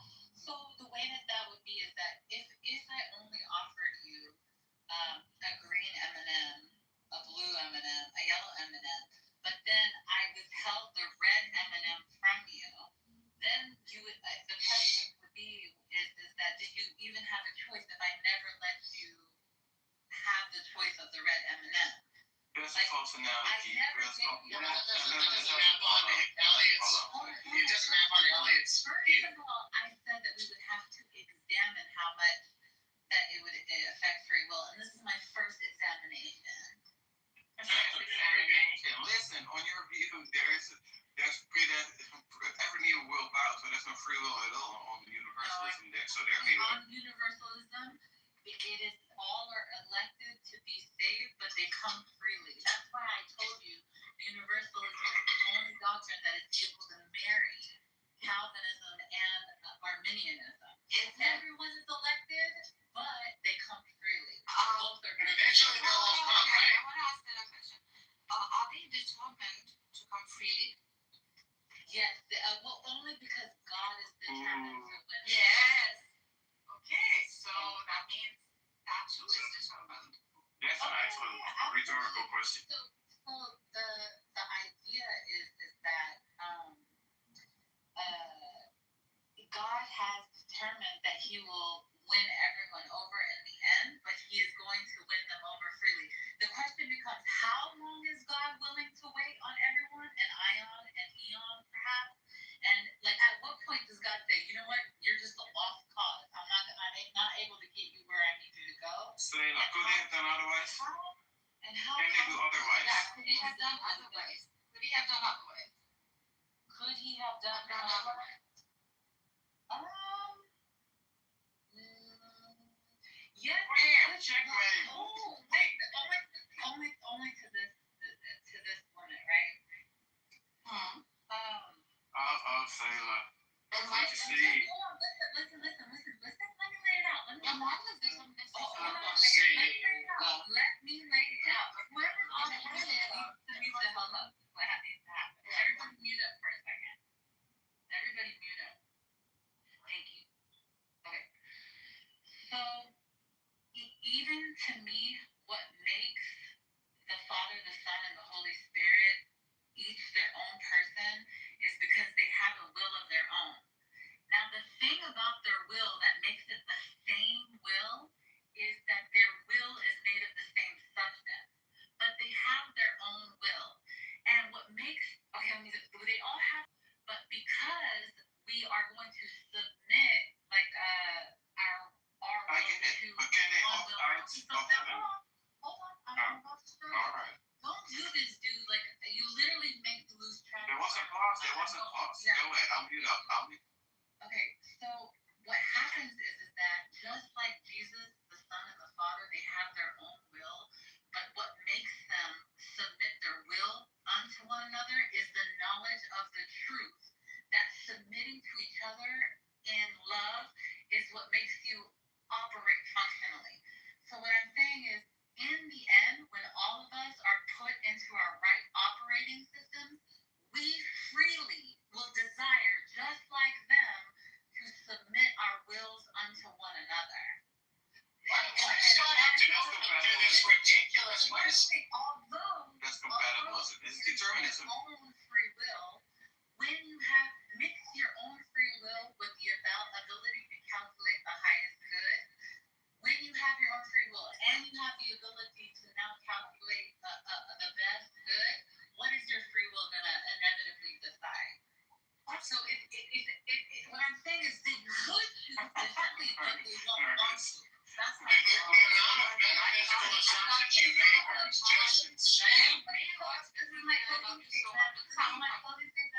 closing statement. They have the free will to choose something different, but they won't want to because of the knowledge and the truth that now gives them a new perspective. Thank you very much. That's literally compatibilism. That is literally compatibilism. Say, No, if I no, to the club. it's like soft determinism. It's not entirely. You're soft. That is the essence of compatibilism. Okay, is what I just laid out. Right, Dr. How did you see that as compatibilism? Yes, please. Okay, because they freely choose X. They could not have done otherwise, right? So it is determined. So X is always going to be obtained, even though they freely choose it. It's kind of like Frankfurt experiments.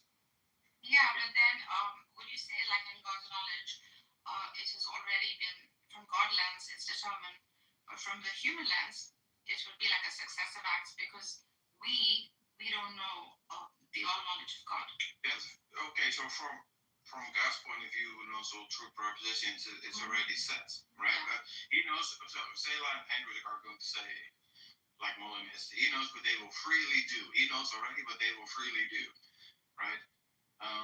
But I'm saying, so from an epistemic point of view of the knowing subject, they don't know they might not know what they're going to do yet. But after deliberation, after weighing reasons for A over reasons for B, at some point what they will do is determined, right?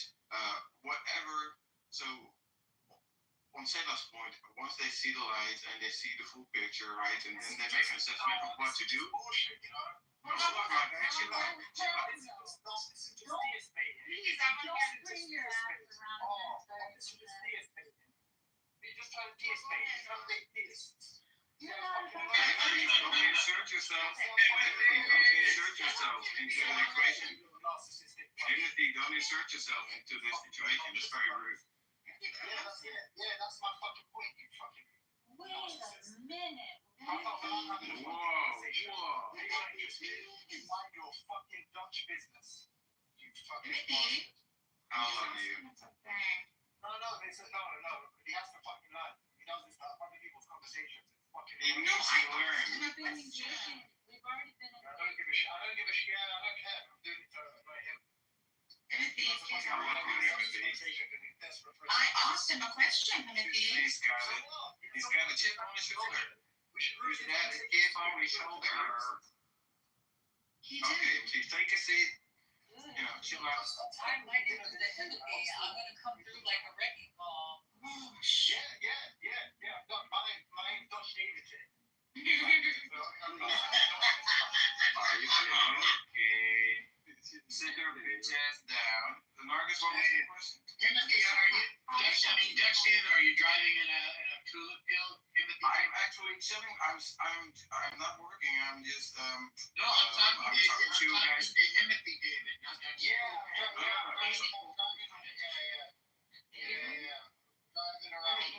It's noise trolling. This is a mock noise trolling. Wow. Sorry. Hey, I'm Dutch David. I'm walking through the blue light district right now. Trying to find someone to spend my morning with. You're also interrupting everybody else's conversations. Yeah, I know, bro. This is what this fucking big head does. He comes to conversation.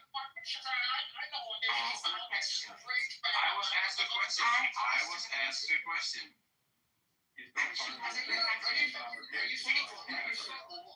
you slow or what? I don't care what you're doing. The fact that you're having a conversation that you want to have, and someone else is coming, who haven't been fucking invited into the conversation. She's bullshit, man. She's a strange lady. I understand this shit, man. It's fucking irritating, isn't it? It's irritating, isn't it? When no one wants your fucking opinion. Okay, you're not going to do anything over the internet. You're not going to do anything over the internet, so just calm down with your bitch ass. Alright? It's fine. I'm gonna ruin your conversations. Anytime I get the opportunity, he's gonna ruin them. Well, that's petty as hell. He's not mark worthy. He's not mark worthy. So now hey, why did you do it then?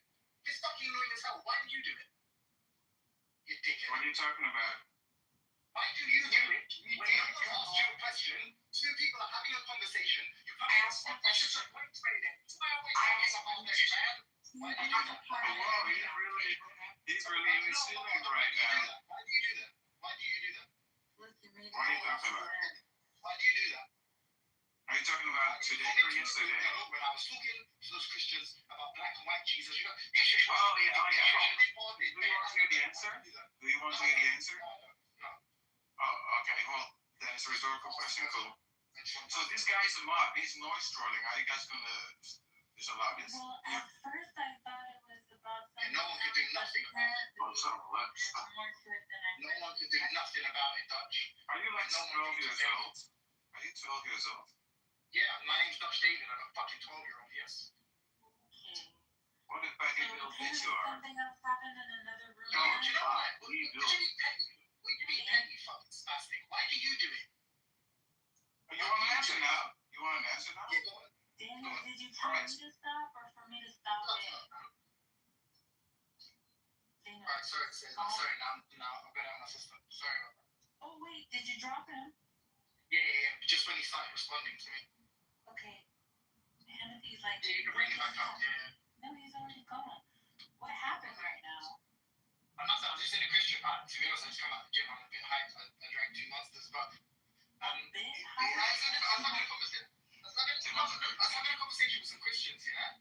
Then he comes in the room and just goes like, you know how he does it? Like, because I'm not a mod and it's like a Christian room, he just like takes over my conversation. I was like, this isn't important. He's just trying to rage bait Christians. He's trying to bait you into this thing. Don't listen to it. Blah, blah, blah. And I was like, bro, mind your business. It's got nothing to do with you. And he's like, oh, and just kept like fucking giving his opinion. And his opinion was like, you shouldn't be talking to him. He's not serious. And I was being serious, like, bro. I think it's like, Jesus, whatever, it doesn't matter what I'm saying. The point is that, like, the second I'm not a mod in a room, and he does his narcissist thing, and I can't tell him, yo, Dutch, stop, and, like, you know, let the conversation flow. Just straight away, he tries to bulldoze my conversation. I was like, okay. Gotcha. Okay, it all makes sense. It's very annoying. I get it, he's like got ADHD, he's a narcissist, but no, it's disrespectful. Well, it's kind of true, Sam. He does try to steer the conversation. Well, However, like, he sees from it, he our wants to end, start saying, oh, this author and that this, and he does steer it a lot. He's a lovely conversation, and you came in, but now in context, it makes much more sense. Saying that. He came into the fucking room half awake, interrupted the entire room when he was groggy. And I said, "Hey, bro, don't have your coffee." And he was going on and on incoherently. Some of us take it like a What cartoon sense character. does that, Sullivan, what sense does that make? It has been 52 minutes that guy has been speaking. He's a fucking retard. That comes in the room half asleep and he's like super quick. And that's very funny. You guys don't think so, but some of us think it's just ridiculous. It's actually not funny, man. Like, it's not funny when you're actually trying to have a conversation with people that aren't him and they don't have the power. I'm not a moderator, so I can't like move him down and tell him to stop. I'm trying to listen. And he just actually hijacks that conversation. But wait, but not to make a point or not to like start another conversation, just to literally tell other people, don't listen to him, he's trying to troll you, he's trying to trigger you. It's like, bro, if you're not interested in the conversation, fuck off. No, I get it. It all makes so much more sense now. Maybe having these what do you call it, the belt for the Flame Lord heavyweight belt is maybe challenged by Dutch. Were you there, Elliot? Dude, if you think Dutch is anywhere near Timothy, that's ridiculous, my guy. Like, that's ridiculous.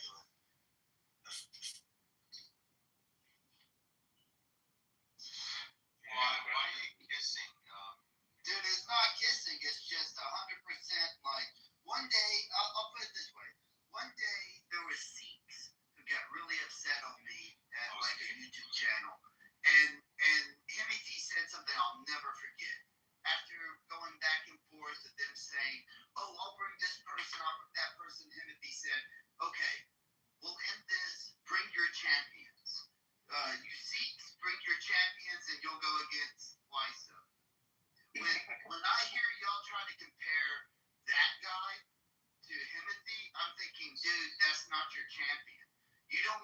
guy in the ring. He's gonna get knocked out. Period. That shit, why? Who's that fucking shit, why? Yo, Sella, we're gonna lose the ring flag. Sella, we're gonna lose the ring flag. What time is it now? It's a great team with me. So what's going on? No, I'm hyped, obviously, but I saw, like, I understand. I'm gonna fuck. I think I even said it to him. I said, I'm gonna fuck you up the next time. The next time you go to him, I'm gonna fuck your shit up. Because, like, bro, he does this thing where, like, I know he can't control himself. He's got ADHD, but it's, like, actually really annoying. Like, you think about it, like, and he doesn't stop. Like, you'll be like to him, okay, cool, fine, thank you for your opinion. But no, come on, guys, I think we could be talking about something better, man. We're a group of Christians. Actual dickhead. So it's 2 p.m. Pacific Standard Time. There should Although be I think about. Is Andrew here? Could just know. it should be about what? If the room started at 2 p.m. Pacific, then the 12-hour limit will hit in like 2.5 hours. And if Andrew's here, we'll start a new one now. Yeah, I think we should this. Yeah, I'll reboot. I'll Great back. idea. I'll reboot. Andrew's our witness. Andrew, you were there in the room with Dutch where he was trying to He left, but bring it up another. No, I'm saying Andrew was in the Catholic room where, like, Dutch interrupted my I think you should reach out to Nagus real quick, Timothy. Why? Because I think she took it like you weren't hearing her. She was trying to tell you that she had asked Dutch a question. And maybe I'm wrong about it, but maybe just reach out, make sure, like, No, that's no. I'm not a student of Paul. Women shouldn't be asking questions. I don't think she should have a right to ask a question. Nor do I think you should say that. We're on the subject. I am. I'm the That's not In 52 minutes of that guy talking, can anybody say that they honestly feel he brought up a He has nothing fucking interesting. Yeah. He's horrible. He is not a champion. Do not die on that guy. Like, you know what I'm saying? Like, Is this like that guy will, if that guy is your front line, he is going to kneel down and you are going to get shot. So That is fucking plain and simple. why I invite you to ask yourself, why are Cloud, Timothy, Secular, Selah, Sam, Daniel, Michaela, JCC in a room tonight? Do you think they're here to exchange ideas, potentially convince each other, Here comes the biggest hater on Clubhouse. and actually change? Have you been practicing this all day? You've been practicing this from the mirror before you got here, right? See why? It's exactly dialect like that, discourse like that. He called me, he ran it by me first. I know exactly what he's gonna say. Why? I think you meant to say dialogue, but moreover, sorry, I think you really meant to say court. Yeah, and why? What you'll see is they're here for entertainment. They're here for dopamine. Cheap. So what are you here for? Do you need to say white stuff? I'm here. I think so, yeah. If you address me, please say why so. Thank you. Please and thank you. Please and thank you. I think. I was gonna see it. The room's about to end. Don't say anything too important. You know. I mean, I guess it was like it was a thing I was gonna say to Dutch, but I think Salem would have been interesting too. Nice to keep it in this room, right? What did you ask? You asked me. I'll pretend to be Sailor. All right. Well, let's see. Okay, put on your Salem. I got you. Don't worry. I really trust me. I'm ready. I was gonna say to Dutch, like, let's see, I'll call it that thing. Hey, oh, right, yeah. Hey, hurry up, Elliot.